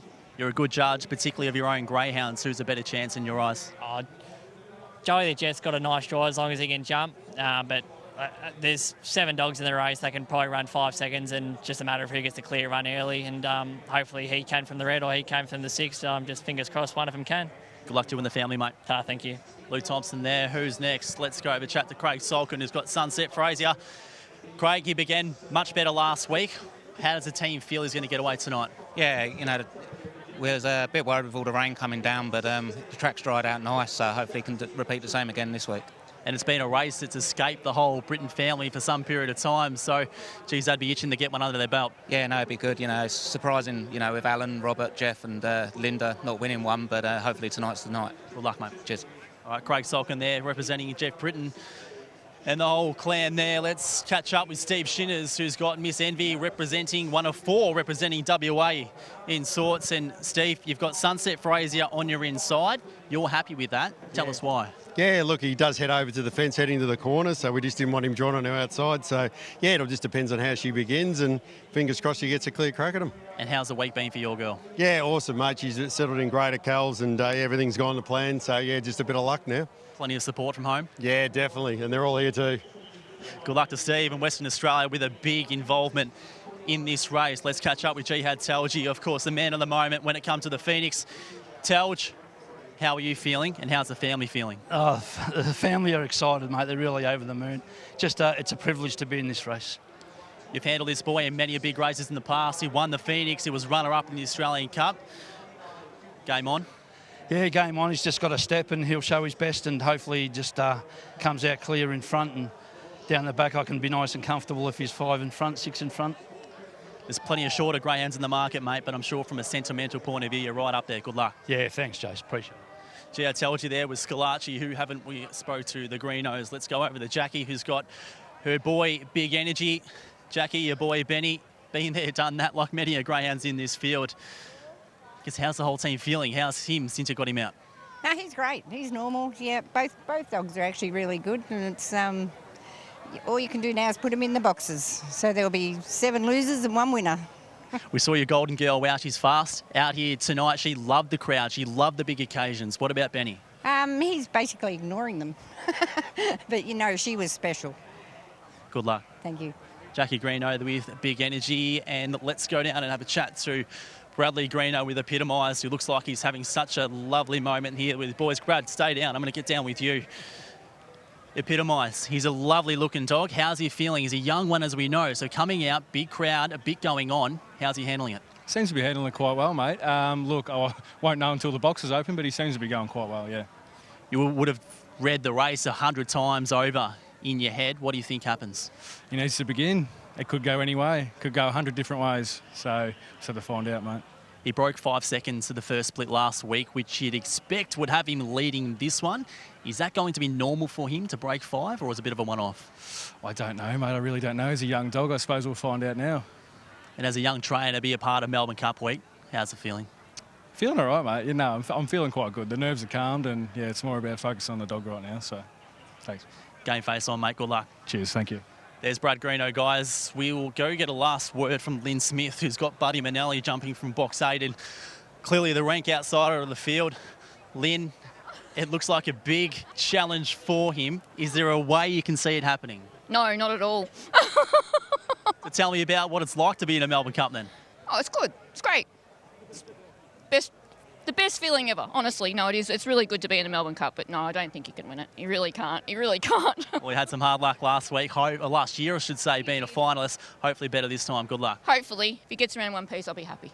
Lynn Smith there on Buddy Manelli, and I think that's the whole field covered, guys, and what is an amazing occasion. I mean, personally, having worked here at Sandown for 10 years, there is nothing like Melbourne Cup night. It sends shivers down the spine. You turn around, the crowd is chockers. Everyone are exactly where they want to be to watch this contest unfold. History will be made in the next couple of minutes. Back to you. Geez, I love it. Buddy Manelli wins. Nobody thinks he can. It's the complete underdog story, but he just can't from box number 8. I mean, I'd honestly lay him at 200 to 1, and you shouldn't lay a dog at 200 to 1. Who wins this then? Joey the Jet. My mum's even having a bet. Her name's Jo, and she said last week she'll have a bet on Joey the Jet. I couldn't talk her out of it. I talked her into it, in fact. Yeah, look, I just think he's going to punch up on the inside. Epitomise is going to be his best friend. And in a race where it was so even, I think you had to really take note of the draws, and that's why I'm with the 1, with the 2 running as cover, 1 from 6 explicit. I just couldn't leave him out. He's one of the all-time stars, 2 Epitomise and 4 Sunset Frazier. I feel bad for leaving the other 4 out. Honestly, Mitch, what a race this is going to be. Oh, it's an absolute cracker of a race. I'm with Big Energy. I think he gets a lovely run from the outside. There's my numbers, 7, 2, 1 and 6. I thought Epitomise would go in a forward position and Joey the Jet would have the lovely rails run. Explicit's, as you said, probably the fastest dog in the race. It's where he gets to early is the big thing for him, and if he finds the front, there's probably only one dog, I reckon, that can run him down. That's Big Energy. Outside of that, I don't think he can be run down. So, cracking race. I can't wait to get out there and hopefully watch it. But when you're 4'4", and you're trying to look over people that are 6 foot, I'm going to have to try and find some shoulders to sit on. What an atmosphere, boys. This is what greyhound racing is all about. How good is this? The time has finally arrived. Someone will live their dream in the next minute and a half. They're about to be boxed here for the sport's biggest race, its best race. It's the Sportsbet Melbourne Cup. Here is the voice of the Melbourne Cup, Dan Hibbert. Starts for 5 wins, and he is the favourite. Next best is Big Energy, who has really turned his form around in the last month of racing. Jackie Gruno never lost any faith in his ability, and he's won his last 4 races. And Buddy Manelli, well, he's going to need an absolute ton of luck, it has to be said, but he's in this race. He makes the final for the second time, and the runners in the 2024 Sportsbet Melbourne Cup are about to be loaded into the boxes. 4 of the runners have got Western Australian connections, which is a remarkable achievement. And it's a ripping contest, a Phoenix winner, a Temley winner, a Nationals winner, a Great Chase winner. It is a really top-class field, and the green light is turned on. For the Sportsbet Melbourne Cup, they're set. Racing, beginning well on the inside, was epitomised. Speed out from Scalacci. Scalacci's trying to get across, epitomised. Falling with Sunset Fraser. Around the first turn, Explicit has gone to the front. Explicit takes over. From in second, Joey the Jet. Then came Buddy Manelli on the inside, Scalacci. Further back to Big Energy, and then epitomised. But his moment has arrived, and he's taking it with both hands. Explicit raced away, and Explicit is going to win the Melbourne Cup. 7 lengths on Joey the Jet. Miss Envy and Buddy Manelli ran 4th. Big Energy was next. Scalacci then came epitomised, and Sunset Fraser has safely made it into the pen. 29 and 29 for Explicit. The monkey is off the back. He's been unlucky in a lot of Australia's major races, and now, when he needs it most, he's got it. Explicit, the 2024 Melbourne Cup winner, and what a moment this is for the Thompson family. They won back in 1994 for the first time with Light of Fire. It was then in 2012 with Got a Moment, 2013 Black Magic Opal, and of course Aston DB following that, and now it is Explicit. Luke, we've spoken a number of times about this boy getting the luck when it matters most. Tonight it's happened. How good was that? Oh, I don't know how he did it. Unfortunately, that fall happened. I'm not sure if they all get around safe, and I'm hoping that's all that matters at the end of the day, that they all get around safe. But how he whipped around him and he got to the front, I can't believe it. I cannot. The 5th Melbourne Cup your family has won. This boy's been so close to you throughout his whole racing career. Talk us through what it means for him to win a Melbourne Cup. It means everything. It means everything. This dog from day one, we knew he was a Group 1 dog. We knew he was a Group 1 dog from the start. He won at Temley and everyone expected him to win every race from that point on, but they're tough races to win. Doesn't matter if you got box 1, 8. You got 8 quality dogs going around. Anything can happen, and all we wanted to see was win a big Group 1, whether it be the Brisbane Cup, $1 Million Chase, Melbourne Cup, Phoenix. All we wanted to see was win one of the big races, and he's done it tonight. I'm just so proud of him. You love him to death. You're so proud of him. What about the family? To share it with them tonight, I cannot underestimate how much this would mean to everyone. Oh, it's what we work hard for. This is the race that, there's a $1 Million Chase to Phoenix, but the Melbourne Cup, it just has that history and prestige to it that we've been so lucky to win it 4 times in the past, and at a 5th one this year. It's just so grateful to have these unbelievable dogs, and just the best. I won't hold you up, mate. Go and get your sister, go and get your mum. Share this moment with the family. Congratulations. Thanks, Chase. Thank you. Luke Thompson there, guys. Explicit. He's done it. He needed luck. He's got it. Sunset Fraser, fortunately, finished the field in with good strength, but how's that? Magic. He deserved that. He's been labelled Australia's best sprinter for a period of time, and after tonight, there is no more debate. And the Thompson family, they continue on their great legacy with the great race. They Quinella it after winning their 5th Melbourne Cup with Explicit. He won it as he just swung out of the home straight and went straight the front down the back, and it was all over. Joey the Jet was great. Miss Envy, what a run from the WA Greyhound. And Buddy Manelli. Buddy finishing 4th. Sunset Fraser, yeah, we'll get an update on him, but it looks like he's okay. Good news there. 37,000 for Buddy Manelli. Takes him over 200,000 after tonight. 4th in a Melbourne Cup, but Explicit, I mean, he deserved to do that. I said last week, we need to just take our tips from last week. He was the all-in bet, wasn't he? Yeah, $8. He draws box number number 6. He then, you don't doubt him. Like, I had him in for second. I had Joey the Jet on top. I was anticipating the Thompson Quinella. This is the best training operation in the history of greyhound racing. Yep. I know I've only been around since 1991, so I can't talk for before then, but since 1994 to now, they've won 5 Melbourne Cups. They nearly should have won that 2008 Melbourne Cup when Surgeon marred on the line, so they could have had 6 Melbourne Cups. And to go 1-2 in that race, to do it from an awkward draw with a dog who is arguably the best dog in the country. We heard from Jason Thompson suggesting that this is his second last start. He just wanted him to, and I think that's the emotion from the Thompson kennel here we're seeing from Luke and Holly. They wanted him to win one of these big ones. He deserved to go off to stud winning one of these big races. He gets it in the Melbourne Cup. He's already locked away for the Phoenix. And I tell you what, well done to Team Thompson. They are just elite. And this race, what an extraordinary race it is, the Melbourne Cup. It never fails to disappoint. You need a little bit of luck. And unfortunately, Sunset Fraser looks like he was just about to muster through. I think you're still picking for a Phoenix. Yeah. As long as he gets through the run, okay. I want to go back and see the replay of the race. It was when you're standing back here from a long, long way away, it's pretty hard to see. Scalacci almost led, and the two just, here it is, here's the replay here on the screen to our left. Oh, they've just We're about to replay it here, yeah. It's about to come up, but you're right, Mitchie.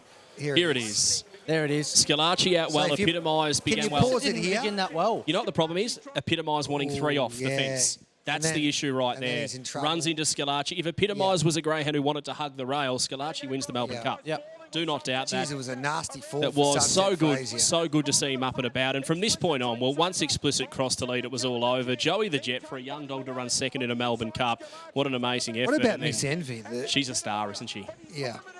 And even old Buddy Manelli, I mean, nobody gave him a hell-in chance of running anywhere near them, and yet, I know, and he's picked up 37,500 for running 4th, and there'll be hard luck stories till the cows come home. I think no more than Sunset Fraser and obviously Scalacci, but oh, I tell you what, you'd hate to be a Phoenix slot holder right now because there is so many runners you'd want to pick. You mentioned the legacy of the Thompson family, and you say they're the all-time greats at the sport, and their record suggests that. But last year, they had one hell of a team, and they probably expected to win a few more features. But this year, they have gone with the shootout. I mean, the Top Gun. Now they've won the Melbourne Cup, and they're most likely going to have 3 or 4 in the Phoenix. So I think that's part of their success. When you have a look at any top trainers in any code, really, they've got the ability, like a Chris Waller and a Kira Ma, for instance, to go and attract the best athletes to their kennel or stable. You know what I reckon, Hawley? I reckon greyhound racing's a little bit harder because you still need to win your way through in a heat where, for example, a lot of the thoroughbred races, if you've got the fast horses, they automatically get a start in those races, so you don't have to win your way through.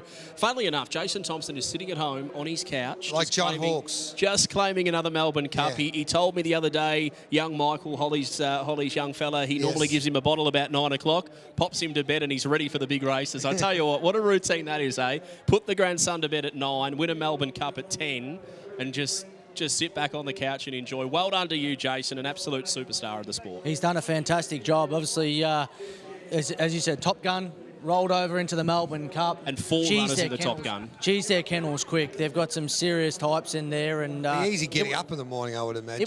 It was hairy. It was hairy going into that first turn. And to be honest, he missed the kick. Yeah. He didn't even step tonight. So I'd struggle at Christmas time because you probably have a few drinks and you'll go, oh, my dog's quicker than yours. And go, well, we'll see which dog's quicker. Yeah, I'll imagine that. Yeah, imagine just in the back paddock. Yeah, just the back paddock.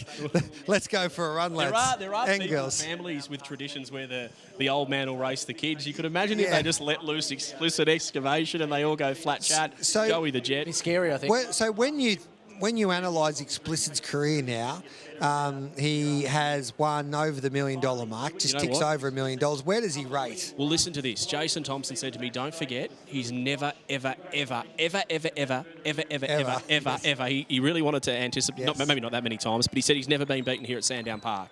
6 starts, 6 wins at maybe the best greyhound track in the world, where the best racing is, and now he's won the best greyhound race with the most prestige. I mean, look, to be honest, there's certain trainers out there, no disrespect, but you don't really take their word. When Jason Thompson speaks, I think everybody listens, and he said after the $1 Million Chase semi-final that this is the best race dog that he's ever trained.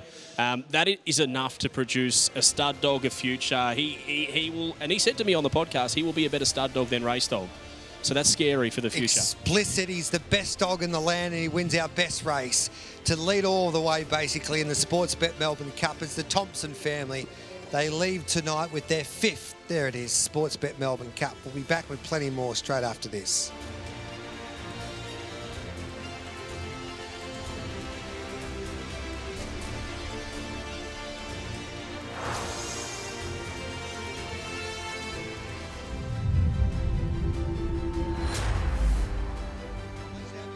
On this historic night, there's 2 of the Thompson girls there. It's raw emotion after they lived their dream by winning a Sportsbet Melbourne Cup final. I guess Jason and Shona have been there, done that and won cups, but the kids have finally grown up and this would mean a lot to them. They would have had a lot to do with Joey the Gent and Explicit, and it's probably more their cup in a way than Shona and Jason's tonight. I think you've made a really good point. Even Jason said that he loves to just sit at home now and the kids go and do the racing. Yeah. Like there. And I think it sort of proves how much of a successful business operation they are, to have nearly every family member involved in the business and having the success that they are. I mean, Ben Thompson handled a Melbourne Cup. Well, he's a disappointment of the family at the moment, Ben Thompson. He did do his Melbourne Cup. Yeah, he won it in 2012 with... did he? With Got a Moment he handled, Yes. and now it's obviously Luke's handling. And it's funny because you go back through the history books and you see the photos and you see the kids grow up through the Melbourne Cup wins. Like you see Holly in a Melbourne Cup photo, now she's getting older, and Luke has gone from being the little kid to the handler, and such a successful operation. What a wonderful And result. he's so passionate, Jason, and he believes in his team and he believes what he does, and he's a very he's a proud man. And I think his greatest achievement, Jason and Shona, in my time knowing them for a little while, is that yes, they've trained 5 Melbourne Cup champs, and yes, they're one of the best big time trainers the sport's ever seen. But I think their greatest legacy and their greatest achievement is the way that they've brought up their kids. 100%. They speak so well, whether it's Luke or Holly. Ben Thompson, I've interviewed him on many occasions. He's just a good young kid, and they love what they do. They've got ambition, they've got drive, they're polite, and they're terrific role models for whatever they do, whether it's the sport of greyhound racing or, of course, what Betty's doing there, riding winners in Hong Kong these days. Hey, there's a chance someone will be taking home $1 million tonight. Simon Marshall, you won someone a car last time you did this. Take home the $1 million, can you? Thank you. Absolutely giving it to me here, the crowd. It's magnificent. It's been a big build-up all night. Glenn Armstrong, outstanding work. And you knew your fate a long way out. Congratulations, sir. Thanks, mate. I knew it as soon as I left home this morning. We were going to play for this $1 million and do my best to win a couple of tractors. Yeah, now you don't live too far from here down south there. Somerville, I believe? Yeah, down from Somerville. Yeah, got a few dogs as well yourself? Yeah, got 2 dogs running. Stacey's mum and good old Stifler. Fantastic. Oh, nice name there. Beautiful stuff. Okay, now I've got to say, you scanned the QR code. Absolutely fantastic stuff. Sportsbet, unbelievable. This is what it's all about. The Melbourne Cup tonight, and your dog gets up and wins. Fantastic stuff. So what we're going to do now, Marco gave you the rules. You got to get up there. You got to get that wheel of good spin. 4 times it's got to go around, and if it lands in the middle, it's a redraw. You got to go again. What would you do with $1 million? We'd go and have a good party tonight. Okay. You told me you were going to buy some John Deere tractors. Not tractors, but the boys want me to take them, to the casino, I think. All right, Vegas, I think. Let's go. Vegas. Come up here, Glenn. Let's go, ladies and gentlemen. Righto. You're going to stand back. What are you going to start it on? Glenn Armstrong. We ready? 1, 2, 3. Spin it! Here we go, that's a decent spin. I love his action all the way from Somerville. Glenn Armstrong. He's taking the boys to Vegas. He's going to buy some tractors. 10,000, 5,000, 4, 3, 2 and 1 you can win.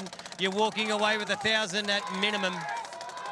And here we go, where's that $1 million? Oh, keep spinning, keep spinning, keep spinning. Oh my goodness me! $5,000. Congratulations, Glenn. $5,000. It was a great spin. Good strong spin. Good strong spin, 5,000. That'll do. 5,000 for coming out and enjoying yourself here at Sandown Park. And to all the team here at Sandown Park, absolutely sensational. To our Sportsbet family, we love being partners with the dogs. We love coming out here and watching everybody have a good time like yourself. So congratulations. You want to thank anybody? I'd just like to thank Sandown for putting the races on, Sportsbet, of course, and everyone that's made tonight. $5,000, Richard, you little ripper. That's how we spin the wheel. Well done. Congratulations. There you go. The girls come in. You got to get a photo. Glenn wants to get a photo with you. And I think, Gareth, it's about my time to exit. Simon, get out of the road. I don't want a photo with you. I thought that was a little bit harsh. I would have wanted a photo with you. Superstar Group 1 winning jock. Well done, Glenn. He's going to have a bloody good night tonight. Look out if you're at the Crown Casino with the big moustache. That man will be saying hello to you probably. I feel sorry for the bloke that was standing there with the girls in the same outfit. I don't think he saw him. He just said, come over here, girls. And I was like, oh, no. Poor bloke felt. It's been a spectacular night. The Sportsbet Melbourne Cup has just been run and won. James Vandermaat is going to tell you how Explicit was able to win his biggest race of his illustrious career tonight. Yes, boys, and I think $5,000 might get our mate some keys to a John Deere, but I'm not sure it'll get him the John Deere. I knew I'd tie that in somewhere. Hey, let's roll the tape on the Melbourne Cup. How did it play out? There's Explicit, there's Scalacci, the hard luck story. As they roar to the first corner, the heat was on. Sunset Fraser came down. Good news is he picked himself up and he's okay, but that was the point. Explicit burned. He's got explosive mid-race speed. He ripped away from Joey the Jet. Then you've got Buddy Manelli, Miss Envy. Here's the hard luck story, Scalacci. The good news is, though, I reckon he picked himself for Ladbrokes and the Phoenix, but what a result. Explicit roaring up the Sandown Park straight. A Thompson, Quinella, Miss Envy third, Buddy Manelli, and then Big Energy, who was running on at the end. It was always going to be a helter-skelter contest from go to woe, but Explicit deserved to win a big one, a big Grand Slam, and he gets it in arguably the greatest race of all, the Melbourne Cup, the Sportsbet Melbourne Cup. And boys, one more race. I know at the end of a concert they say one more song. The punters outside are saying one more race, and it will be in the Phoenix, and that's it for Explicit. So if you love the Greyhounds, you love him, get to the Phoenix or watch the racing.com coverage of that great race, December 21. But, wow, what a performance. And, boys, we're going to play a little trivia game as I throw it back to you. Yes. Where will Jason Thompson, the trainer of this particular Quinella in the Melbourne Cup, be tomorrow morning? Will he be celebrating with a brunch, do you think? That's a good question. I wouldn't have a clue what Have a Jason guess. Thompson. Pick He's a probably location. Jason Thompson these days. I'm saying in the home driving range. Yeah. Incorrect. He's trialling dogs at Geelong tomorrow morning. Is he So really? that is the hard nature of a greyhound trainer. They don't get a chance to celebrate. Well done to Team Thompson, arguably the hardest working and best training operation. Do you know what? My advice to Mr. Thompson and Shona is that sometimes when you win 5 Melbourne Cups and you do what you're able to achieve in this great game, you should have a day or a night and celebrate it, because why else would you want to do it? I reckon. I'm sure they'll find a time To be honest, though, especially with boys, the kids and they want to get the best out of every greyhound. I think that's 100%. what separated Team Thompson from the rest. Not the rest, but has made them so good at the top of the game for such a long period of time, because they don't believe in having a day off for no reason. They've got other dogs in the kennel. We'll have a party for you, Jace, if you don't want a party. Well, he could throw the party and we'll just go and he can stay at home. Yes. More than happy. All right, let's have a look at race number 11. We need a winner. Well, I might head out to the Geelong Trials and bring a can of beer. We'll have a beer to celebrate, Jace. What time do the trials start? I think early too, yeah. Why not? All right, let's go to race 11 on the program. Greyhound that's been really well backed. New South Wales Greyhound Blue Goose Boy, $3.80 into $2.50. Rihanna's Pride's $2.90 out the $3.20. Sprightly Sharn, $5 and firm. Motion Sensor. JVDM's value of the night, $4.60 out to $5.50. It just keeps drifting. Value, is it? Well, it's value considering the favourites $2.50. Blistered Earth, $8.50 out to $11s. And Invictus Harry, not the worst $18 pop you'll see. I really like Blue Goose Boy here. I think draws the inside vacant box in two. $2.50 is a lovely price. You got 8 minutes or thereabouts to get on. Don't forget, chance are about to lose. Free and confidential support. Call the number on screen or visit that website that's listed there also. Don't forget that plasma's emulating a lot of heat off. When I come back here, I'm sweating. Yeah, you are. No, but you get right into it. So I do. You get real close. Passionate. And this camera's If just the turned wind off, but you're breaks up- right up. You know what I might roar do? The wind's no good for my hair. I look Sorry, absolutely Gareth. terrible. I got so many You barely text got any messages. left on top after That's that the trim. problem earlier on the night. I'm going to have a chat to my barber, Maury. He fixed me right up this week. He's Maury. gone far I don't too know. short. I don't even know if you have to have a chat to your barber. I just think The bars are walking on. He's usually spot on. Hey, the last race tonight, race 12, I'm going to do plasma speed map, all right? I'm going to try and dance around the plasma. I just thought it could be cool. Can we do a little match race on? Let's have a look at this. Hang on, us Mitchie. three on Everyone at home's going, Jimmy, who are these? What do you reckon about that? Sprightly Sian will lead. Sprightly Sian from box 7. It'll drag motion sensor across. If Blue Goose Boy shows the speed that this speed map suggests he will, he wins. I think he'll be right in the thick of the action. But I'm hoping the 7 crosses the 4 and the 8 just shows a tremendous turn of pace to cross and lead them all. As for replays, boys, we're only going to watch the start of this. Box 8 motion sensor came hurtling across in a heat of the Melbourne Cup behind the eventual Melbourne Cup winner. Look at him, just finding trouble, getting checked, spat out the back. You may as well cut it there because he doesn't do much from there. But Explicit comes out, wins the race. And what I was getting at there... What a pointless replay that was. No, just showing that, okay. that if the 7 can cross and lead, Hawley, you're just peed off about the hair, mate. Don't take that out on me. If the 7 can cross and lead, I think the 8 What's can that get little across. birdie speaking to you? No, he's long gone. He's long gone. What are you doing, Jimbo? He had some pizza and buggered off. He was just hungry. Motion sensor, if he can follow the 7 across, take the lead, and the way he carved across to the rail is the concern, I think. He's got to draw half a length in front and then just cut and run. If he does that, I think he can win the race at a price. All right, then. So the moral of the story, we back him each way. Yeah, look, maybe chips in, to be honest, because if he doesn't get across, he doesn't go any good. If he doesn't get across, you then have a little backup on Blue Goose Boy to cover your cost. He goes so hard left, though. That's the only thing. And with the speed there, with Sprightly Sian... I think the 7 will cross, though, and lead initially, and then he'll sit up at least second. I just thought his first couple of steps can hinder the chances, considering there's pace on it. If he didn't have the 7 there, then there's no issue. Do you know what I love? Yes. What? Form experts, we can all sit there and try and dissect a race, Hawley. But everyone reads the form and analyses it different. And that's one thing I love about greyhound racing, because Mitch came in, he'll say, I like Sprightly Sian, and I'll say, well, I don't. And that's the great thing about greyhound racing. I think that's what makes it so good. That's what creates a betting market, because different people like different dogs. I get this, and racing, in a way, is learning how to accept opinions. But the game that we all love, it doesn't matter what code you follow, is that you're going to have opinions. And people have opinions, and you're going to agree or disagree with it. But sometimes people get outraged by not agreeing with someone's opinion, which doesn't quite make sense, because when you think about racing, the game is decided by opinions when it comes to wagering. And as the great Aidan O'Brien said, that the best part about racing is opinions, because you can do very well if you get your opinion right, whether it's betting, whether it's breeding, whether it's going to a race that some people say you shouldn't go to, whether it's saying that your dogs are better over 600 to 515. So that's Tim why... Zoo's a prime Correct. example of that. Jason said, I don't really want to race him at 600, but I want to get him out in front and get him confidence. So he stepped him up, and he's analysed that to perfection. But I think at the end of the day, look, racing's racing, and everyone has their opinions, and I love that. But what we heard from my opinion on you? No, mate, Jackie Greeno, you love me, Hawley. You Yeah, always I have, do, hey? I From the do. days he used to work at Sky Channel and I used to work at Shepparton on a Monday night, and he used to always chat to me. He was always kind, and things have changed since then. But he's got a little bit too cool now. He's the headline act of Giddy Up. Anyway, but, hurry up. I've actually lost my chain of thought. No, Jackie Greeno said there will be 1 winner and 7 losers in a race. spot on. And if you have an opinion by numbers, you're going to get more wrong than you're going to get right. Correct. That's the numbers game. Yeah.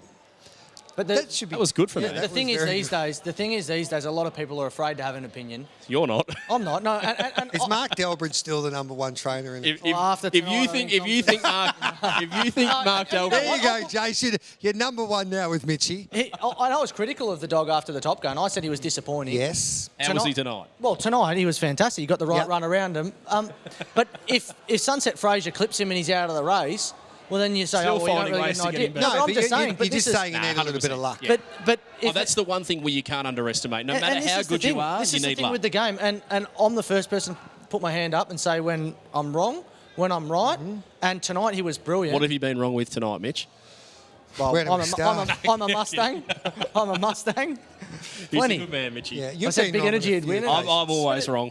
You ask my wife. But at the end of the day, it's talking about our great industry. It's discussion. It is, and we all love and we do. And you're not always going to please everyone. And that's the thing that I've come to terms with. And my old man says to me, he goes, "Oh, Mitch, you said this or you said this." And Dad's a real people pleaser. And I'll not go the other way, but I have my opinion. I say what I believe. So be there's so boring many. if you Everyone is so different. Yeah. And that's what makes our great game. Who's the other 4 dogs that should be in the Phoenix? I reckon right now Scalacci to Ladbrokes. Yes. I think, what else do we have? I'd be honestly looking at Sunset Tim Fraser. Zoo? Tim Zoo. Tim Zoo's a lock for me. Yeah. So I think I'd be getting Tim Zoo done. I'd be getting Scalacci just because of the storyline with Who still has and he slots? should have just about won that. There's 4 to go. If he drew the red, he probably wins tonight. Who's that? Scalacci. Oh, yeah. I think if he's drawn underneath Yeah, it, I reckon he wins. All right, then. Yeah. You think about the one more dog that needs to get into the Phoenix, Jason Adams. If I could pick a broadcaster to get into Phoenix, it would be Jason Adams. So I don't know. That's a pointless analogy because that Is will he never paying your wages, is he? He's Jason Adams. Jeez, gee, interesting take. Gee whiz. What a throw. Graham Jose, he's got Blue Goose Boy, and he hasn't had him for that long. He's come from New South Wales, and what have you learned about him since you've acquired him, Graham? He's hard work. Tell me more. Well, the first 2 starts I've had for him down here, I just thought he would have done a lot better. But I finally worked him out. We've worked each other out, and tonight everyone will see the Blue Goose Boy from Sydney. So when you say you've worked him out, what does that mean? Oh, look, I've done a bit of work with him this week. He just wasn't getting to the line or anything like that. And I thought, what's wrong? I had him checked by 2 or 3 different people. I checked him myself, and injury-wise, they're all good. So just give him a couple of shots of just a little bit of an iron and all that. So his iron deficiency must have been down a touch. I put him up my straight this week, and he's gone 14.40. What does that mean? It's flying.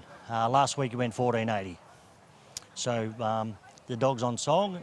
Box 1's a favourable box. He's always slow out, but hopefully the people in Sydney can see when he goes back, they've got the dog that they sent down. So I expect him to do very well.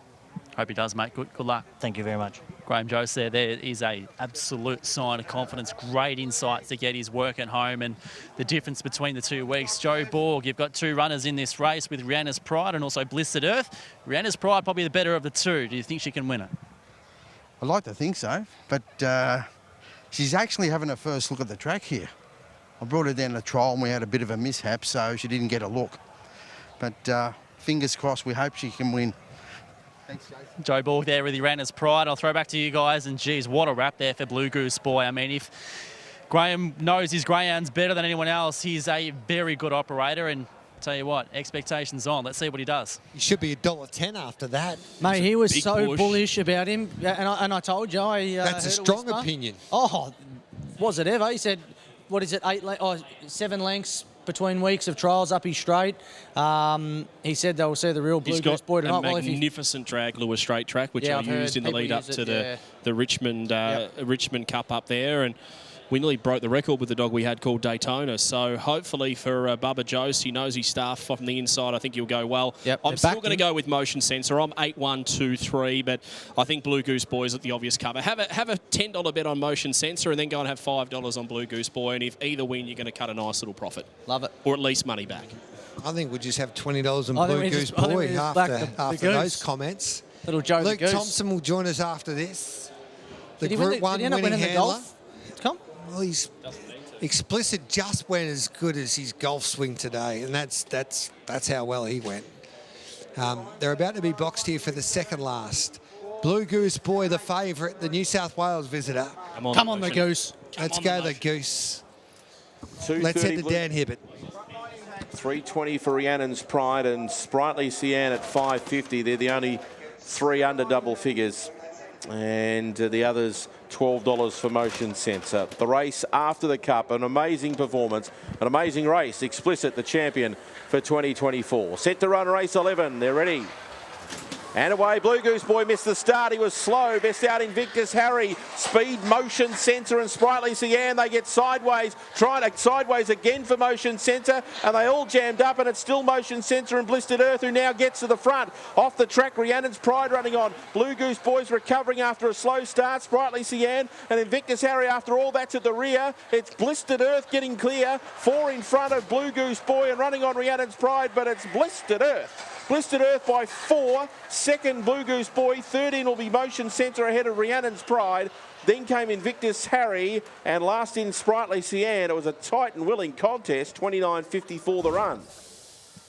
Well, we spoke to Joe Borg pre-race. He had 2 in it. That was probably not the one he was expecting to win. Am I right, Joe? Yeah, I was a bit surprised, but he's got the job done. Owned by Mick Crow. Where does your history go back with him? I got a phone call from Mick Crow. I conducted a seminar at the Meadows, and he was one of the people that was actually in the seminar and got me number back then and gave me a call and wanted me to start training dogs for him, and the association's just built from there. When was that? I think 2013. And he gave me a dog called Ralphie Sanel. I don't know if you remember it. But Stayer? Yeah, Stayer, brilliant Stayer. And look, he broke 34 seconds here for me, and there's just been a great association since then. And he's at the footy watching the girls, North Melbourne girls winning the grand final. So, and his dog's won here tonight, so he's had a brilliant night. Is he one of those blokes to be sitting in the crowd watching the footy with racing.com on his phone? Yeah, absolutely. He'd be watching his dog as well, so he's had a brilliant night. What about for you? You love the big nights. You've been involved in Group 1s in the past. To win a race in Melbourne Cup night, that must mean something. It's happened a couple of times, and it's a brilliant night when you do that. And the little girl, she hasn't been here tonight before, but she'll gain a lot by that next week in the Laurels. Well, easy drive home now, mate. Enjoy it. Safe trip. Thank you, Jason. Thank you. Joe Borg there taking you out the 11th on Melbourne Cup night. Great interview, great to hear. Joe Borg there. Blistered Earth defeats Blue Goose Boy. He was in disgrace. He missed the kick. He was in trouble after that, but 11.64.40 for that winner. I got $13 and $5 a place on Motion Sensor. And he's half a length in front, nearly across and away. And I reckon he goes a long way to winning it. But Blistered Earth was just able to tough it out through the first corner. Definitely a few hard luck stories in the race. The Goose was hard luck, but I think the way he races, he sort of he brings that upon himself. Of course. The I was just Goose, saying to Lukey that 520s and 530s to the first peg, you're always going to be looking at a few in front of you. Yeah. All right, let's take a break. This is Sportsbet Melbourne Cup night. We're going to have a chat to the handler of the Sportsbet Melbourne Cup. The boss of Team yes, who won the race, of course. Forget Jason and Shona Thompson. It's Luke Thompson's show, and he'll be joining us straight after this.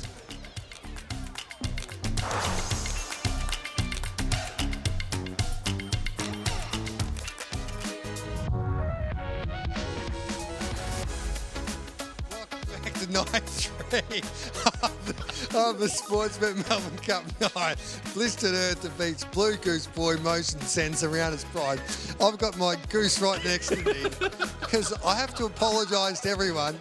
He's dead set lied to you. He looked on the barrel and he said, Jason Thompson will be at the Geelong Trials tomorrow after winning the Sportsbet Melbourne Cup. We all thought, what a man. He just works harder than everybody else. Celebrating. And he just asked Lukey Thompson. So Jason's going to the trials and Luke's just looked at him and said, what did I say? Yeah. Let's just roll with it. He just said, mate, so he's just going lie. trying tomorrow, Luke.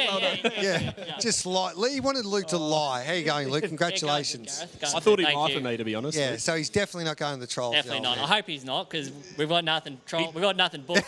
He told me that he was. If we were meant to be trial, and that's Mum's fault. She hasn't booked the trial, so we might go with that. I was going to say, what about this bloke during the break? It says about Tim Zoo, and he goes, there's got to be a little percentage in for the Phoenix, and he doesn't there if he makes it. Oh, man, I've given him a good He's always trying to find a way this way. Talk about throwing someone out of the bus with what happens in the ad break stays in the ad break. So sorry, James, but congratulations, mate. How are you feeling right now? It hasn't sunk in, really. Like I've only watched the replay once, and it was a race that, unfortunately, the way it looked on paper, it did play out that way, that it was a bit of trouble, and unfortunately Sunset Fraser fell, but had a look at him and he seems to be all I've well. got an update there. He's got 7 days of sore left wrist Yep. and no apparent injury to epitomise as well. That's all that matters at the end of the day. All we wanted was for all 8 dogs to get around safe, and there's more races ahead, so that's a good... Yeah. Talk us through the replay here, mate. You can relive this moment, so what are you thinking? I thought he stepped all right. But as we've seen, there's 5 dogs across the track there, and something had to give, unfortunately. And he's gone down, unfortunately, Sunset Fraser. But how our bloke was able to get across? Did he go over him? I think he hurdled. He hurdled him. Blew went under him. And then he literally was turned sideways. Yeah. He's done a miraculous job to be able to overcome that. And then once he found the top, I don't know who it was. I think it may have been Jackie Green. He said, "Well done." I was like, "Don't do it. Don't go too early," because it's happened. It's happened before with dogs out in front and things can go wrong, but once he turned for home, just the tears started to come, and it just unbelievable. Mate, it's a real credit to you and the training operation, because I noticed the first thing you said post-race interview was, I hope Sunset Fraser's okay, and I think that's a credit to you. You've just won the biggest race. It's a life changer. It's a race that your family have just made their own over the years, but your first response after winning that was to check on the dog who took the tumble, which I think is a real credit to you. Yeah, at the end of the day, animal welfare is number one. We work hard for these dogs to have the best lives as possible. We feed them the best, they get looked after the best. We sometimes might even put them ahead of ourselves, late nights. With trials at Geelong on a Sunday morning after winning the Melbourne Cup. If you were a hard worker, you maybe would do that, but no. But yeah, we put the dogs first at the end of the day, and yeah, all we hope for is when we take them to the track is that they get around safe, and there's always next week. So what was it like when have you had a chat to the old man yet? I haven't yet. No, not yet. Give him a call. Hang on. Yeah. We might be getting. You won't answer, I'm not Michael. sure. But yeah, I'll speak to him. He'll just be absolutely over the moon. Just more so for the dog. There's a lot of people since he won the team lead that expected him to go on and win every big race, but every race it's just so hard to win. There's, as we've seen tonight, there was probably outside of Buddy Manelli 7 dogs that if they had won the race, we wouldn't have been surprised at all. So, but to finally knock one off with him is just the best. Tell us about the family operation. We got to see a video from years and years back when you were about this tall. Holly was in the background crying when you had a which great Aston DB would have been. And we got to see the great dog here tonight on track. That the emotion flows when you win races like that, and it's stemmed from a long, long way back. You guys are so passionate about what you do, and it's obviously your parents have set the foundation, and Gareth was saying before about how well they've done, not only greyhound-wise, but bringing you guys up and how invested you are. It is a operation with amongst the whole lot of this, but the emotion that you show, it's because you love the game and one another so much. Oh, yeah, we love the dogs and love each other. Mum and Dad, the success they've had over the years, people regard them as one of the best trainers ever, and for as good as trainers they are, they're probably better parents. Just the life that they've given all of us, through the dogs, through growing up and everything. They always prioritised us having, a good time, and whatever we wanted to do in life, they would, 100% back us. They never forced us to do the dogs. They never pushed us to get involved. And growing up, I had no real intention. I liked the dogs, but not that much. I mainly really liked them as going through primary school, go for a late night at Shepparton, and fingers crossed, Dad would say, you can have the day off tomorrow. Don't worry about school. That was kind of the main thing. But now, just the involvement I've had with them over the last 5 years is just so good. There you go. There's the footage here. There's look at Holly, absolutely bawling her eyes. There's Mum. And you're just to the left there. It's fantastic to see, and footage like that, it's priceless. Yeah, and what about for you, mate, to actually handle, this is your first Melbourne Cup that you've handled. Benny Thompson, he did it with Got a Moment. Obviously, Mum and Dad have done it before. What's it actually like to handle in the race and then produce the winner and be behind the boxes again, like we saw in the Top Gun with family members, to have Holly there? It must have been very special. Well, it's just watching him turn for home, and he's 7 lengths in front. It's just, all the hard work that goes into, doing them for every day. It's a 24/7, 7-day a week, 365-day-a-year job. There's no days off. Even if there's no trial or racing, you still got to let them out multiple times throughout the day. There's always something happening. So for all the hard work to pay off on a night like this, between him winning, Joey the Jet running second, Tim Zoo's gone super, Flying Zulu, and even Excavation, couldn't have been prouder. Not a bad night. The last 2 weeks, they've all gone super. And you couldn't be happier with them. And like last year, I reckon at the start of the Dream Chasers Festival, we probably thought that you're going to do what you've been able to achieve this year. You had Postman Flying Pat. Zulu, Postman Pat, they're all favourites for the Melbourne Cup, and it didn't quite work out. But this time around, you've won all the big dances, and I thought that they went superb last week. They've gone better this week, and you're living up to the reputation as the best big-time trainers in the game. I want to ask you one question. What do you say to the dog before he jumps into those boxes? Can you? I need to know this too. Yes. What do you whisper? Nah, just kind of just put them in there. Just make sure they're all settled. Their feet are lined up right. They pushed up to the front.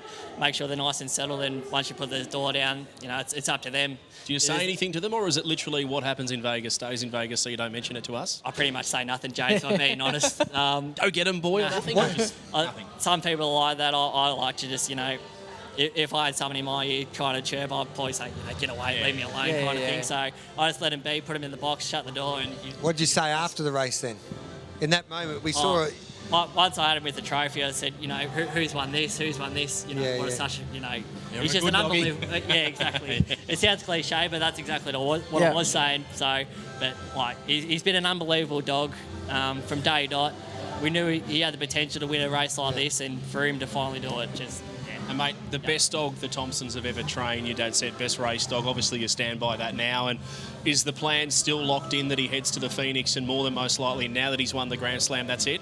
Yeah, more than likely, that will be his last race, the Phoenix. It's been talked about probably for 6 months even. It's been in the pipe works that if everything goes to plan, we're just hoping he could win a Brisbane Cup or $1 million chase or Melbourne Cup or a Phoenix. Just have one of those big races on his CV, going to stud. And with him finally winning tonight, and I think if he goes around, as long as he goes around in the Phoenix, I think it might be 50,000 unplaced, and that might take him to $1 million. So that's another tick on his resume. And if he was to win the Phoenix, it would just be the cherry on top. Yeah. So what do you do to celebrate? Go to the Geelong trials. Or you duck around to the Macca's around the corner there, and get a McFlurry and a chocolate thick shake. So and then get back home. Both for him or one for yourself? One for me. he gets a good tucker once he gets at home, and Dad will be there. We'll probably let all the dogs out again, and go to bed and wake up and do it all again the next day. Yeah. Hey, well done, mate. Job well done. Shona, Jason, Holly, and the rest of the family. Congratulations. Yeah, rewriting the history books. That's 5 Melbourne Cups now for the Thompson family. So go and give him a pat. And you quinelled the race as well. So it's been a massive night. And Joey the Jet was sensational as well. So enjoy that soft surf. Yeah, I will. Thank you, guys. Thank you very much. There's Lukey Thompson there. Let's have a look at the market for this last race. The Get Out Stakes on Sportsbet Melbourne Cup night. Talk us through this race here, Mitchie. Race 12 on the program, and geez, an absolute gem, Lukey boy is. Zygon Bale favourite, 3.7 in, a 2.25. Forbes Supreme is drawn beautifully.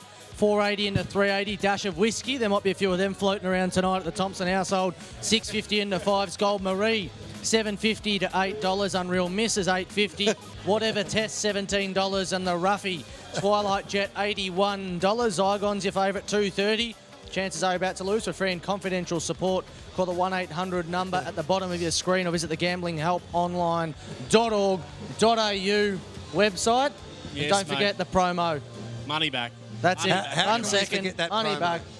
No. Hey, you know the one thing I love about that interview with Lukey is that he says about the welfare of the greyhounds, and then he says that there is plenty more races on the calendar. Yep. And it is so true when you think of it, that last year, as you said, Gareth, their Melbourne Cup campaign didn't go as planned, and they would have just thought to themselves, it's disappointing, but let's have the dogs cherry ripe for the next day, the next week, the next month, and then next year. And it's greyhound racing, as you point out. You need a little bit of luck. Like Excavation, you got to feel for him. Like he had his moment in the early part of the Dream Chasers Festival where he wins the shootout, but he's the biggest run nearly in the Melbourne Cup heats. He probably deserved his spot in the Melbourne Cup final. He doesn't quite get into it. To be honest though, Hawley, if he's in there, the silver lining is, does he then get in the way of Explicit when they go through the first corner? So tell you what, if he had the silver lining. If you had the pink, zoom around them. Yeah. I honestly, I watched that replay. It was the third time I watched it, and I focused heavily on that first turn. The 4 went under him.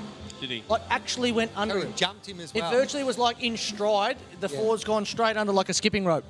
Well, we've never even really spoke about the time of the race. They went 5.05 Explicit. The leader went 4.98, 18.87. He's got home well. He has got home in 10.42. Yeah. That is extraordinary. You should take him to the Sale Cup, then retire him. Yeah, I think the Phoenix... I don't think he's running 6.50. The Phoenix might clash. Zygon Bale, let's have a look at the speed map and then we'll rip into the replay for the last time for about a month on this great show on racing.com. Hasn't it been good to... it's been great. Greyhound Racing to racing.com. Speed map, Dash of Whiskey expected to lead. The 3's out, Mitchie, scratch, so don't worry about that on the speed map. Gold Marie's an interesting runner to get back early but then wind up through the middle section. The Red Forbes Supreme has speed, likes to get up the track a little bit. Whatever Test will be coming in, trying to show speed. Unreal Miss is one who can get out and go from box number 6.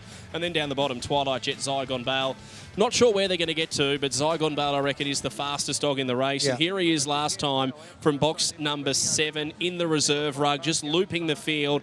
Fair to say, in probably what was an easier race on paper, this Leader City Limit, though, is a pretty handy provincial sprinter, and he just zoomed across, gets to second, rails up, and he goes 27.02, which is a more than handy run around Horsham. So I don't like the draw. That's the concern, but I just thought this run with that kind of a turn of pace has him in the race competitive, but I'm not super-duper keen. And it'd be great for Robert Camilleri to win on such a big night where he lost Deg Coleman, his beautiful partner. We did. Not long ago. About 2 weeks ago, a funeral was on Wednesday. They are having a Memorial Day next Tuesday at the Meadows. So if you're a friend of Deb's and you want to get to that, it will be Tuesday at the Meadows. I only met her a couple of times, but talking to you guys and understanding this game, there were 2 kennels that if you looked at the fluctuations and the Deg Coleman or the Robert Camilleri greyhounds have been backed, you just jump on. Yeah. They really missed. They had the field at Geelong in one night, and it was race 1 on the program. And I'm trying to think of the greyhound's name. He went on the to red, didn't he? The red? Yeah. And I think he was $5 into $1.20. In the last... Like that. Yeah. Like last blink of an eye stuff. Yeah. And then they had another one off the pink a while, probably 12 months beforehand. No, at Geelong. They had the whole field again, and he had the reserve. And the 8 was out, and it was straight in off box 8. Bang. And it was $9 into $1.40, and smoked them. Yes, they know when they've got them right, and sad news though. And our thoughts with everybody involved. The funeral via the stream, and one of Deb's sons got up and he said, "I just wish you'd go and get her health checked more often." And it was a pretty important push, I think, to everybody who's tuning into the coverage, everybody in the world. If you feel like something's not right, get to your local GP, get it checked out. Get to the GP and get to Jace as well. Well said. Here's Jason Adams here. Thanks, G. About to round out what's been an amazing night. Firstly, I'll speak to Lukey Adams, who's got Gold Marie. Lukey, this girl here looks to be able to run. What impact can she have on this race? She's got to probably miss the kick, go to the fence, and hopefully get a run through. I can't see her leading, so she hasn't got much speed, so just a bit of luck on that first turn, that's all. I saw for the first time. Is it a relation that owns this girl for you? Yeah, my dad owns her, yep. What sort of role does your old man play in your greyhound training life? Yeah, a little bit, yeah. He's been there for me all the way through, so always supported me in everything I've done, so no, he's good. And unfortunately, we're not related with the same last name. Still a good last name. We'd have some good weekends, don't worry. Oh, could imagine. Luke Adams there with Gold Marie. Another one I want to speak to is Rose Forbes, I should say, with Forbes Supreme from box 1. I've seen a lot of action of this family at the Meadows and the joy they bring to greyhound racing. I haven't seen a lot of them here at Sandown. Rose Forbes, nice to meet you. Now, I've seen a lot of action and big family photos from wins at the Meadows. Talk us through who's involved. Myself, my husband, it's my son's dog, and he got us into it. And pretty much I got my licence and I said, I'm doing all the boxing. I love it so much. So what does greyhound racing mean to your family? Oh, it just brings us all together and just a lot of enjoyment, yeah. And what about for this boy here? Pardon? Tonight, what sort of confidence does the whole team have with this boy in this race here?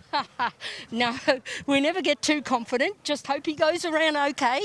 And, yeah, what will be, pretty much. Well, lovely to have a chat to you, and not only to you, but the whole family. Good luck. Thank you so much. Rose Forbes there with Forbes Supreme as we're about to round out what's been such an incredible night of racing. Good on you, Jace. Who are you tipping here, James? I am not having a bet, Hawley. Hard race. But, yeah, look, you're going to get splinters if you sit on the fence, so I've got to give a tip. Dash of whiskey, I wouldn't mind one right now. Yeah, the get-out stakes. Many people think we already probably had a couple. Yeah. That's why it gets a bit loose, but no, that's just us. That's our personality. Yes. A box exacta here. I'll go box exacta 1, 2, 4. Yes. And I'm with the 4 each way. I'm putting the agates on the line. I think the 4 could smoke them or could run a funny old race. I'm 7, 4, 2, 1, but what price is the 4 with Sportsbet, Mitchie? With Sportsbet, it is. I've just. If you give me more than $4, I'd probably have a little bet on the 4. All right. Well, you're getting $4. You're getting $4.20. Now $3.90. So I'm not having a bet then. It's under $4. Dan Hibbert's called the action superbly. He's ready to go for the final time tonight. These dogs are about to be boxed. Here's Dan Hibbert for the final event. 25, 3 wins from 7. And $4 for Dash of Whiskey, who's won 4 of 21 and 5 minor placings, and was third at Sandown behind Gambella in a restricted win heat last start. Thanks, Gareth. The runners about to move in for the last of the night. It's been a fantastic night, massive crowd. Didn't quite give away the $1 million, but I'm sure everyone who's been here has enjoyed the night nonetheless. And the Cup winner explicit, he'll have another run in the Phoenix in a couple of weeks. Set the last, they're ready. And away, and beginning quickly was Whatever Test from the centre, will fire out and lead early over Unreal Miss, and Zygenvale got across to third, now gets to second. Railing was Forbes Supreme, next in the field Dash of Whiskey from Twilight Jet. Back on the inside was Gold Marie, and now Unreal Miss is at the rear. Whatever Test leads the way. After on the outside, Zygenvale closes to second around Forbes Supreme, and then came Dash of Whiskey. It's Whatever Test in front, gets away now on Zygenvale, and Whatever Test will win the last. 3 lengths over Zygenvale, Forbes Supreme and Dash of Whiskey. Next in was Gold Marie from Twilight Jet and Unreal Miss, and the time of the last is 29 and 55. Whatever Test gets the job done in the last on Melbourne Cup night. Adam Halloran. This girl's won plenty of races here at Sandown. Not a city race. She's done that tonight. I think I've had 8, 9, 10 seconds in the city too. That's my first city winner. So, no, she's just an honest dog. When she pings the lids and she's in front, she's gone. So, yeah, no, she wants a rail. She went straight across. That's her. That's why she had a bit of bad luck with box draws in her career. But, yeah, today she was just a little bit different. So I was a little confident. Sportsbet probably saw me putting a few multis on, and they were at $16, and I think TAB was at 34 or something. So anyway, I was confident. You've been a tight-knit family for years when it comes to racing, and not only from a personal point, but from a breeding point of view as well. It goes back generations, and particularly with this girl. Oh yeah, look, obviously my old man passed away a couple of years ago, but we had a great time doing dogs. Like, we didn't buy dogs, or we bought a couple, but we tried to breed our own and have a bit of fun with it that way. We gave our good ones to Jimmy. Obviously, he was Jimmy Redenbach. He's a professional trainer, but these days we learnt with the not so quick dogs. Because we were busy with work, but these days I've just said, bugger it, I'm going to give it a go. So, yeah, had a couple more litters and trying to get them on the track now. So, yeah. And just before we let you go, what does professional life look like for you from a work point of view? Oh, look, it's still a hobby. Greyhounds is still a hobby. I mean, what do you do for work? For work, architectural drafting, designing, and registered builder. So, yeah. Mate, you're a smart cookie. You're a handy trainer too. City winner now. Yeah, thank you. About time. Adam Halloran there, guys, to wrap up Melbourne Cup night. He takes out the last. Great family, the Hallorans, for a number of years. Unfortunately, Adam lost his dad, Tony, a few years ago, but great people, and so happy to see him getting the job done here. Jace, great interview with Adam. We'll take a break. We'll come back and wrap up Sportsbet Melbourne Cup night here on racing.com.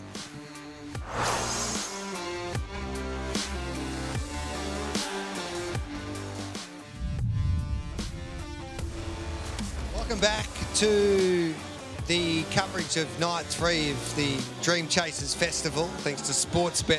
Whatever Tess, she got the job done, leading all of the way, defeating Saigon Bale, Forbes Supreme and Dash of Whiskey. So 5, 7, 1 and 4. The band is in full song. I think we're going to shut the door. No, leave it open. Well, I can't hear myself talk. That's good. Yes. See you later, James. And he's officially got both shoes off. Yes. For the last hour, you've Yes. had one shoe on and one shoe off. Yes. There we go. Bugger it. Oh, no. You want to drink something? We've out had of the that? Melbourne Cup up there. Now Yeah. you're putting the We've Luke degraded Shuey. just a shade, eh? Anyway, we've got to relive the Bold Trease, the Sportsbet Bold Trease, and it was taken out by Ethanol Water, one under Georgie Daly in the team. She was able to jump on speed. Kenya All Class was the favourite, and he was very good. I'll take the shoe off because it stinks. Molly wasn't a fan.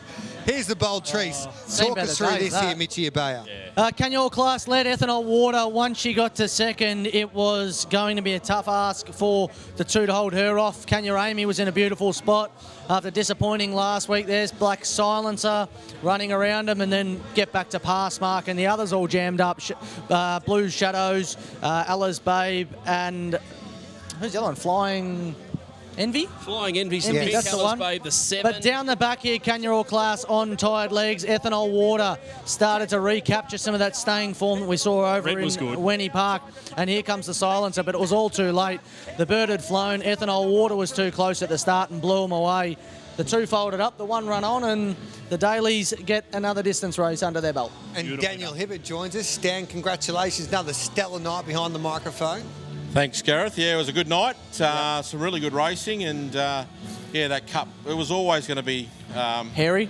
It was. It was always going to be. We knew it was going to be like that, and thankfully he's got through that all right. And I think the vet report seems to be okay, so that's Sore good. wrist, 7 yeah, days, so that's good. But yeah, well-deserved win by Explicit. I mean, he, as I said in the call, his moment had arrived, and he finally got that big win that he Here it is. thoroughly deserved. Watch the 4 go under him. I'm certain it goes under him. It does. I watched it. I watched the replay not long after, and I thought, how's he managed to do that? Like, it was, he's inches away from not being in the finish himself. And he somehow managed to get through there, and once he was in front, he was never going to get It is the caught. luck of racing. It is, You can absolutely. get that touch Absolutely. of luck, and then look at him stretch away.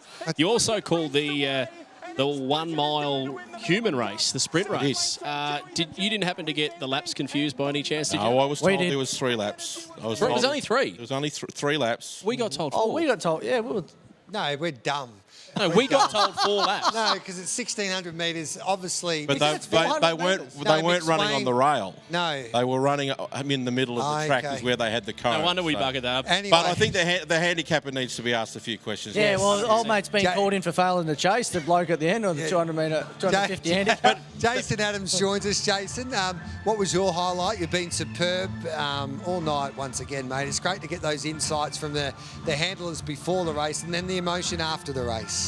Yeah, appreciate your kind words, G. It's been an epic night, hasn't it? We know these nights just carries so much raw emotion, and I guess from an interview point of view, we went from buildup giving us absolutely donuts in the early part to the emotion of Luke Thompson after Explicit won the Melbourne Cup. But we go now from, I guess, the most famous race into the most talked about race with the Phoenix on the 21st of December, the next edition of Dream Chasers. The music starting to play. My throat's dry. I need a chilled refreshment. So, great job. Yep, certainly will. But great night of racing, boys. Didn't hear that. But Tim Zoo, probably the performance of the night. But clearly the emotion all surrounds Explicit. Just sublime. Good on you, Jace. Killing it, mate. Hey, we've got to go. Good on you, Jim Bob. Pleasure, Mitchie mate. Abaya is superb. And I tell you what, the voice of the Melbourne Cup, the boy from Shepparton. Well done. His Keep best on bet's dominating. alluded tonight. Yeah, you too. unbelievable. Well done. There's Good on you, nothing you Daniel. can't do. Thanks for your company. It's been a pleasure taking you to Sandown Park tonight for the sport's biggest night, of course, Sportsbet Melbourne Cup night. It was a night that we won't ever forget, and Explicit writes himself into the history books for the Sportsbet Melbourne Cup for Jason Thompson and Shona Thompson, who win their 5th Melbourne Cup. But for now, on behalf of all the team, thanks for your company, and we'll catch up with you on Phoenix night.